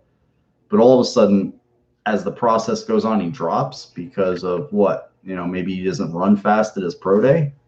I mean, how many times have we seen 40s be trash? Like 40s mean nothing. Yeah, and he also didn't play. So we're kind of removed from 1 year, and then guys took advantage of playing against guys that maybe didn't have the same practice time, didn't have the same prep time. Like the SEC played a full schedule, the Pac-10 and 12 didn't. Think like the Mountain, like some didn't play at all. Like a guy like Trey Lance has 300 plus pass attempts in a college career, and that's the guy you're taking. Tom Brady, greatest 40 ever. Well, yeah, probably the greatest quarterback ever. Hope we get a corner or a D. Yeah, I would agree with that, Steve. I want a corner. Doug mentioned a corner. I would say a corner or a defensive tackle. I want some size. But if they wait, you take a guy who's going to play 30 snaps, 30% of the snaps for you. I would prefer a corner. That's what he ran. That's what people are bitching about. 4.69. What was the 10-yard split?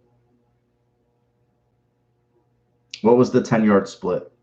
If you can find the 10-yard split, please tell me, because that's the important one to me. And with his length, like he's 86 wingspan, 83 wingspan with big ass paws. So he'll slap the shit out of somebody, or he'll be able to shed people, lock people out, not let people into his body.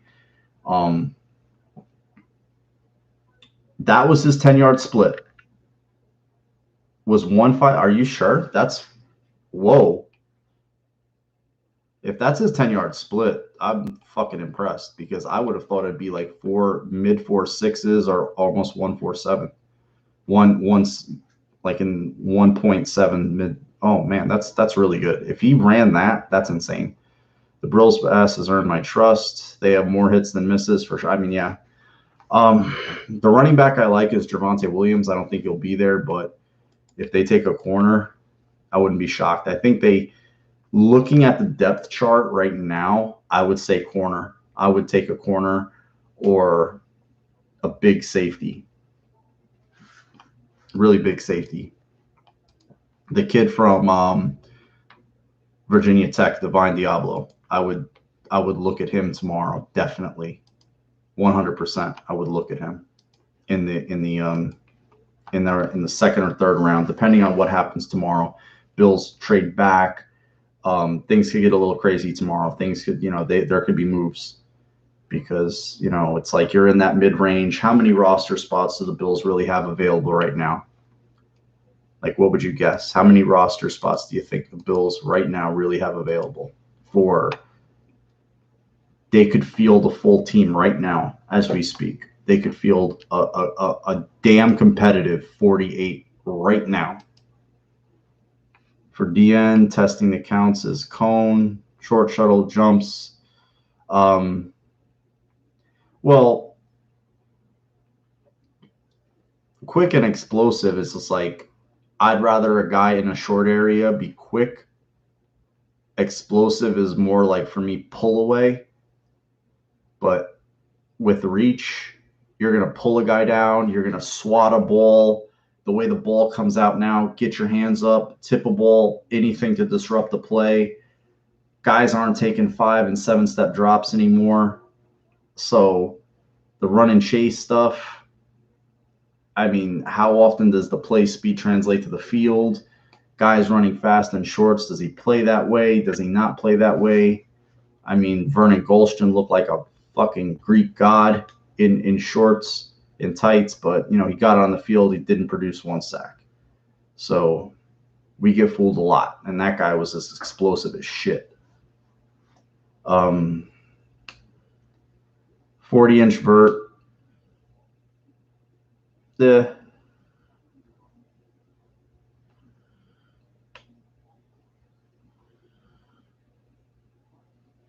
10-yard is nice. Like, just close on a guy quick. Boom. 1, 2, 3, because you're in a box.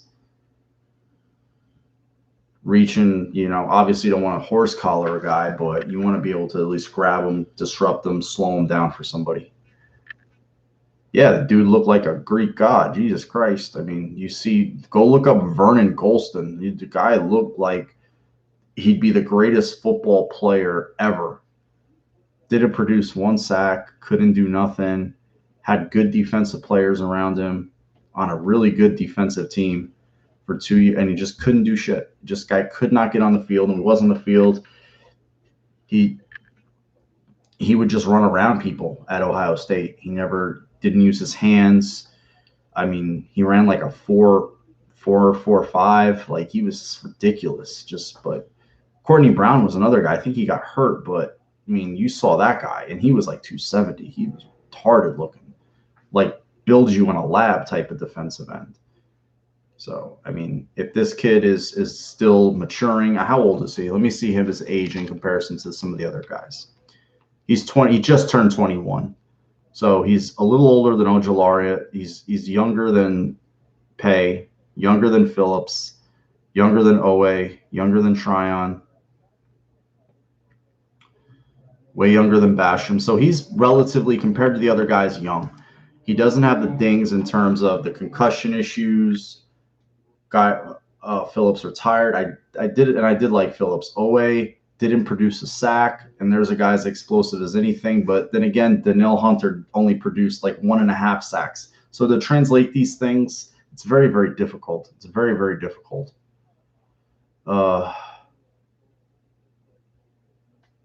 It's awesome, Jake. It is. I mean, you're just looking for your accents. You know what I mean? Little hints of this. You're decorating the plate, the turkey, the mashed potatoes, the stuff. I mean, we're just, and if this kid comes in and let's just say he produces anywhere between 7 to 9 sacks. Let's say he gets that. You know, he played 2 games as a freshman, fractured his ankle. So he's got one. And what's he going to do? He's going to a professional program that's got stability. It's got a structure. It's got a culture. It's got a great coaching staff who believes in developing its players and has proven it can develop players. And a veteran nucleus that is going to demand that he does things the right way, show him how to be a pro. There's a winning culture here now. It's not like trying to get over the hump anymore. It's no, the hump has been well gotten over. There's a tried and true formula of how to do things, and I think he'll just be the benefit of it. Well, of course. I mean, Steve, nobody wants this kid more to succeed than us now. I mean, he's a Buffalo Bill. I'd love a corner. I'd love you know, anything Tremmel. I like Tremmel a lot. Okay, now you're talking my language. I think he's sneaky. Tommy Tremmel's sneaky. I do like Divine Diablo, though. He's interesting to me. He's very interesting to me. That guy could be very, very fun to watch in the Bills defense. And then you add a second year of AJ Epinesa. Ed Oliver in his 3rd year. Maybe he just clicks it on. Corey hates everything. Hated Josh Allen's 37 touchdown passes too. Hated that. Hated all of his record-breaking statistics. We would have to hear about Patrick Mahomes. That's what we'd have to hear about from Corey. He still believes in Nate Peterman. Everybody gets slotted in correctly on the defensive line. You got Starr coming back. You have Phillips fully healthy. Hopefully, you know, knock on wood right now. Oliver was banged up a little bit early in the year. His knee, he had tweaked it a little bit, but didn't start fully getting back till like halfway through the year. So I mean, I reserve. You know, let's see how it plays out. We got a bunch of rookie quarterbacks in the division now. You know, you want them shitting their pants as much as possible. You want a bunch of big guys running at them, scaring the shit out of them, making them get off their spot, making them do stupid shit, forcing them into mistakes, switching up the looks. You know. That's the thing now is the Bills have the hammer. Everybody else in the division has a guy that they don't know about. There's doubts everywhere. Mac Jones on the surface. Oh, he's efficient. He fits the Pats like a glove. Okay, let's see. He's got to play. He's got to go in there and produce and be good. I mean, the bar that he has to climb now, and remember, this is the same talking heads who said they didn't take a quarterback last year because, oh, they know about Jarrett Stidham. Jarrett Stidham's the best thing since sliced bread. We've got this. It's the same group of talking heads after one good game in a loss against Seattle said, well, oh, the Pats stole Cam Newton from the rest of the league. Look what they're going to do with Cam Newton. They're probably going to end up cutting him.